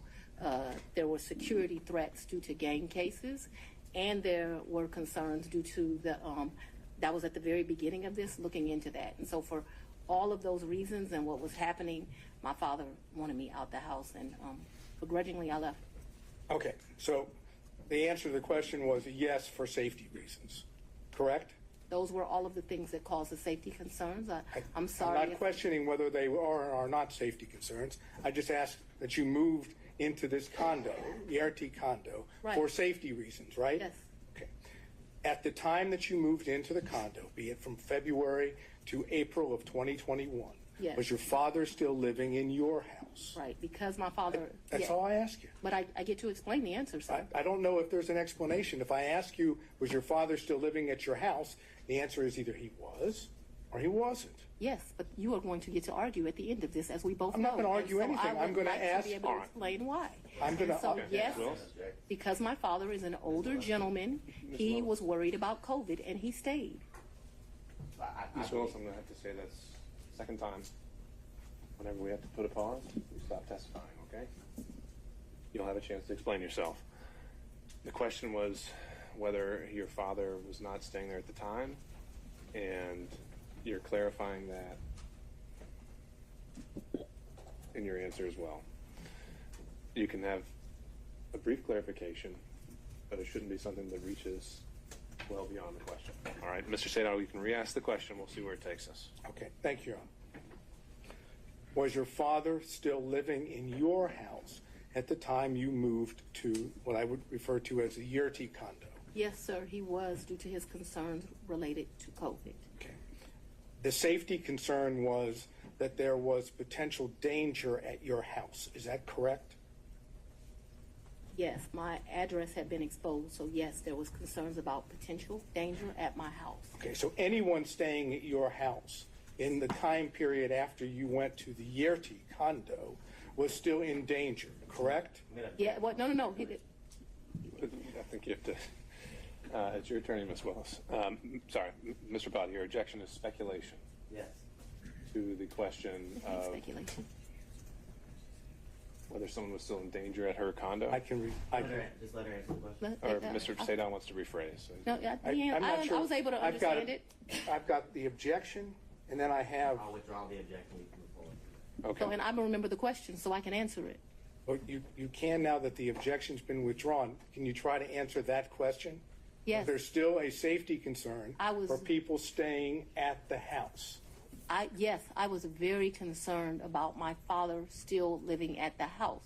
However, if you have dealt with an older gentleman, he was not leaving the house, despite my urging him that I thought he should leave as well. He did not want to leave the house because he was particularly worried at his age about COVID. But that became, I don't want to say, I was not happy with that decision of my father's, but I can't ultimately make him leave. And he stayed there too long, in my opinion. Okay, thank you. During that period that you left to go to the Yurti condo, did any of your children stay at your house?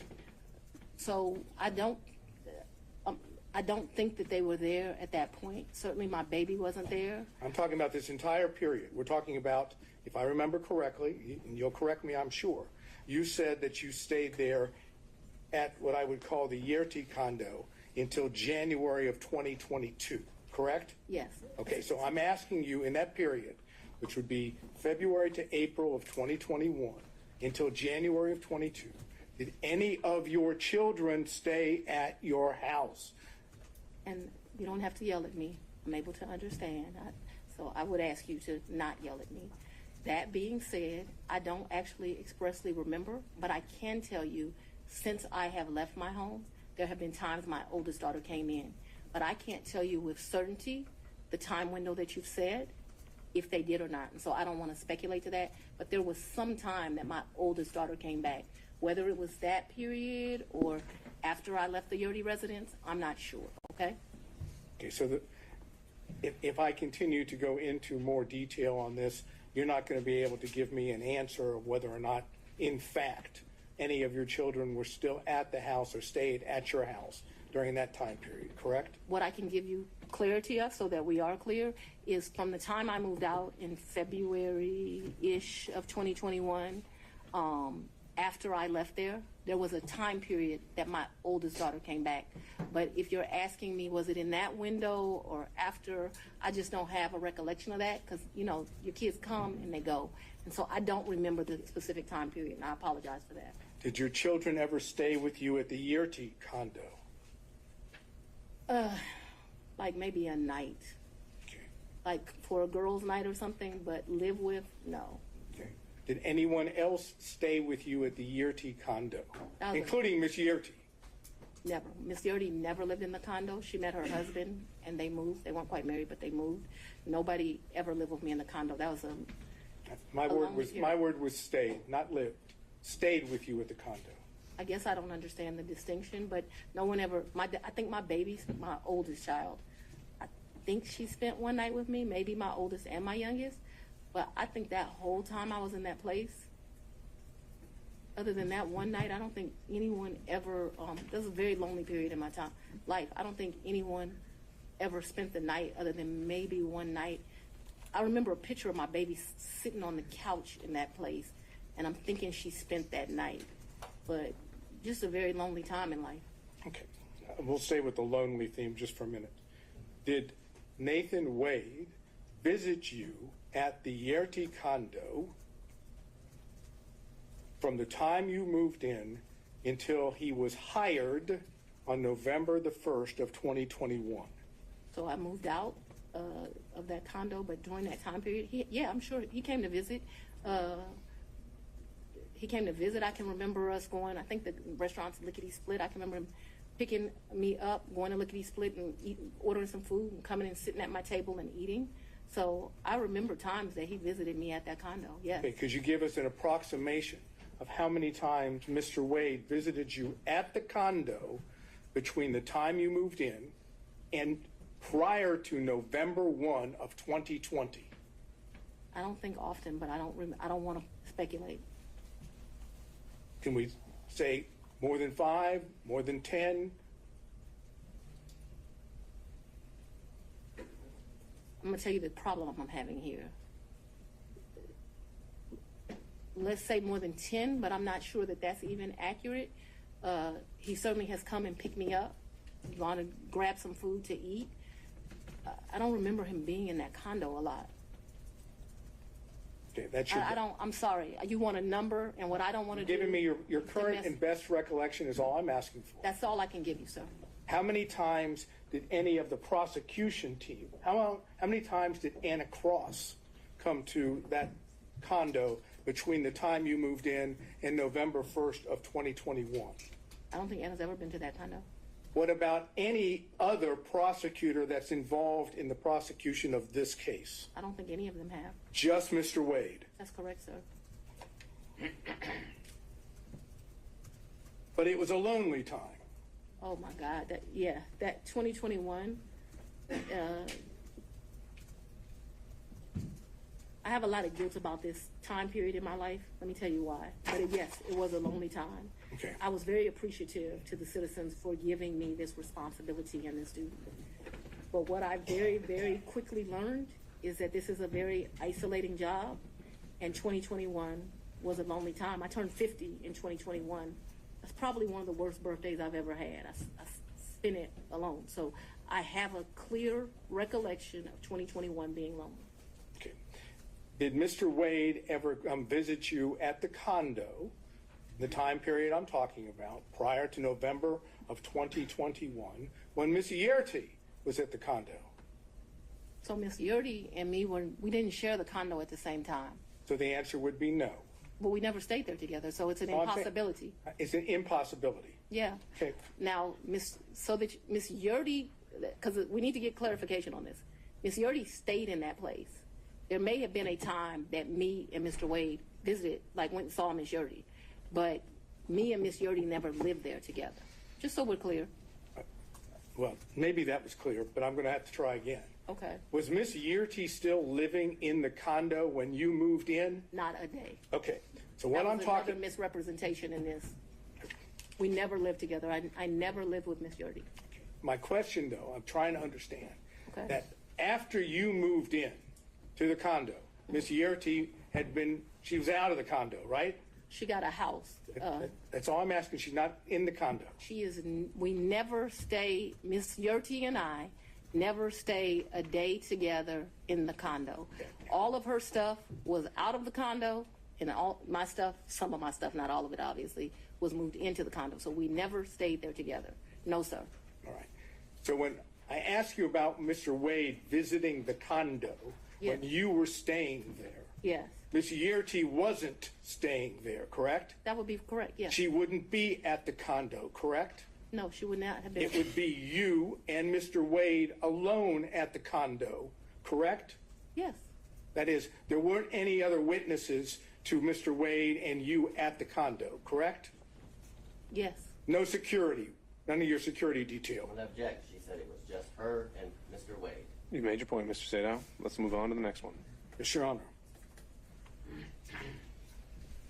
Who in the prosecution team, prior to, I guess, the motion being filed by Defendant Roman, who in the prosecution team knew of your personal relationship, and now I'm talking romantic, with Mr. Wade? So, sir, I am extremely private. All I ask No, you no, is no. who knew. It's not, the answer is no one knew, that's fine. No. I ask you who knew. You Let me just tell you answer it this. and then explain this, Willis. I am very private. When I supervised Mr. Body and Mr. McAfee, they didn't know who I was dating, but I can assure you I was dating somebody. So that I kept something private, that's my private life, is not any mystery to anyone. It's like a woman doesn't have the right to keep her private life private. And I'm speaking on this because there have been all these intimations. You still haven't answered the question, Ms. Willis. I'm sorry, what was the question, Your Honor? Is there anyone else who knew about it? And then you can explain. I don't know. I don't think so. I certainly didn't go out telling my business to the world. Okay, so, the best of your recollection, you didn't inform anyone on the prosecution team that the individual that you had chosen to lead the prosecution team had a personal relationship with you. So Is that correct? That's inaccurate. Your question is inaccurate. What? Because you stated that the person I chose, we had a personal relationship. So we had a friendship. We have all these distinguishing factors. Remember, when I chose him in November of 21, first of all, let's get this straight. Mr. Wade was not actually my first choice. That's no insult to him. Your Honor, No. It is you because of the way you phrased the question. You said when I chose him, I didn't inform people of a personal relationship. We have defined personal as romantic. It is an inaccurate way to state the question. Then I will certainly restate it so it is very accurate. Okay, and please do not yell at me. You hired Mr. Wade for the first time on November 1st of 2021, correct? November of 2021, yes, Okay. sir. Your testimony is, whether one accepts it or not, your testimony is that at the time you hired Mr. Wade, there had never been a romantic relationship with Mr. Wade before you hired him, correct? Yes, my testimony is that we were very good friends, but we're talking about the sex, so let's just don't. Well, No, I'm not talking about, I'm saying romantic relationship doesn't necessarily have to be just sex. Well, It can I be don't- dating, it can be holding hands, it can be any of those things that one might call romantic. I'm asking you whether or not prior to November 1st of 2021, there was a romantic relationship with Mr. Wade. It's very simple. It's either a yes or a no. I don't consider my relationship with him to be romantic before that. I'm not a hand holder, so no. Okay, that's fine. Now, let's move beyond November 1st of 2020, Yeah. 2021, excuse me. If I understand your testimony, there was no romantic relationship with Mr. Wade until early in 2022, whether it be January or February or March, early in 2022, correct? I would say sometime between February and April. Yes, sir. All right. Now I'm asking you about that time period when it became romantic. Yes, Okay? sir. Thank you. Okay. You didn't see the need, if I understand, to tell any of the people on the prosecution team when you had established a romantic relationship with Mr. Wade that the lead prosecutor, that is the man that was basically giving orders to others, was dating or having a romantic relationship with you, correct? I'm going to object to relevance at this point, Your Honor. It's not Say no relevant. relevance. Just to prove or attempting to show that there is an issue on the credibility about the relationship. The failure to have informed anyone on her team that she was having a romantic relationship with the lead prosecutor, I suggest gives rise to that inference. That's the relevance. The inference that The inference that they were concealing this because it was not as it's been characterized to the court, and that in fact it started earlier than what they say. all right, overruled. Mr. Sadon. I just want to make sure that we're clear. From at least 2020, me and Mr. Wade were friends. At least that time period. Okay, I'm not talking Okay, about. so no, I want to be clear because my credibility is being evaluated here, right? We were friends. We hung out prior to November of 2021. In November of 2021, I hired him. I do not consider our relationship to have become romantic until early of 2022. Because I don't know a date and time, I'm saying sometime between February and April of 2022, and very early April of 2022, because I know that trip that I discussed with you was like the first week of 2022, that the relationship had become romantic. I hope that answered your question, but I can't have it where, we're saying something differently. All right, so you've established the timeline as you put it. The question originally was, at that time, did you tell any other prosecutors on the prosecution? I never tell people at work who I'm dating. All right, Mr. Sadon. Okay. Did you take any trips to D.C. with Mr. Wade? Never. Did you take, okay, so you have no, what I would call personal trips or business trips to D.C. with Mr. Wade? I never went to D.C. with Mr. Wade, personal, business, otherwise, never. Okay, so. I've never been in the District of Columbia with Mr. Wade, or Maryland, Virginia, the DMV as they call it. So as I understand it, to be clear, any trips that you would have taken to see D.C. That was, would that was a pretty clear answer. Huh? That was a pretty clear answer. No. Asked the man She just said no. twice. So do you have a variation or something new to bring up? I'll ask it and we'll see. Did you take trips to D.C. that were non-business during the time period that this case or this matter was under investigation? I'm going to object as to relevance as it relates to the matter that we're here before Your Honor today. Well, again, the question already asked is, did you take personal or business trips? She said, But that was with Personal Mr. or Wade. business? That was with Mr. Wade. This I asked her alone whether she took. okay. What's the relevance? And what would be the relevance of that? I'm trying to understand whether or not we have an ability to show a personal trip in which Mr. Wade is there at the same time. I understand her answer.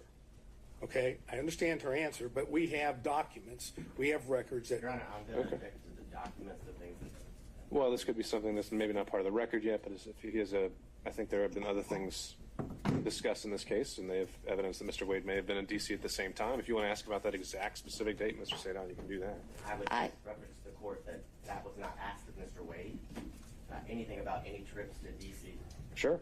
And so that's going to limit its merit and impact on credibility. So, Mr. Sadon, ask the question. So I understand your testimony is you never took a trip to D.C. with Mr. Wade. That's correct. Personal or business? That's correct. Were you ever in D.C. at the same time as Mr. Wade? I was not. On personal or business? No, me and Mr. Wade have not been to D.C. at the same time. However, since Mr. Wade has been on this case, he's been to D.C. Since Mr. Wade has been on to this case, I've been to D.C. What has not happened is we have not been in the District of Columbia at the same time. Now, the only thing I'm not sure about with what you asked me is if I've been to D.C. personally, because I got a lot of personal friends in that area. But I know that I have been to D.C. I did an interview at Howard University. I went to D.C. for that. Seems like I've been to D.C. one other time. Oh, I went to D.C. for the Global Summit. Actually, yeah, those were two separate trips. My next question is based on her opening the door, and therefore I'll just ask it, and Your Honor can decide whether or not it's appropriate. When you went to D.C., did you go to the White House? I did not go to the White House. No. Well, Apparently I'm going to get the answer anyhow. there you have it. Next question. Okay. You indicated your best recollection was that your relationship with Mr. Wade, the romantic relationship, ended, you left it in August of 2023. That sound right? That's the hard conversation. That's not the. We've covered this. Next question. And you characterized it as a tough conversation, correct? Yes. I'm not going to get into the conversation per We se. should. Well, if he doesn't want to, we won't go there. So, Mr. Sadon, next question. You know, it's kind of hard to say no when you've got that opportunity. But all I'm going to say is, was it pre-indictment in this case? So, We know the timeline that the indictment was delivered. Well, but actually, and so that we're I'll give you clear, that. the physical relationship ended pre-indictment. And is that when you were talking about the tough conversation? But I'm not sure that the tough conversation didn't happen until after. But the physical relationship. So I'm sure if you ask Mr. Wade, because he's a male, he would say we ended June or July because physical contact ended then. Just in my mind, being a woman, it's over when you have that like hard conversation. I just think women and men think differently. And I think the answer, Mr. Sadon, to your question was she's not sure whether it was before or after the indictment.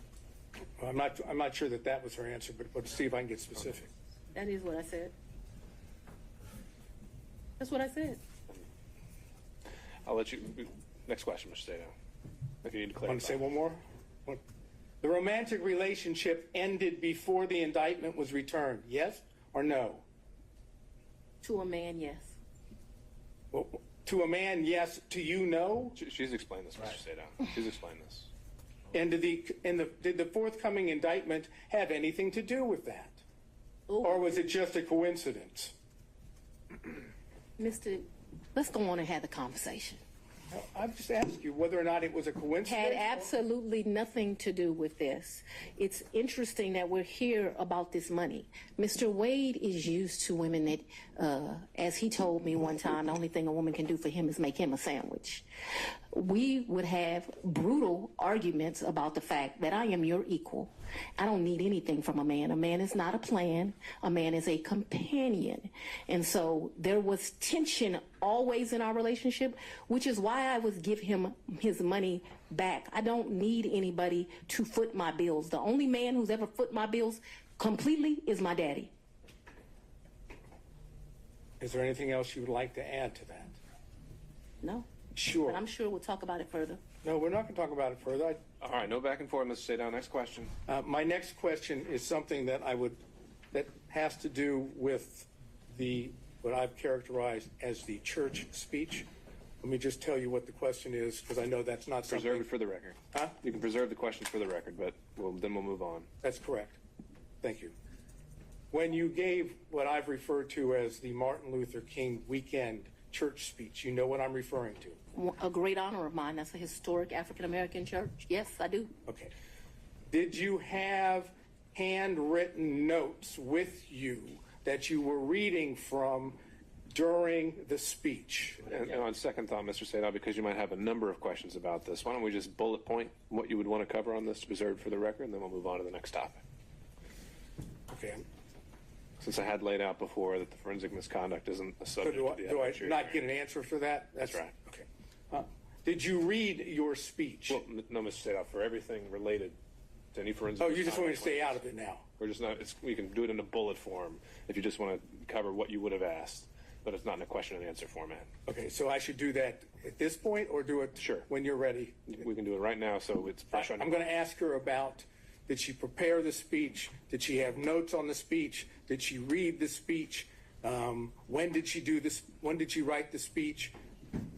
Who was she referring to when she was talking about others? Who was she referring to when she said they? Who she was referring to when she spoke in terms of their, that is, their, I would love to answer those questions. Well, Ms. Willis, you could certainly do that in some other format, but for today, that's what we decided we're not going to cover. who was she talking about that was playing the race card, and why she didn't tell the people at the church that she had had a personal / romantic relationship with the, all due respect the way it was characterized, the black man that she was referring to, and was the black man she referring to, was that Mr. Wade? Okay. That's that area of inquiry. Noted for the record, Mr. Sadal. Next topic. Okay.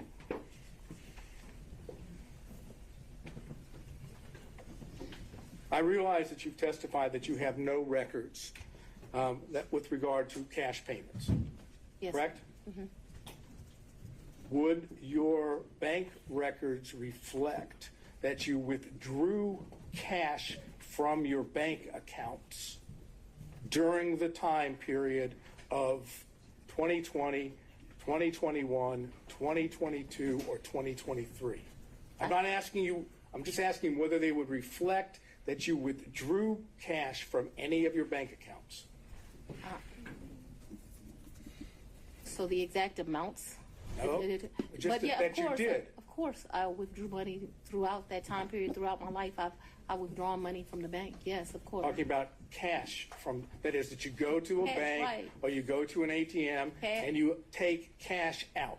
Either that way, or you go to Publix and you overpay, or you go to another store and you overpay. So yes, both through that, yes, of course they would reflect that at times. Okay, and so those records, if we had them, would show that, correct? That throughout the course of my life, I took out money. I was very specific. I said Yes, during the course 2020. of that time period, I would have taken money out. Yes, So, do you have a problem with? I absolutely. Yes. You don't want the bank records to be made available for the court and the court alone. I'm going to object as to the relevance, and this has already been addressed earlier as it relates to other records. This is an improper line of questioning. He's doing it for the purpose of harassment, frankly, Your Honor. I'm just going to sustain it on relevance. Mr. Sadal, if that's something you want to follow up privately, you can do that. Okay. Last area, briefly. Yes, sir. You had contact with Mr. Wade in the year 2020, correct? Ooh, I had some contact with Mr. Wade. Would you explain when you say some contact? Please tell us, talking about 2020. I had some contact with Mr. Wade in 2020. One of the reasons your allegations are so preposterous, or Ms. Merchants, that you have joined is... Ma'am, No, no, I no, didn't no. ask you about the allegations. I asked you about your contact. That's all I ask you, okay? I appreciate that you want to say something, but I'm interested in, did you have contacts with Mr. Wade in 2020? And your answer so far has been yes, correct? very limited contact because Mr. Wade had a form of cancer that makes your allegations somewhat ridiculous. And I do appreciate the I'm not going characterization. to emasculate a black man, but I'm just telling you. I'm that sorry, what? I'm not going to emasculate a black man. Did you understand that? All right, Well, I don't let's think get we should back on discuss track. further. Mr. Sadal, next question. Trying to, Your Honor. Would you tell us on the occasions in 2020 that you had contact with Mr. Wade? I'm sorry, I thought I had answered that. Yes, sir. There were times in 2020 I had contact, but 2020 was a year I was running for office. It was a year that he was going through some serious medical issues, and I did not have much contact, but I certainly had contact with him in 2020. Did you go out to eat with him? Maybe, probably. Did you visit him in any location, his office, or did he visit you in your office in 2020? I am sure I'm sure. Ooh, that's a very good question. I'm sure he came to 750 in 2020. 750 was my office. Okay. Not often, but maybe once or twice. Maybe I went to his office once or twice, but maybe once. And the purpose for going to his office would have been what? Maybe we would have went to Mellow Mushrooms for pizza, or maybe he would have come for lunch. I'm sure we went by each other's office, though, but not often, not a lot. We both grinding, trying to make a living. Wait, I understand what you've said about the cancer, and I'm not going into that. But when you were going out with him to restaurants, or when he would come to your office, right? Those were not sterile environments, were they? Oh, very sterile, because it The was. restaurants were sterile environments? A lot of times we wouldn't eat there. We would pick up something and go in, but they were. I'm listening to you. You pick up and take it to where? Maybe eat at our office, but it did not happen much. That's what I'm trying to explain to you. And my office in 2020, nobody was coming in. I was stir crazy, so I would still go into my office. You remember when I started this, I said, I am not even sure if we came to each other's offices, but I am trying to be over cautious. So I think I can recall him at 750 a couple of times. I just think I can recall him at 750 once, but let's say twice. I have seen his office. I remember all the awards in the lobby, but I'm not sure in 2020 I went. I'm not even sure I went in 2020 at all. I just want to tell you yes, because I'm not sure. But I have a distinct recollection of him at 750. I actually don't have a distinct recollection of me at his office in 2020. But maybe I went to his office in 2020. Maybe. Did you have ongoing phone conversations during 2020 with Mr. Wade? Oh, yeah, I talked to, yes, absolutely. Yes. Yes. No question about that. No question. I talked to him on the phone in 2020. I understood, and this is, maybe I was confused. The Belize trip was for His 50th birthday. his 50th birthday, and that was in March. He turned 50 March 18th of 2023. If you look at the dates of the trip, I think we were there about 6 days. We stayed at 2 different locations. and you paid for it. 100%. He said, not only, I paid for the hotel, I paid for the flights, I had a birthday luncheon for him, I paid for massages, I paid for everything. And would those payments be reflected on your credit card? I paid for the cash. You paid them in cash? Cabs. I was telling you all the different things. I'm asking you whether or not those payments would be reflected on credit card bills of yours. So there was about $500 that I think is reflected on a debit card. What my recollection is, I took about $4 in cash with me to that. 400 or 4,000? 4,000. But I remember I handed him 2,500, and then the rest was just the money we spent. I probably gave $300 or $400 to this guy who was a taxi driver. He would drive us every day around the 2 or 3 days we went. Took him to eat like it was my trip money. And you had, to be clear, to end this up, the 4,000 that you've just told us. But I didn't give it all to him. Remember, I only gave the 2,500 to him. I didn't ask you that. I was going to ask you that 4,000 is part of your, my words, cash hoard that you had collected over time. Cash what? Hoard, H-O-R-D-E. Oh, I thought you said something different, sir. No, I'm afraid I wouldn't say that under any circumstances to you or in court. All right, back on track. So hoard, cash hoard. I would not classify it in that way, but I have money at my house. Yes, sir. And the money, when you had money at your house, I'm speaking too loosely. I had money wherever I was staying. So I was not referring to my house in 750. I'm saying I had money wherever I was laying my head. Yes, sir. That was my fault that I wasn't clear. Okay, so when you were at what we said the Yerty condo during the time period we've always discussed, that's where you would keep your cash. When I stayed there, yes. Okay, that's all I have. Thank you. All right, I want to see if we can get through a few more defense counsel if possible before breaking for today. Mr. Stockton.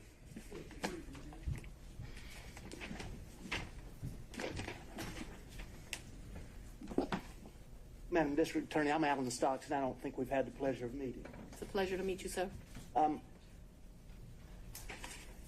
Madam DA, you described these various trips, and Mr. Sadow asked you about going to Washington.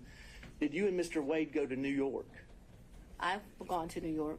I've gone to New York twice since I've been district attorney. I'm trying to think if it's 2 or 3 times. I went to do a domestic violence thing there for sure, and I was honored, and I went to the Apollo there. Those are the only 2 trips that come to mind. I went.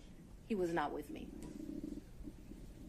You also said that he was a world traveler and had been on many of the continents. I've been to 6.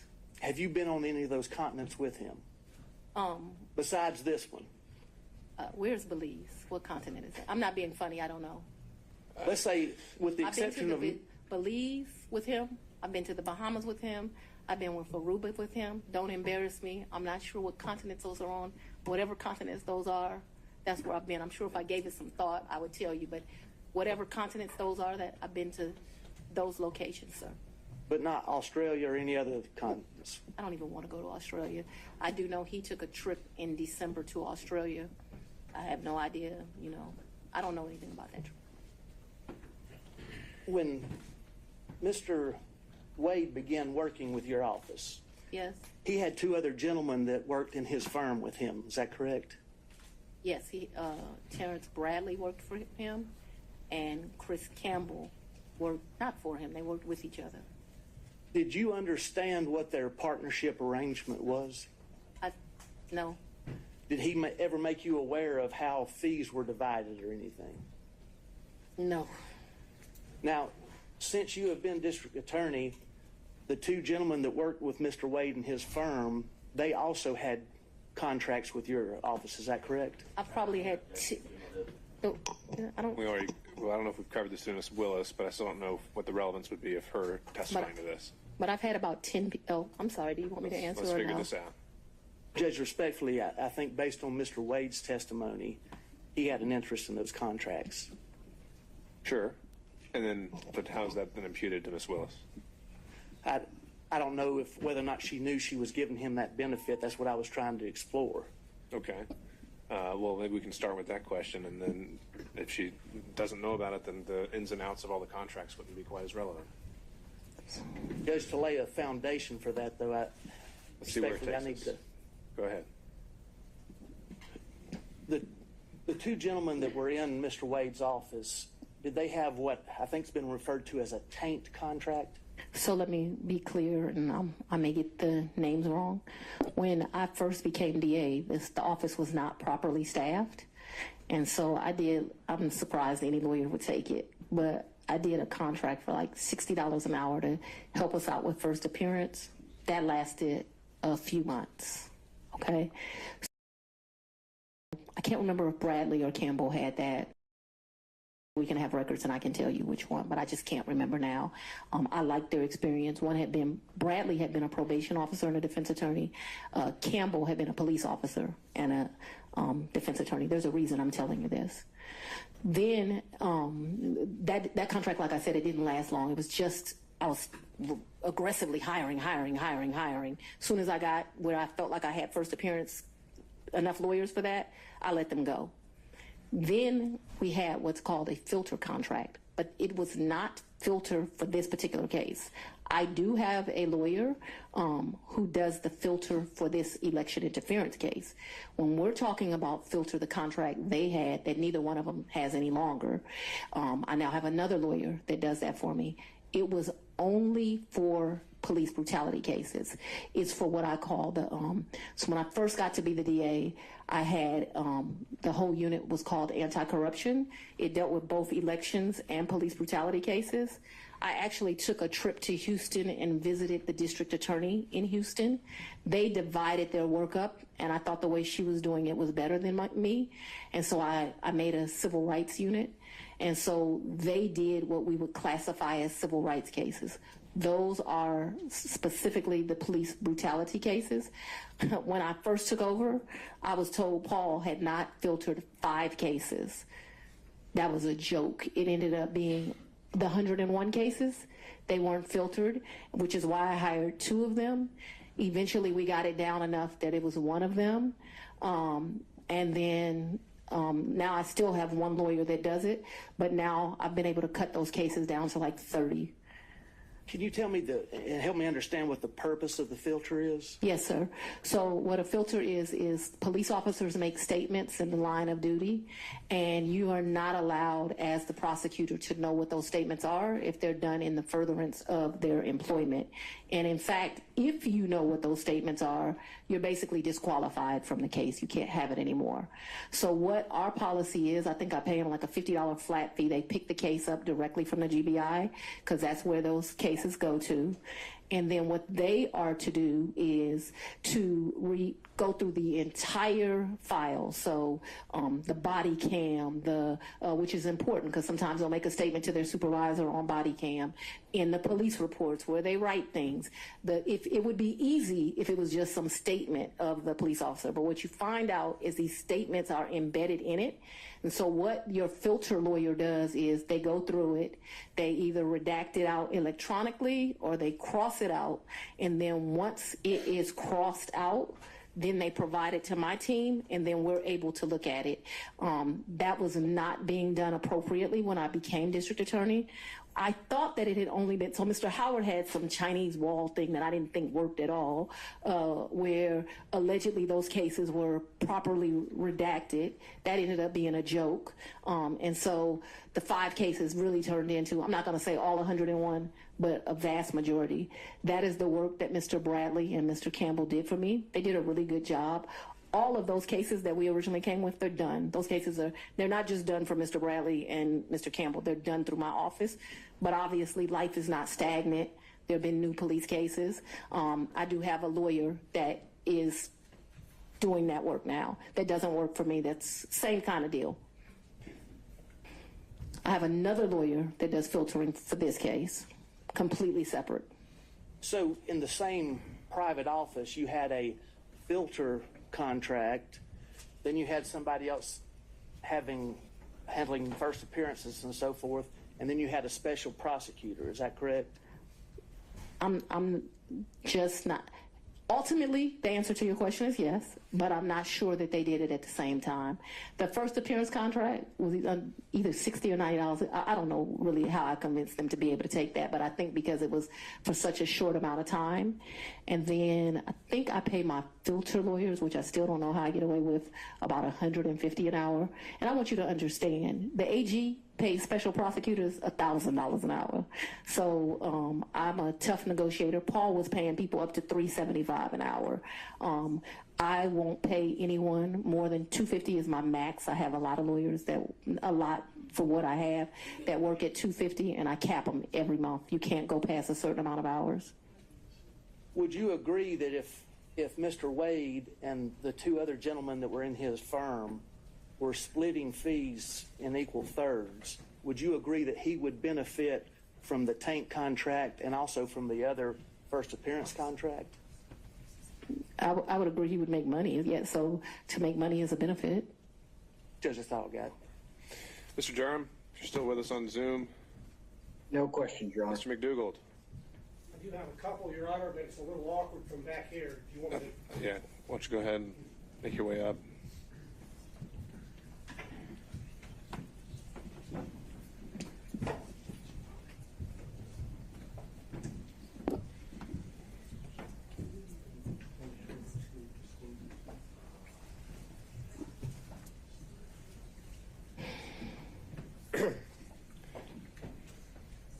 Good afternoon, Ms. Willis. How you doing? I'm very well. How are you, Mr. McDougall? I think this is our first in-person meeting, correct? Second. Second? Well, I apologize for not remembering you more clear. That's quite all right. I'm referring now to exhibit number 21, Yes, sir. which was your financial disclosure form for 2022.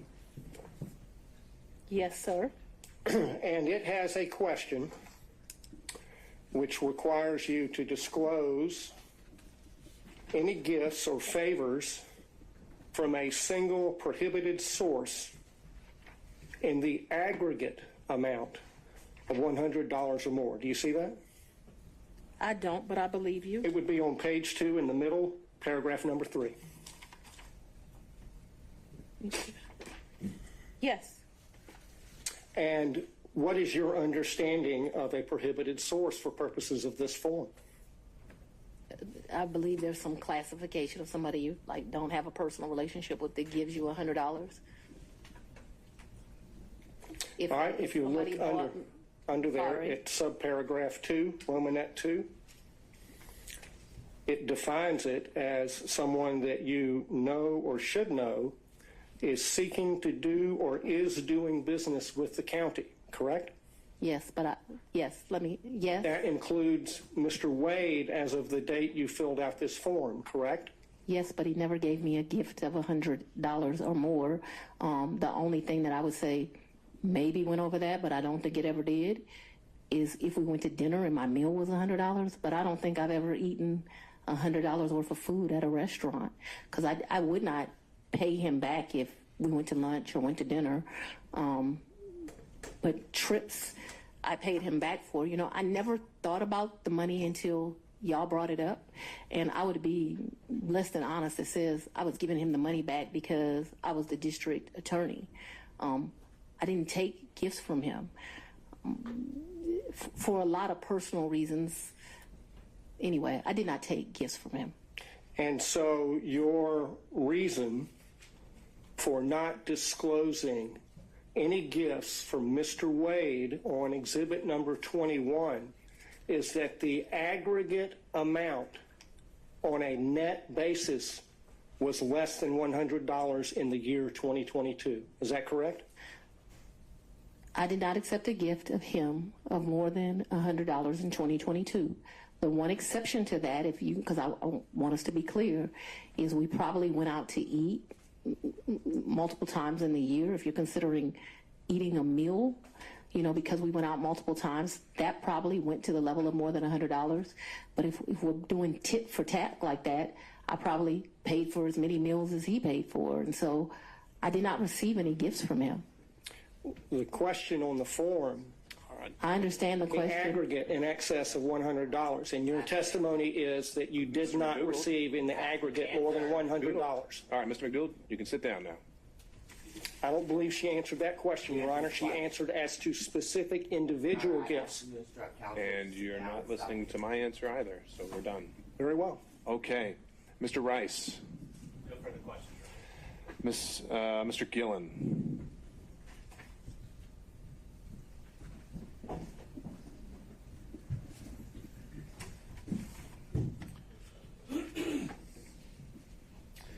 Good afternoon. Good afternoon, sir. A few questions here. I want to, you saw the book here, Find Me the Votes. That was shown to you, correct? Yes, sir. Your Honor, I would like to just tender this as an exhibit, number 22. Is that your copy? It is. All right. What exhibit is that going to be? 22. All right. I'm making the Is that evidentiary contribution here to this. Now, well, I guess you're tendering it. Is it with position of the state? I'm going to object this to the relevance at this point. There's no relevance at this point. Mr. Gillen, are you using this to confront her with prior statements? yes, Your Honor. And statements that she made concerning her financial situation and laying the foundation for that, and that she gave these interviews to the authors. And so this would document that, and we ask her, get this in the record, ask her questions about it. Well, we could mark it for impeachment purposes. I'm a little wary of entering an entire 300-page book because I don't know exactly what every single line, if it would pass hearsay or relevance or et cetera, but I don't think it needs to be admitted as an actual evidence for the record for you to do what you need to do with it. So, Well, Your Honor, I understand. I just would. it's marked as again, Exhibit 22, and we'll move from there. Thank you, Your Honor. Now, you were asked a little bit about this book before, correct? I think Mrs. Merchant. Ms. Merchant did. Asked me some questions, yes. And you gave about 6 interviews to the authors of this book in a sit down? No, sir. You didn't?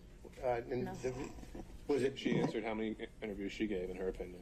How many, in your opinion, do you believe you gave, and how long did they last? 2 to 3, maybe 20, 30 minutes. So your testimony is at most, you think that you gave maybe an hour to an hour and a half's interview to the authors of this book? Oh, you mean in total? In total, yeah. Maybe, yeah. Anywhere between, definitely not more than 2-ish hours. Okay. But you also were telling, when they were, the title of the book, of course, is A Hard-Charging Georgia Prosecutor, a Rogue President, and the Plot to Steal American Election. You've seen that. Why is the title of the book relevant, sir? And I had no. And then I'm going to ask her whether or not that was the theme that they gave her when they talked with her. What the thing gave her? What do you mean by that? Well, because they were sat down and they told her why they were there to interview her. And why does that matter? Well, I think it matters because it shows, but they want her to give her version of what her life story is. This is almost a life story of her. So that's why it's relevant. But if the court thinks it's not, then No. It could be relevant to your issue of the forensic misconduct that has been alleged, and maybe some of the motives at play when it comes to forensic misconduct. But I'm not seeing, again, what we're here for today was the relationship and/or any financial elements of it. correct. Well, I think it clearly relevant to the forensic misconduct, also relevant to the personal interest in terms of the finances. I didn't make 10 cents off that book. Pardon me? I didn't make 10 cents off that book. Didn't ask whether you made any money. Okay, I just. Didn't ask whether you made any money. Do you have any other statements that she hadn't already been confronted with by Ms. Merchant? Well, other than I want to focus on when you were telling them about your financial straits and you were living kind of month to month, that is what your financial status was back in 2018 after your election. Mr. Gallon, we covered that at length, and you're at the end of the line. I'm sorry about that, but we've got to find new ground. Well, let me move on to my point here. So the point is that what you're telling us is that you were in financial straits, but really that your testimony today is you had a cash hoard of maybe up to $10,000 in cash where you laid your head at night so that you would dip out and there would be no record of it, correct? That's not what I'm telling you, sir. Well, That's not at all what I'm telling you. What I'm telling you is that throughout the course of my life, I have always kept cash in my house. That cash has ranged from times, my father would probably be ashamed of this because he would say it should be more. But that cash at times has ranged from $500 to maybe $9,000. And he would be like, that is not what I told you to do. I've always had that amount of money. What I've told you is that when I travel, you do better negotiating when you travel. If you have cash, you go to get the cab. They say, "Oh, we're gonna charge you $300 for the day." Well, I got American cash. Will you take it for $150? And so it's my practice to take money when I travel. We're not talking about a whole lot of money. We're going to the Bahamas. $1,500 in cash is in my pocket, or at the most $2,500. Belize was actually probably the most money I've ever taken. And it was taken because it was a big deal. My 50th birthday sucked. His 50th birthday, it sucked. It was terrible. No. Your Honor, and I'd so like to get back to some questions here. I'm trying to answer it. I think it would help if we. So let's move to the specific yes or no's here. Have you told us today that you would keep a cash hoard in your residence up to about $9,000? Yes or no? And throughout the course of my adult life. And so let's even be more specific than that. Probably from the time. Your Honor, I'm only asking for yes or no rather than And we have already covered this, so I need to get to that point. I know you're laying the foundation, but it's already been laid. So yes. The filibuster is here. I'm trying to move through the filibuster. Yeah, but we're not talking about a lot of, and so it could be $2,000. It could be $1,500. It could be $7,500. It just depends on what you're doing at that time. What I'm telling you is when I traveled, I took cash. I find that when you travel, especially to foreign countries, the American dollar does well, and it's good to have cash. You can negotiate with the taxi driver, with the jet skis, and it's not a lot of money we're talking about. Your Honor, Okay, we understood, need Ms. to, Willis. we need Let's to get cut to it. off the Let's get to a narrative question, Mr. Gillen. And so you have cash in your house, but you had a lien, a tax lien on your property. Is that right? I don't believe I had a tax lien on my You property. didn't have a tax lien on your property. You gotta talk up louder, Mr. Hunt. Cumulative, Your Okay, Honor. we already covered that, Mr. Gillen. I need new ground here. I'm asking the question. I'm trying to figure out how someone can have a tax lien, Then ask that question. but not use the money that they allegedly said they have. Well, I think Ms. Merchant asked that exact same question. She said she didn't use the money to pay her tax lien. So what's your question that's new? So I was going to build on that to say, No more building. It's already built. all right. It's the same way you pay a bill. So just put It's the a- top on it if you need to, It's the okay? same way you owe a bill and go shopping. Well, now, have you ever used? Did you say earlier that you used Cash App? When I would pay Robin Bryant, I used Cash App. What is Cash App for the record? I don't need to know that for the record. Let's keep going. Well, so if you're paying Robin with Cash App, why aren't you allegedly paying Mr. There's no alleged here. Why aren't you paying allegedly Mr. Wade with Cash App? I don't think Mr. Wade does Cash App. Did you ask him? I think he's told me he doesn't do Cash App. Okay, so that's the reason why you didn't use Cash App, He's sitting next to me. I hand him the money. because there would be a record in Cash App of your making payments, correct? Yes, Right. but I didn't think that I was making a record in a personal relationship. Because when you're filing and I know that I'm going to move into this financial statement here, you were asked just a second ago about your non-disclosure form, or your disclosure form of an Exhibit 21, where we agree that Mr. Wade is a prohibited source, correct? What I agree to is I don't believe he's giving me gifts. You would like to classify these trips as gifts, but I've always paid my fair share on these trips, so I did not look at them as gifts. I don't think that what this is disclosing, and they can tell me if they mean something different, I don't think it means that if you go to dinner with somebody over the course of a year and it gets to 100, you're supposed to report it. If my understanding of that is wrong, I've probably been to lunches with a couple of people that over the course of a year they paid, I paid. Prohibited source means. We already went over this, Mr. Gillen. Mr. McDougall. Well, Your Honor, I have to lay the foundation here before I can follow up with my next question. I don't know why you can't. You have to. Well, It's already, okay, the questions have been made. Then your 2022 disclosure form did not list any of the thousands and thousands of dollars that Mr. Wade paid for on trips that you were on. Isn't that correct? That's because Mr. Wade was paid that money back, or he was paid due to the fact that I bought the plane ticket or I paid for the hotel. There were never money that he gave me. That wasn't the nature of our relationship. You know, there's so many men, and Mr. Wade is one of them, where the nature of the relationship is they're just paying a woman. The nature of our relationship is companionship and friendship. Despite the way people would like to paint certain women, it's just not true. Final question. And not a single solitary documentary piece of evidence showing that you have withdrawn the cash to pay him All back. right. Thank you, Mr. Gillen. That's not accurate. Thank you. Okay, Mr. McCullough, on behalf of Mr. Floyd. All right, and Mr. Cromwell on behalf of Ms. Latham. Great thing about becoming last is most of your questions. I had one question, Ms. Willis. Can you hear me? Yes, sir. In the time period between February of 2021 and January of 2022, while you were staying at the Yurdi condo, did your father ever come and visit you during that time period at the Yurdi condo? He did not. That's all I have. Thank you, Your Honor. All right, Ms. Cross, I would imagine you have a number of topics to cover with Ms. Willis that'll take more than 10 to 15 minutes. I do.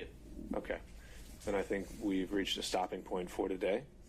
And so, Ms. Willis, I'd ask you if you could step down now, and I'd also remind you that you're not to discuss your testimony or that of any other witness until tomorrow morning. We'll be back here, and we'll begin again at 9 a.m. 9 a.m.? We'll do 9 a.m. this time tomorrow. Before we recess for today, I want to check in on logistics, and I'll ask Ms. Merchant,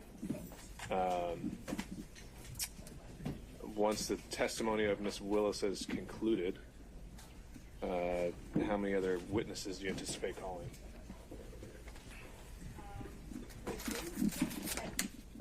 And then we subpoenaed Delta records, but state objected. We can handle that now. Ms. Willis, you can step down. You're done for the day. You want me to leave the courtroom? Or you can sit at the council table. We don't need you in the witness box. All right, so 2 witnesses, and then querying other defense counsel. I know Mr. Gillen, there was a potential witness that was objected to by the state, so there's another one there, and we can talk about that. Were there any other witnesses anticipated from any defense counsel? All right, seeing no show of hands, and then Ms. Cross, any witnesses on your behalf? I expect so, Your Honor, and I expect that to take 4 to 5 hours. Okay, and how many witnesses would you imagine? Without committing myself to a final number, my best guess at this point would be 3 to 4. Okay.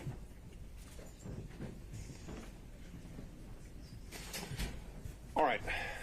We know who, I mean, I gave them our witnesses. I know we're supposed to give witnesses from evidentiary hearings. I'm guessing that one is John Floyd, but I don't know anything else. All right.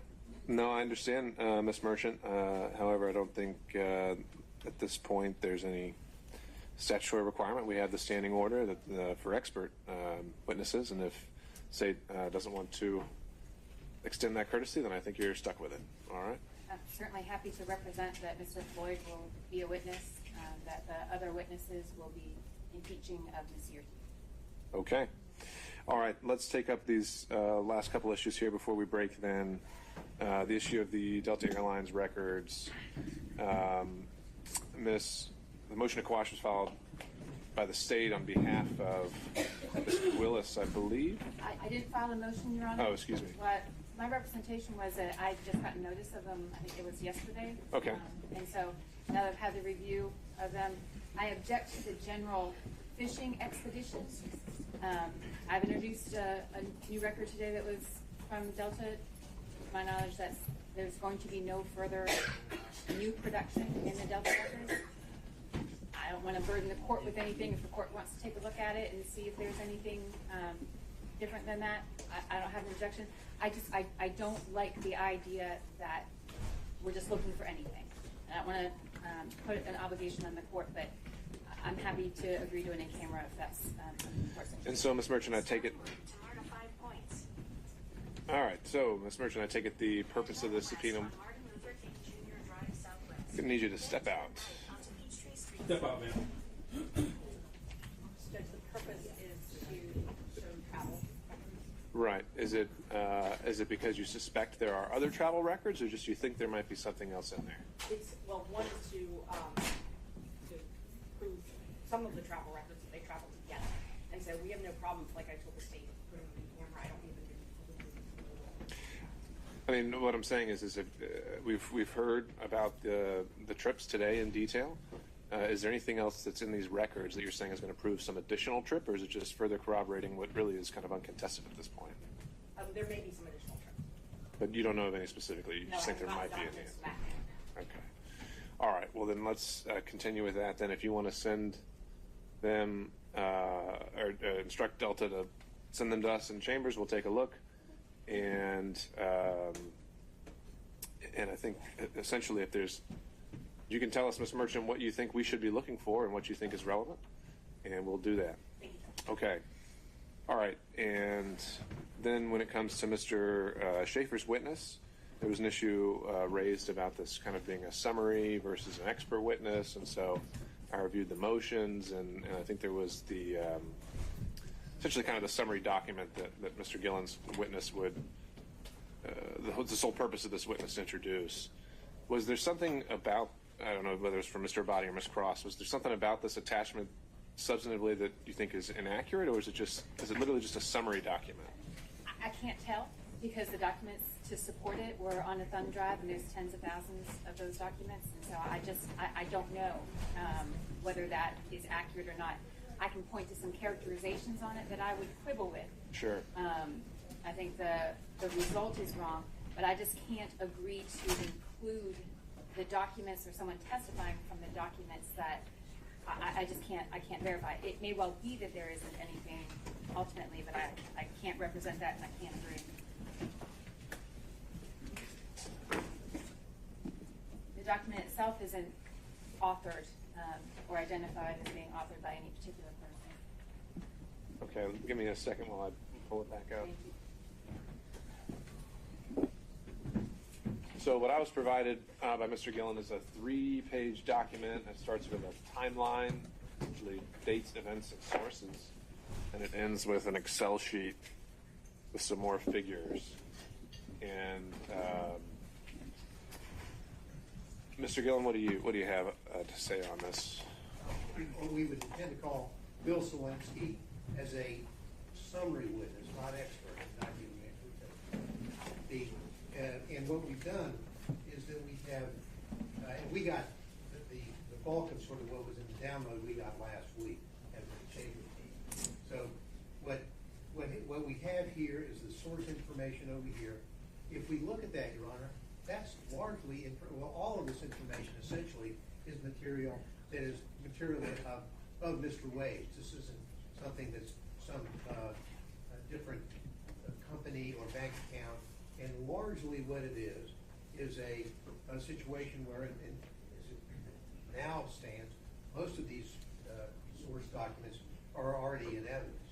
And so, whether it's 1006 or frankly a demonstrative aid under 611. Well, that's what I was about to say. Why couldn't this just be used as a demonstrative? What would the state's objection be then if Mr. Gillen was just to say in closing, hey, I put all these records together and here's my demonstrative? I don't think I have an objection to that. I might quibble with some characterization in some language. Sure. But to call it a summary and to represent that the records is an accurate reflection of the records, I just can't agree to because there's so many records that were disclosed on Wednesday, and I just don't know. Well, except, Your Honor, if you look at the sources, literally we're describing things that were introduced today. They've seen all this. And the documents that we have sourced really came from Mr. Wade in his divorce case. So it's not like they're surprised. So we would ask that the witness be allowed to testify and just put it in the record and put the summary charts in the record and have them admitted, and that way off we go. This isn't a situation where we have a jury and they're overwhelmed with whether or not there is some kind of factual misunderstanding here. They could look through this probably at lunch and determine whether the source is accurate or not. The second sheet, Fulton County payments, this came from them. So to say that they can't determine or decipher whether the documents they gave to us is accurate doesn't seem to carry the water. This isn't a situation where we have tens of thousands of new and different documents from different corporations, different banks, and then suddenly we've put it on. We've done our best. We got these things last week. I've gone through them all, and we've called it down to what we think is a very concise summary chart for the court's consideration. All right. So, Ms. Cross, what I would ask is, it sounds like most of the morning is likely going to be taken up with the remainder of Ms. Willis's testimony as well as any additional witnesses from Ms. Merchant.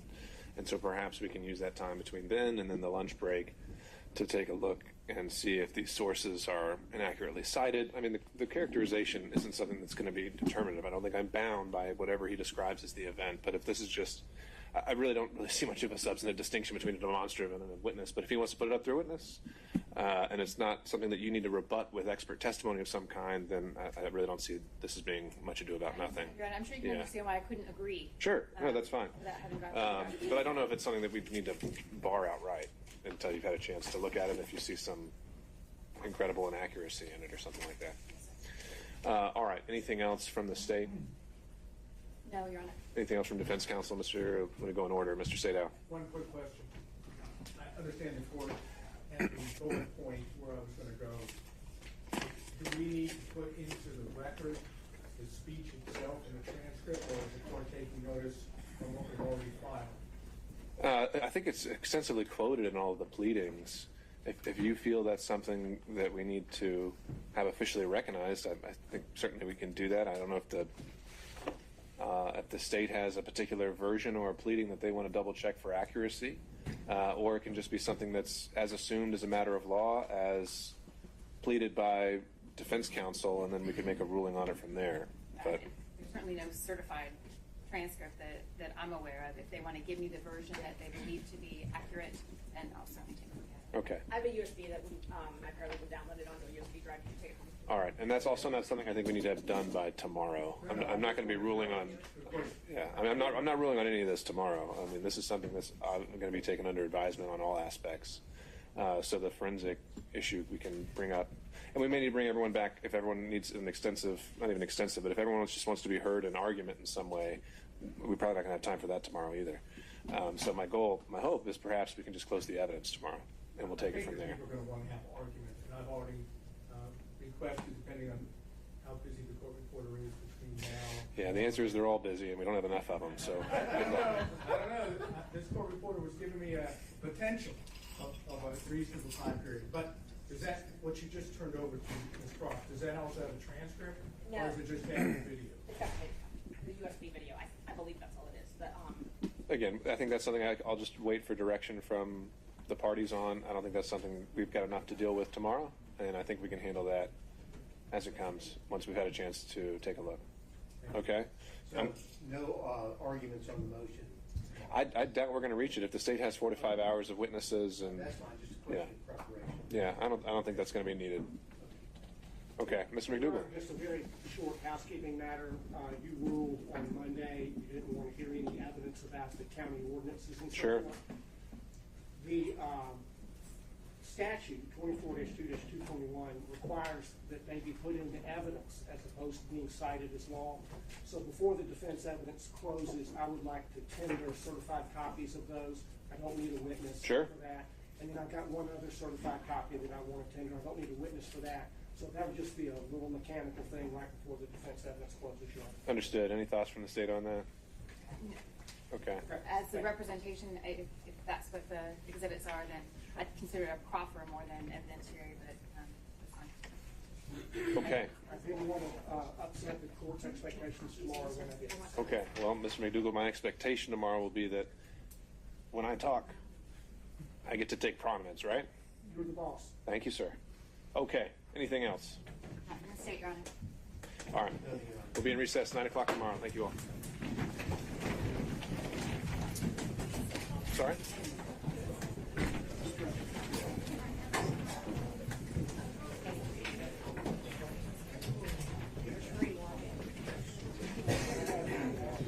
You're